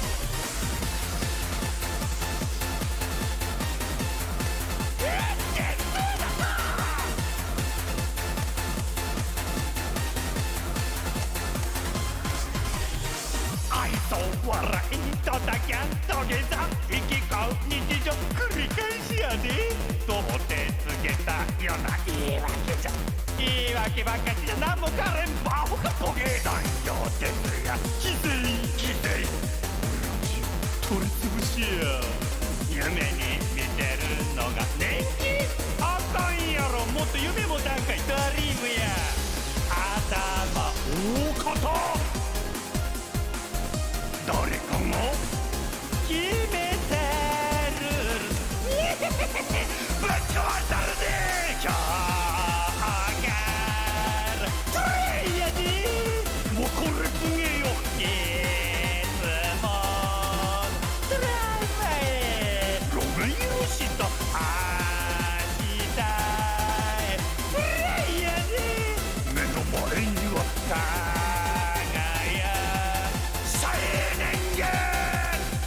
がある走りどうすで昨日より今日高い場所へ流れやっけつかった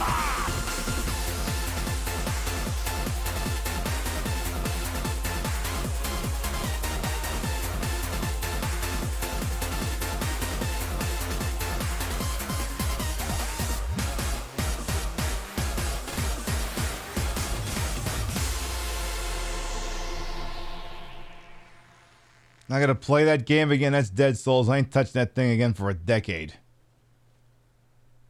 That's the only person who can take me to the top. The only people who can take me to the top is them, Barry Manilow, and I think there's a Loverboy song called "Take It to the Top." Take it to the top. Yeah, it's Loverboy. I wasn't sure if it was REO Speedwagon or Loverboy. It was Loverboy.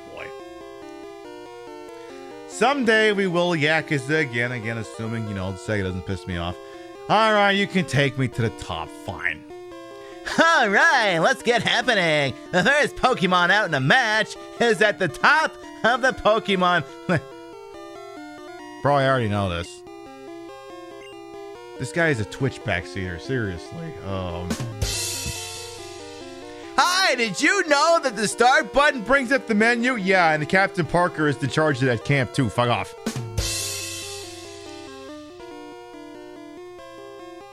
Actually, can I talk to that guy just so I can say no again? Do not come. It's a free service. Let's get happening. Ah, damn it, he's doing it anyway. He's gonna pitch me a fucking timeshare next. I know it. Fuck me. Is it not a game you like to play again? Well, it's not that. It's just we already had the experience. We played on the show last year. In fact, if it's the sort of thing you're interested in perusing again, boy, it's nice that I got that YouTube account that every once in a while I put shit into, because let me freaking tell you over here, if I got a deal for you. Oh, bicycle! Perfect! Eat bicycle. Hey, I wonder if that guy likes bicycle. Bicycle don't seem to do much to this guy. No, it does not.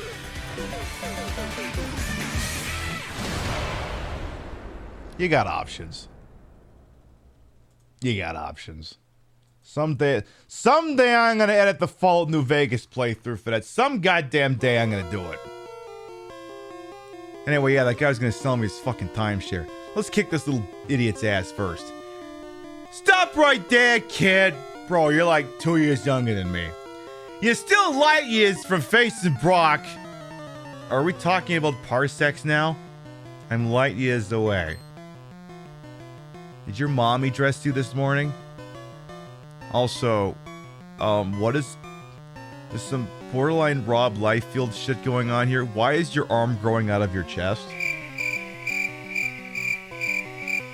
Why is one arm growing out of your chest and why is the other arm growing out of your back? It's like if I had a tit growing out of one shoulder and one growing out the other shoulder. Alright. Junior Trainer wants to send out...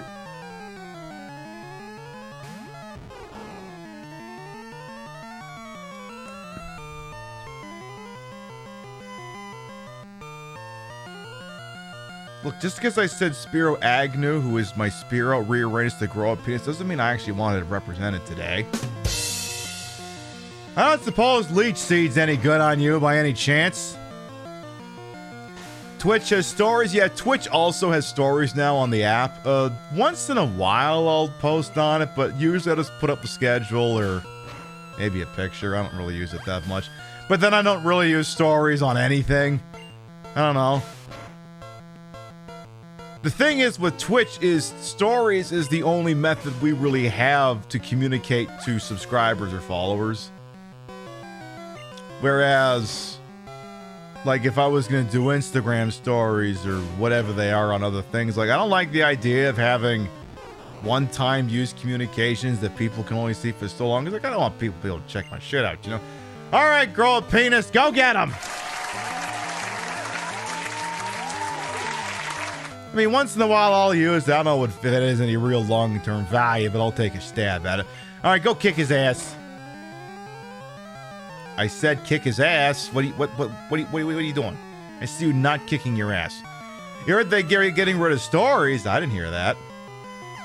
They just added that feature. Why the fuck would they get rid of it? But, well, that'd be the Twitch thing to do. Implement something and then immediately get rid of it. They got rid of moments, if that's what you're asking about. Sandshrew. Well, I would send Rip Bozo Kissinger in, but he's dead apparently. So I'm just gonna pick your happy ass again and... Okay, so ground types... Okay, so ground types don't really care a whole lot about flying types. I'm a little bit concerned for my safety all of a sudden here.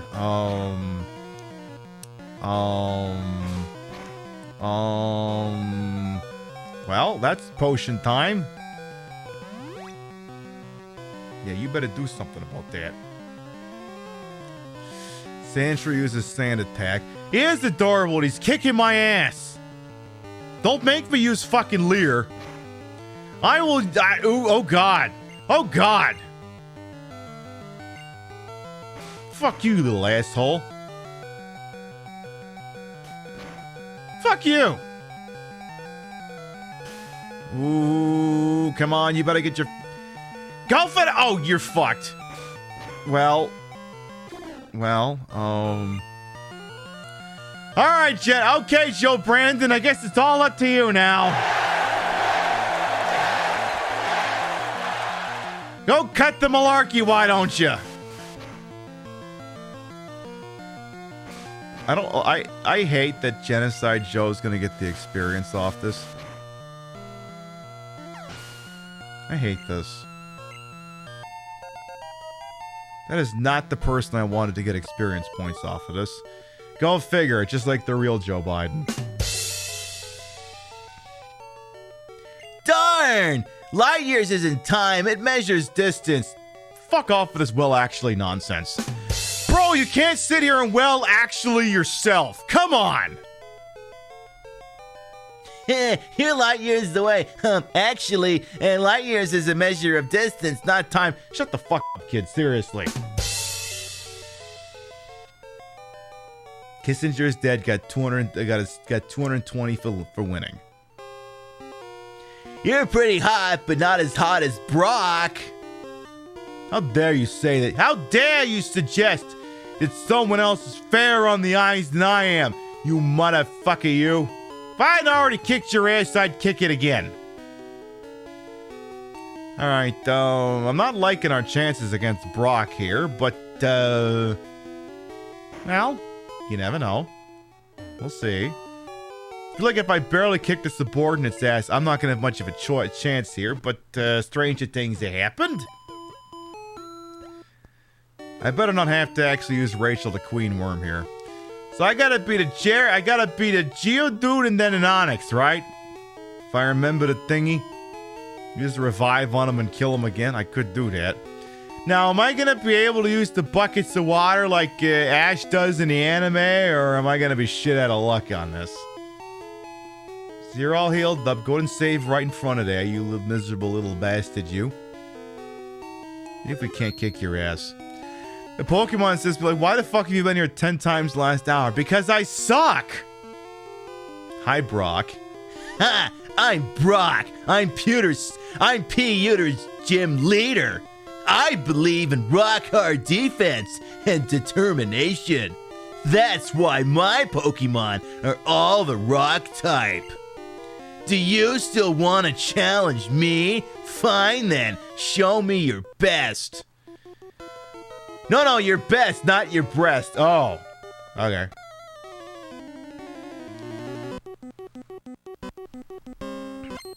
Hey, Brock, could you put a shirt on, seriously? Alright, Brick wants to fight.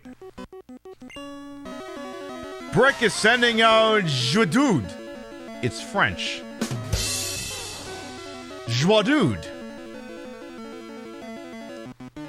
Joie de day. No, joie de day. Not Joadude, it's joie de day. Alright, probably shouldn't have sent him out first. Leech seed his ass. And then you may want to go into the Federal Witness Protection Program. Alright, you're gonna run through that and just... Oh, shit, you're not supposed to do that. Joie de do. You got it, Lightling. Yeah, all the music in this game is fucking... Oh.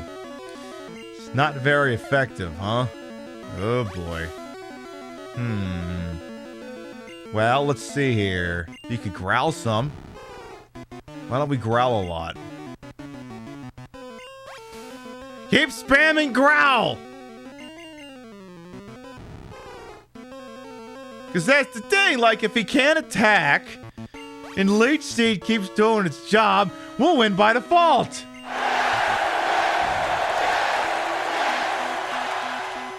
As one of the people in high school after 4 years of French would say, oui, j'ai faim. You're hungry?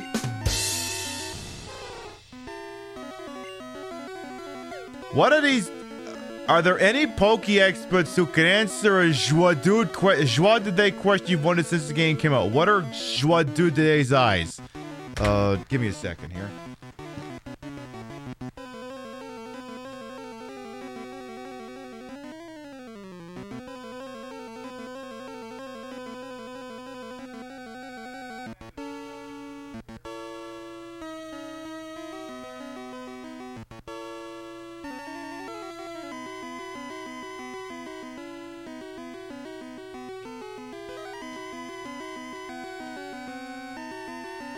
So I have here my Joie de Day original keychain Pokemon toy from Burger King way the fuck back in the day. So this is what he's supposed to look like. And you can see where the sprite maybe got a little confused. But this is what he's supposed to look like. And then he can... Hey! Or he can... beat you with his fist, or he can put his fist in your... Wow, the hell this damn thing works. Look, I got a lot of doodads and trinkets. You hang around here long enough, maybe you'll see them all.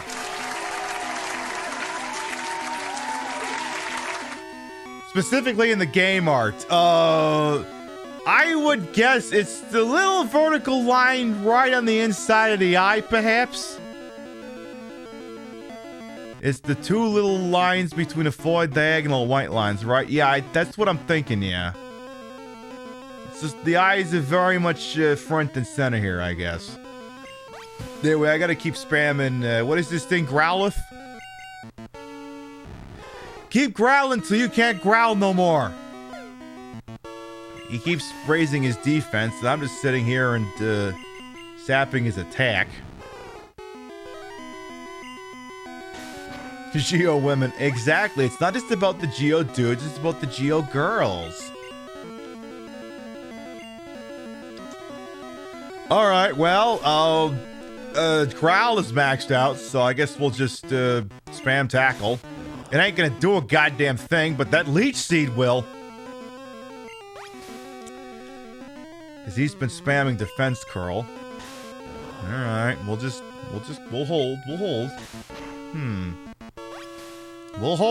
hold. We'll definitely hodl here. Still hodling here. I mean, I feel like back in the day, this can't be how I beat this, but... I mean, I'm winning and he's not, so I guess what the hell else do I want?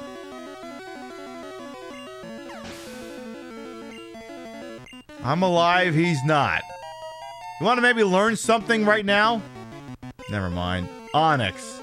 Well, I changed Pokemon. Nah, I think we got a winning strategy here. Well, you seem big and nasty. I'm gonna plant my seed in you with consent. They screeched at the prospect of me planting them with my seed. Alright, now start growling at this thing. Otherwise, this thing's gonna kick your fucking ass. Hey, Gabe Pry, welcome on, and how you doing? Okay, so suppose for a moment I were to think about a Pokemon game for Switch. Not necessarily for the show, but just in general. What would be a recommendation? One that maybe doesn't... Maybe one... Now, wait a minute. We remember... Now, I was thinking about that. I was going... Wait, wasn't there one that came out last year that had to be patched for months? Where they had, like, enemies just coming out of, like, your dicks or something? Just home from a gig? No, I hope it was a good gig. We spent the first 2 hours reading Henry Kissinger for filth, and I needed to fill 2 more hours, so I busted out the Pokemon game that I'm familiar with. Back in my day, Pokemon sounded like a dot matrix printer getting fucked. If it was lightly patched, it still runs about 10 frames per second. Ouch. Ouch. More like Pissinger. Yes, indeed, Pissinger. In fact, that's why my character's called, my Bulbasaur is called Rip Bozo Kissinger. Maybe we're curious about that. It's Rip Bozo Kissinger. And also my character's, my trainer's name is called Kissinger's Dead. So every time someone addressed them, we just scream out, Kissinger's dead! Which I love that. It's solidarity.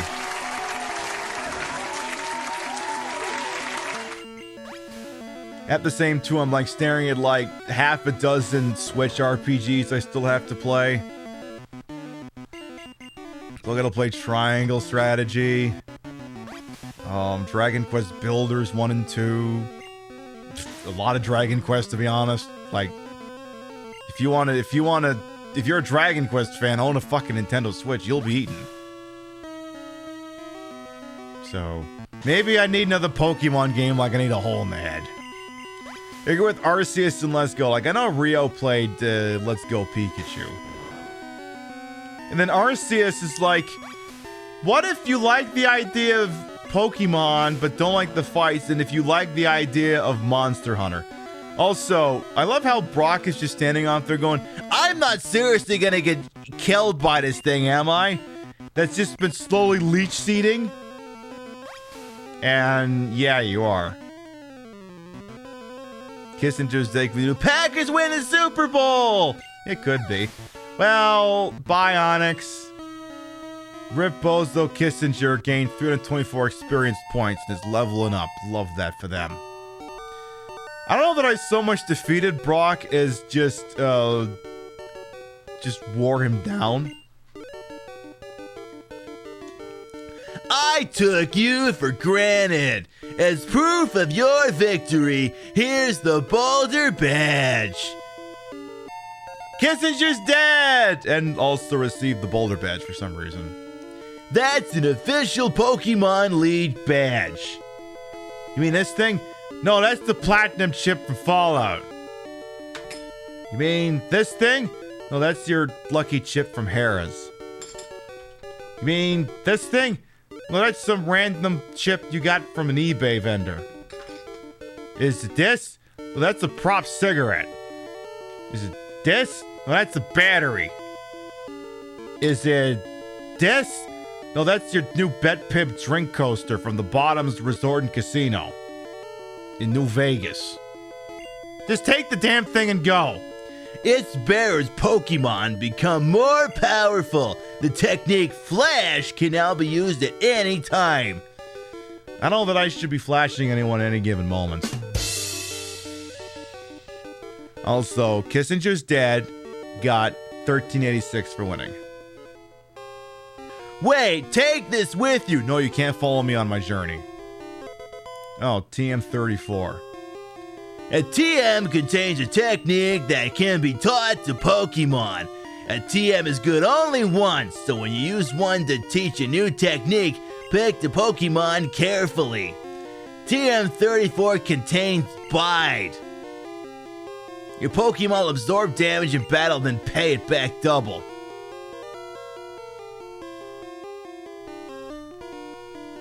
So you're telling me that a TM is like a...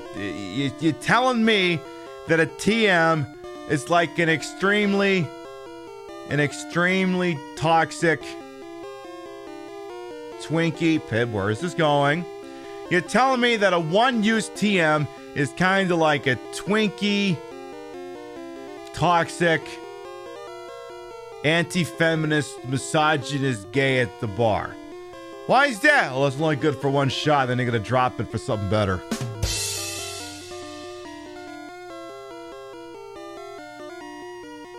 I said what I said. Anyway, see if we can't go. I'll say let's go heal up our Pokemon, but Rip Bozo Kissinger actually not doing that bad. GG easy the fight just with Leech Seed. It's not the way. It's not the way Coach drew it up, but a dub is a dub. Heal your Pokemon back to perfect health. Alright.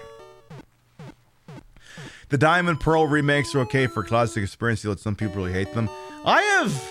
What is the DS super duper version that I have? Whatever the hell that is. Platinum? I have that. But that's for DS. Is Genocide Joe learning Bide?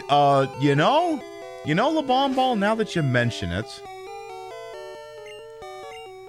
Boot up a TM. It contains Bide. Teach Bide to a Pokemon? Oh, apparently he can learn it, but I don't know if I want to teach Genis. I don't know. That might be too smart of a joke. So all he's got to do is find a letter N and he'll be able to really stretch this thing out. I'm not giving him any fucking ideas. Not gonna do it. Alright, let's drop a save here real quick. And, I want to check one thing here. Is there any chance I put Wheel of Fortune on this thing? So, you know how we usually end off the Nintendo shows with Wheel of Fortune? What if we finished off a Game Boy show with that?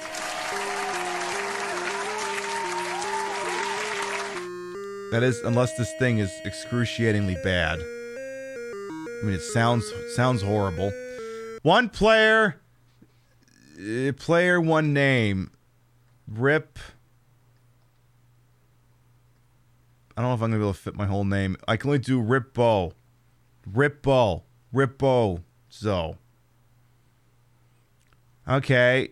Am I playing against any other people? How do I spin? Spin.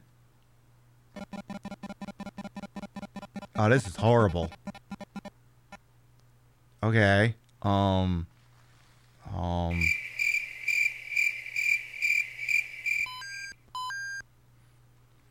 Playing the electronic Tiger handheld would be less painful than this. These colors are all wrong anyway. Give me a second here. They need to look like that. They gotta look like that. I like to spin again. I guess. Maybe. Okay, I am not playing this whole thing. It's not happening. Oh, Oh, I made a wrong choice. Oh no, it'll have to be someone else's turn. Oh wait, it'll just be my turn. Okay, I guess if you wanted to play Wheel of Fortune by yourself and not have to, worry about other people stealing shit from you, I guess this is the version of the game for you, though I do believe the Nintendo version lets you do that too.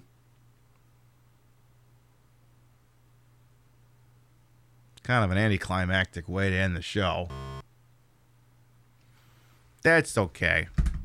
That's okay. I can pep you all up real quick here. Give me just a friggin' second about this.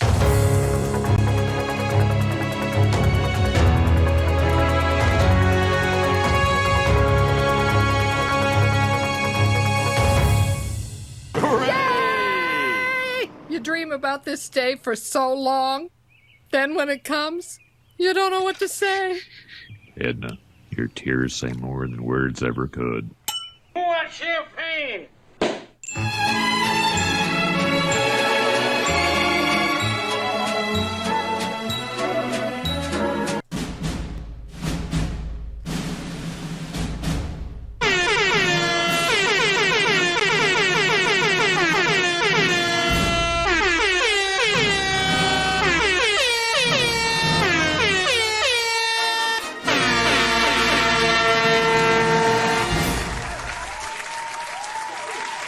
And I think with that, we're going to wrap up for the evening.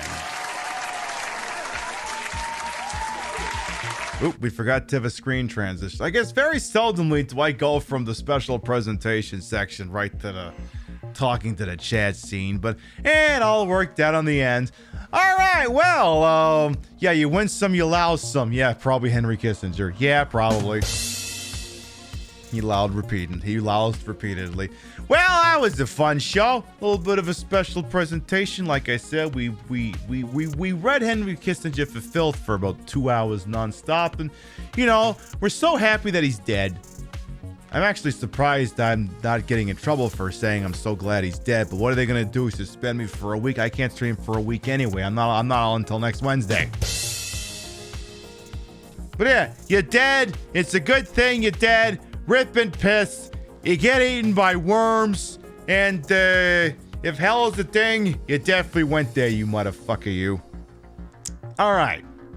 Before we figure out where we're going, let's read off the list of gravitas. Your biddies, raids, subs, and tippies to this channel will never required or always appreciated. And I love the shout at the end of the show.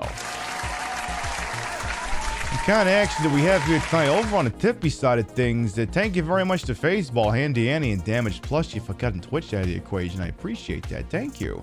Over on the Twitch side of things, what happened here tonight? We had well, last night we had some resubs, but the show kind of went down in flames. Bell Blue, thank you for that resub. Tasha Sal, thank you for the resub. And Hebe, thank you much for the resub yesterday. As well as Golden Loki, thank you for that resub as well. And Sailor Soapbox, and Vector Man, thank you for all those resubs from yesterday's program. As well, thank you, Pub Cork of the Night for the resub, Hebe for the raid, Handy Andy for the resub, LaBomball for the resub, Sable Mine for the resub, Rainbow Blob for the resub, Hadoken Cat for the gift sub, Druff the Wolf for the resub, Oddnon for the raid, Zero Fire for the raid, Gothic Novella for the resub, Handy Andy for the gift sub, Mr. K with Road for the biddies, and Demonic Dork for the resub. Thank you, thank you, thank you. Yes, next Thursday after casually bring up Majora's after we've been live for 3 hours. In fairness to Kissinger, by dying his final act being death made the world a better place. Exactly. He died as he, what was the saying? He did what he enjoyed doing, dying. He died doing what he loved, death, or something like that. All right. Let's see, if you sub to the channel, you can grab the first one. If you ain't subbed to the channel, you can grab the second one. We love to spread the love around, not always hit the same place in the face, but at the end of the day, drop. We have somewhere where we think you're gonna have a good time. Let's see who's up to what but who's on this wide, wonderful world we call it Twitch. So I'm gonna have to be quick on the draw for the Twitch export because there's gonna be a lot of mutes going into tonight's broadcast. So I'm gonna have to make sure I hit that export button really quick here. Let's see who's doing what who. Is it the sort of thing maybe someone's doing that would be interested to the people who watch my show and enjoy silly retro things? Oh, what the hell is this person? What is this person doing? What is this person doing? What the hell is this person doing? Oh, I know someone you can bully into playing Majora's Mask right now. Hey, Kay, would you like to bully someone into playing Majora's Mask instead of something else? Though I don't know if they're going to be live for much longer. But I'm going to raid them anyway, just so you can bully them anyway. Let's go say hi to Chad. Apparently, he was playing Banjo-Kazooie, but I don't know if he's done. Hang on, let me figure out what the hell he's saying before I hit enter here.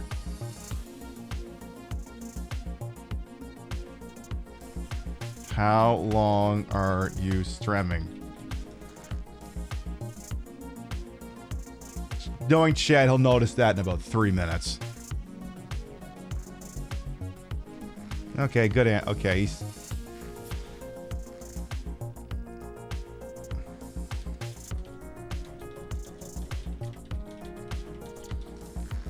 Chad says, I don't know what I'm playing. I'm picking us. And I said, I got 100 people who want to see Majora's Mask.